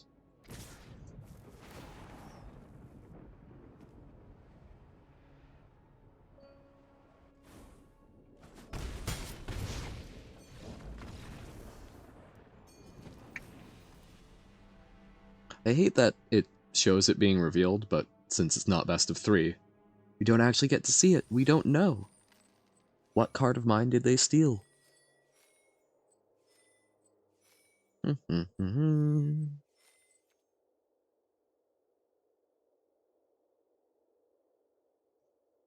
Well, after this draft, I will happily jam a couple of games with you. Will-powered. Because I do have one kind of goofy deck in addition to Slime Against Humanity.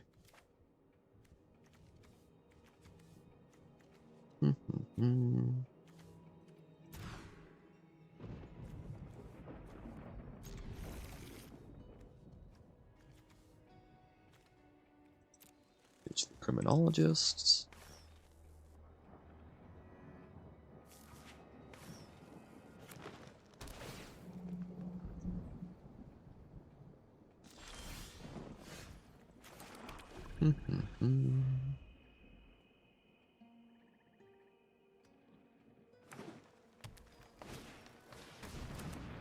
The Tipster.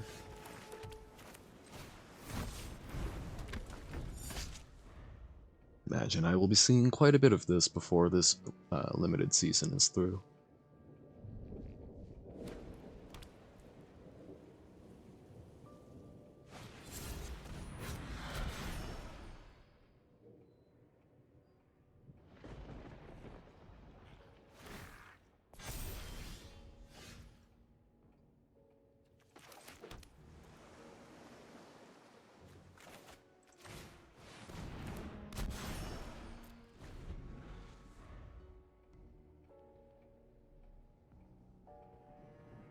Amzan.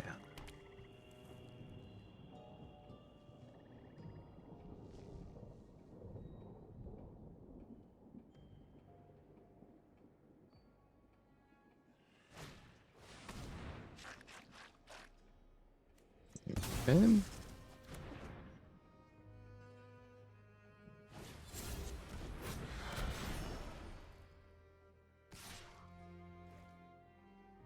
Sure, we'll snap off that trade.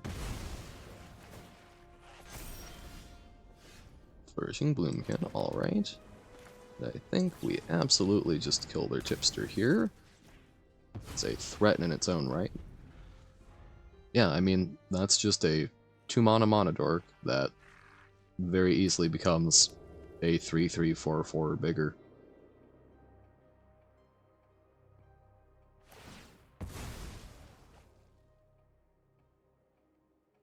I don't know if it's a reason to go into green, but it is certainly a card that you do not let go past you if you are green. I'm fairly confident.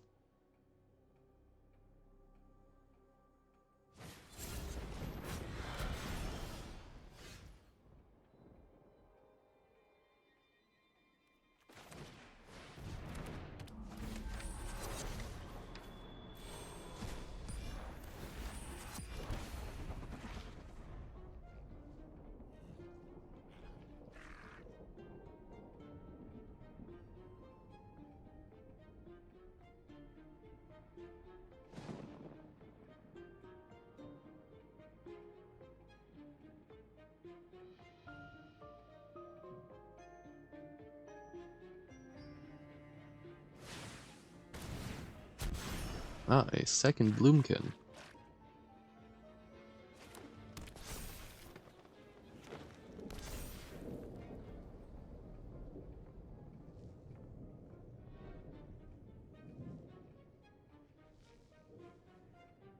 Do they have a fight spell? They do not. So I could slice their face-down creature. Or I could try and run out the Fairy Snoop. And try and dig a bit deeper next turn. Which is, I think, probably going to be best.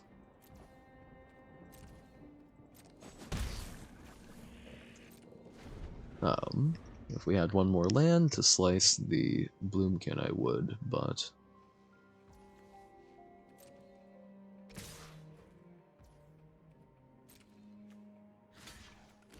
I think I will double block here, in case it's the Crocodile. I don't think there's many things with more than 5 toughness.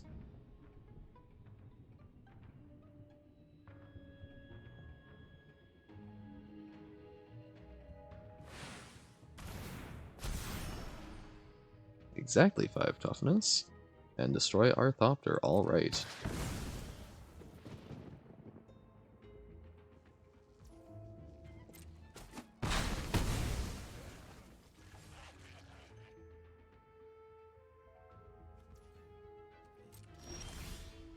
Okay, fortunate.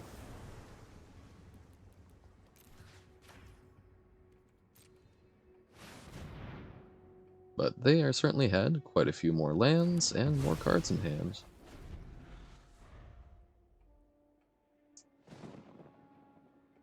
Not looking great for our hero.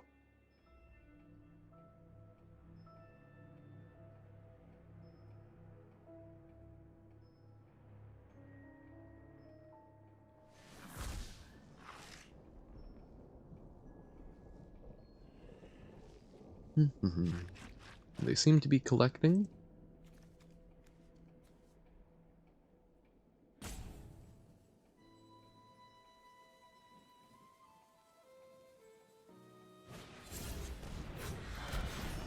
Wonder if Flourishing Bloomkin will also do well on a mono green shell. I don't know.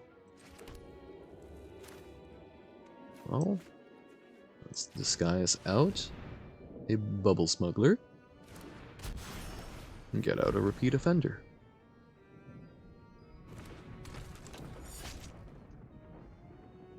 Then we can grab the Swamp for the Outrageous Robbery I'm sure we'll draw next turn. Even though I don't think it will be what we're looking for. Okay. Get sliced.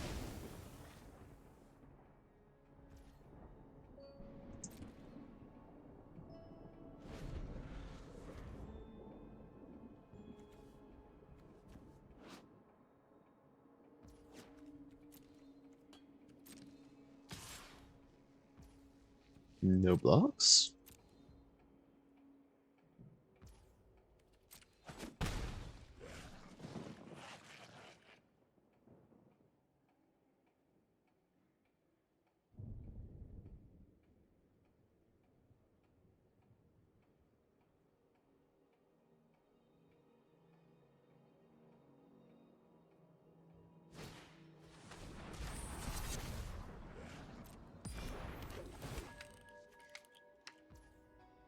Okay, make it bigger.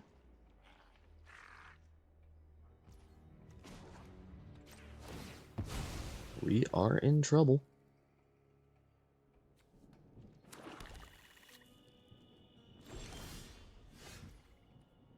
Okay. Alley Assailant. And since we aren't going to block, might as well attack.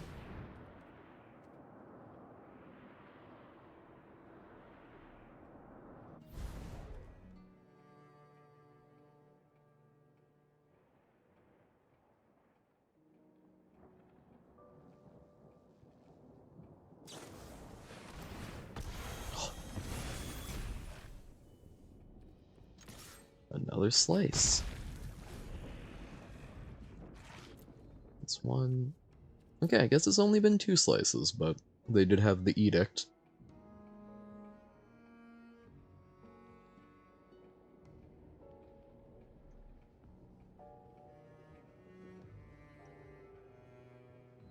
Edicts are, I think, only powerful when played by the opponent.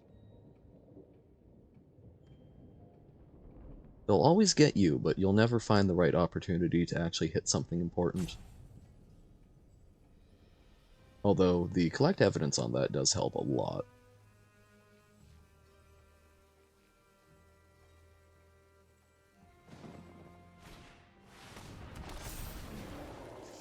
Oh my goodness. That's scary. And cannot block. That will be it. Draft complete. All right. Much longer games, but lots of thinking, lots of back and forth. There we go. Did pretty well on the day with the drafts. I think I'm going to call it a day, but thank you for popping in and hanging out while I'm learning the new set. I don't have the upcoming schedule set out. I will probably be taking tomorrow off. I've been at it for 4 hours, and I should probably actually like get some food and all those other good self-care things. I'll probably be taking tomorrow off, but honestly, I've been having a blast with the set, so I might do another morning when I've been doing Magic the past couple of days stream. So we will see. We will find out. Alrighty. Also, one quick thing. It's not in any sort of amazing way, shape, or form, but I did set up a Discord server. The link is with the other socials under the Twitch channel, so that's something you're interested in, even though it's not going to be exactly a hip-hop happening place anytime soon. Give it a shot. Alright. Well, thank you for hanging out, and yeah, see ya when I see ya. I'll update the schedule when I'm sure. Bye.